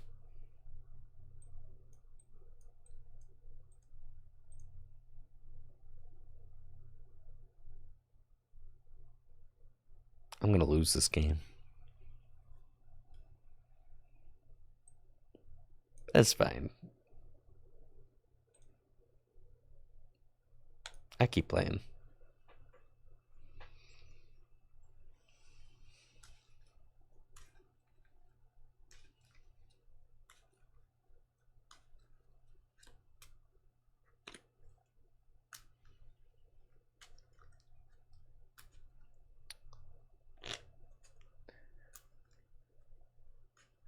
Yeah, 2 Goodra set up. That's not great.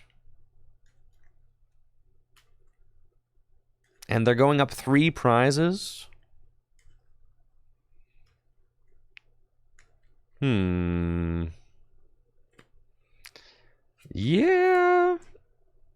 Might be time to call it quits, y'all.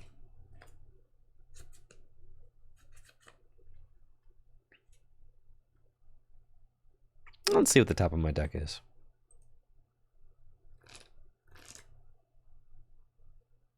Ooh, Sharon's Care.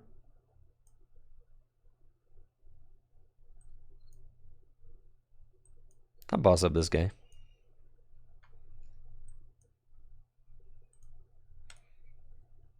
I'll take a knockout.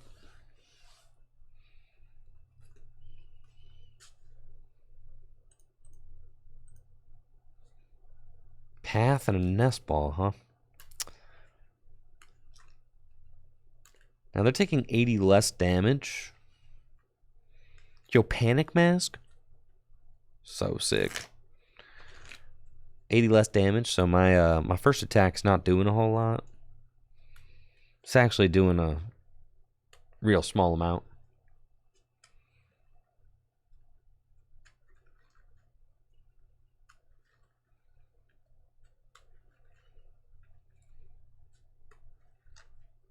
Yeah, at this point, Goodra has kind of just achieved what it needed to achieve. He set up 2 Goodras. I'm not doing a lot of damage.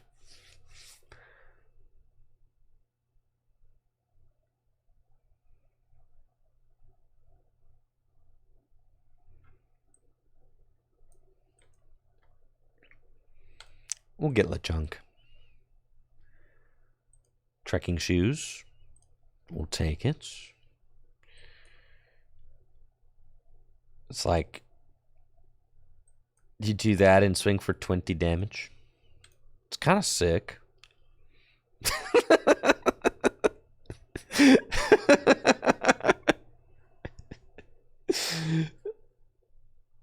That's not good. All right, so then what's like the most amount of damage I can do?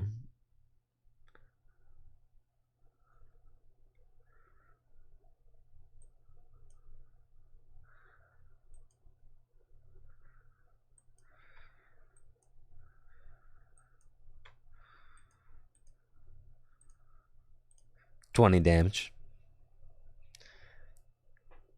If I'm using heavy stomp, I can do 190 minus 80, 110.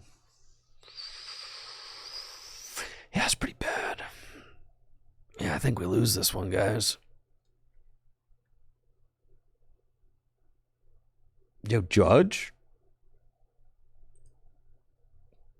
I don't think it matters.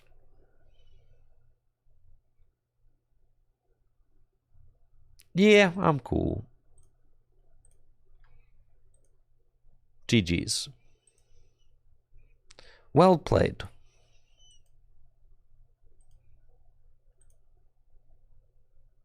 All right, y'all. That's it for the stream. I'm getting out of here. I'll be back tomorrow with some more Pokemon TCG Live action. Here's the deck we played. I'll post it in the Discord so it'll be a little easier to take a look at.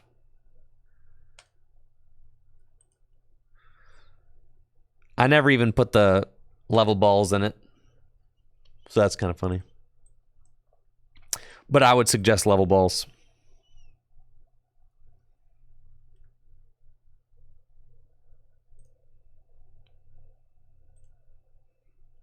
Now, this is the best way to look at a deck list on the Pokemon Trading Card Game Live. There we go. Bibarel was not found. All right, there's 2 Bibarels in here.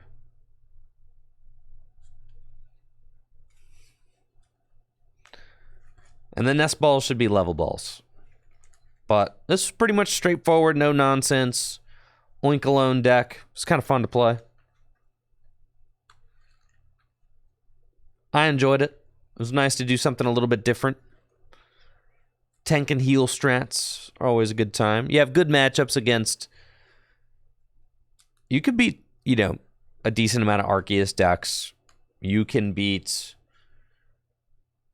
some Lost Box decks. You can beat Mew VMAX decks, most definitely. Do not have the firepower to take out multiple, 3 Oinkalone EX. Just not happening. So yeah, you can hang. You can totally hang.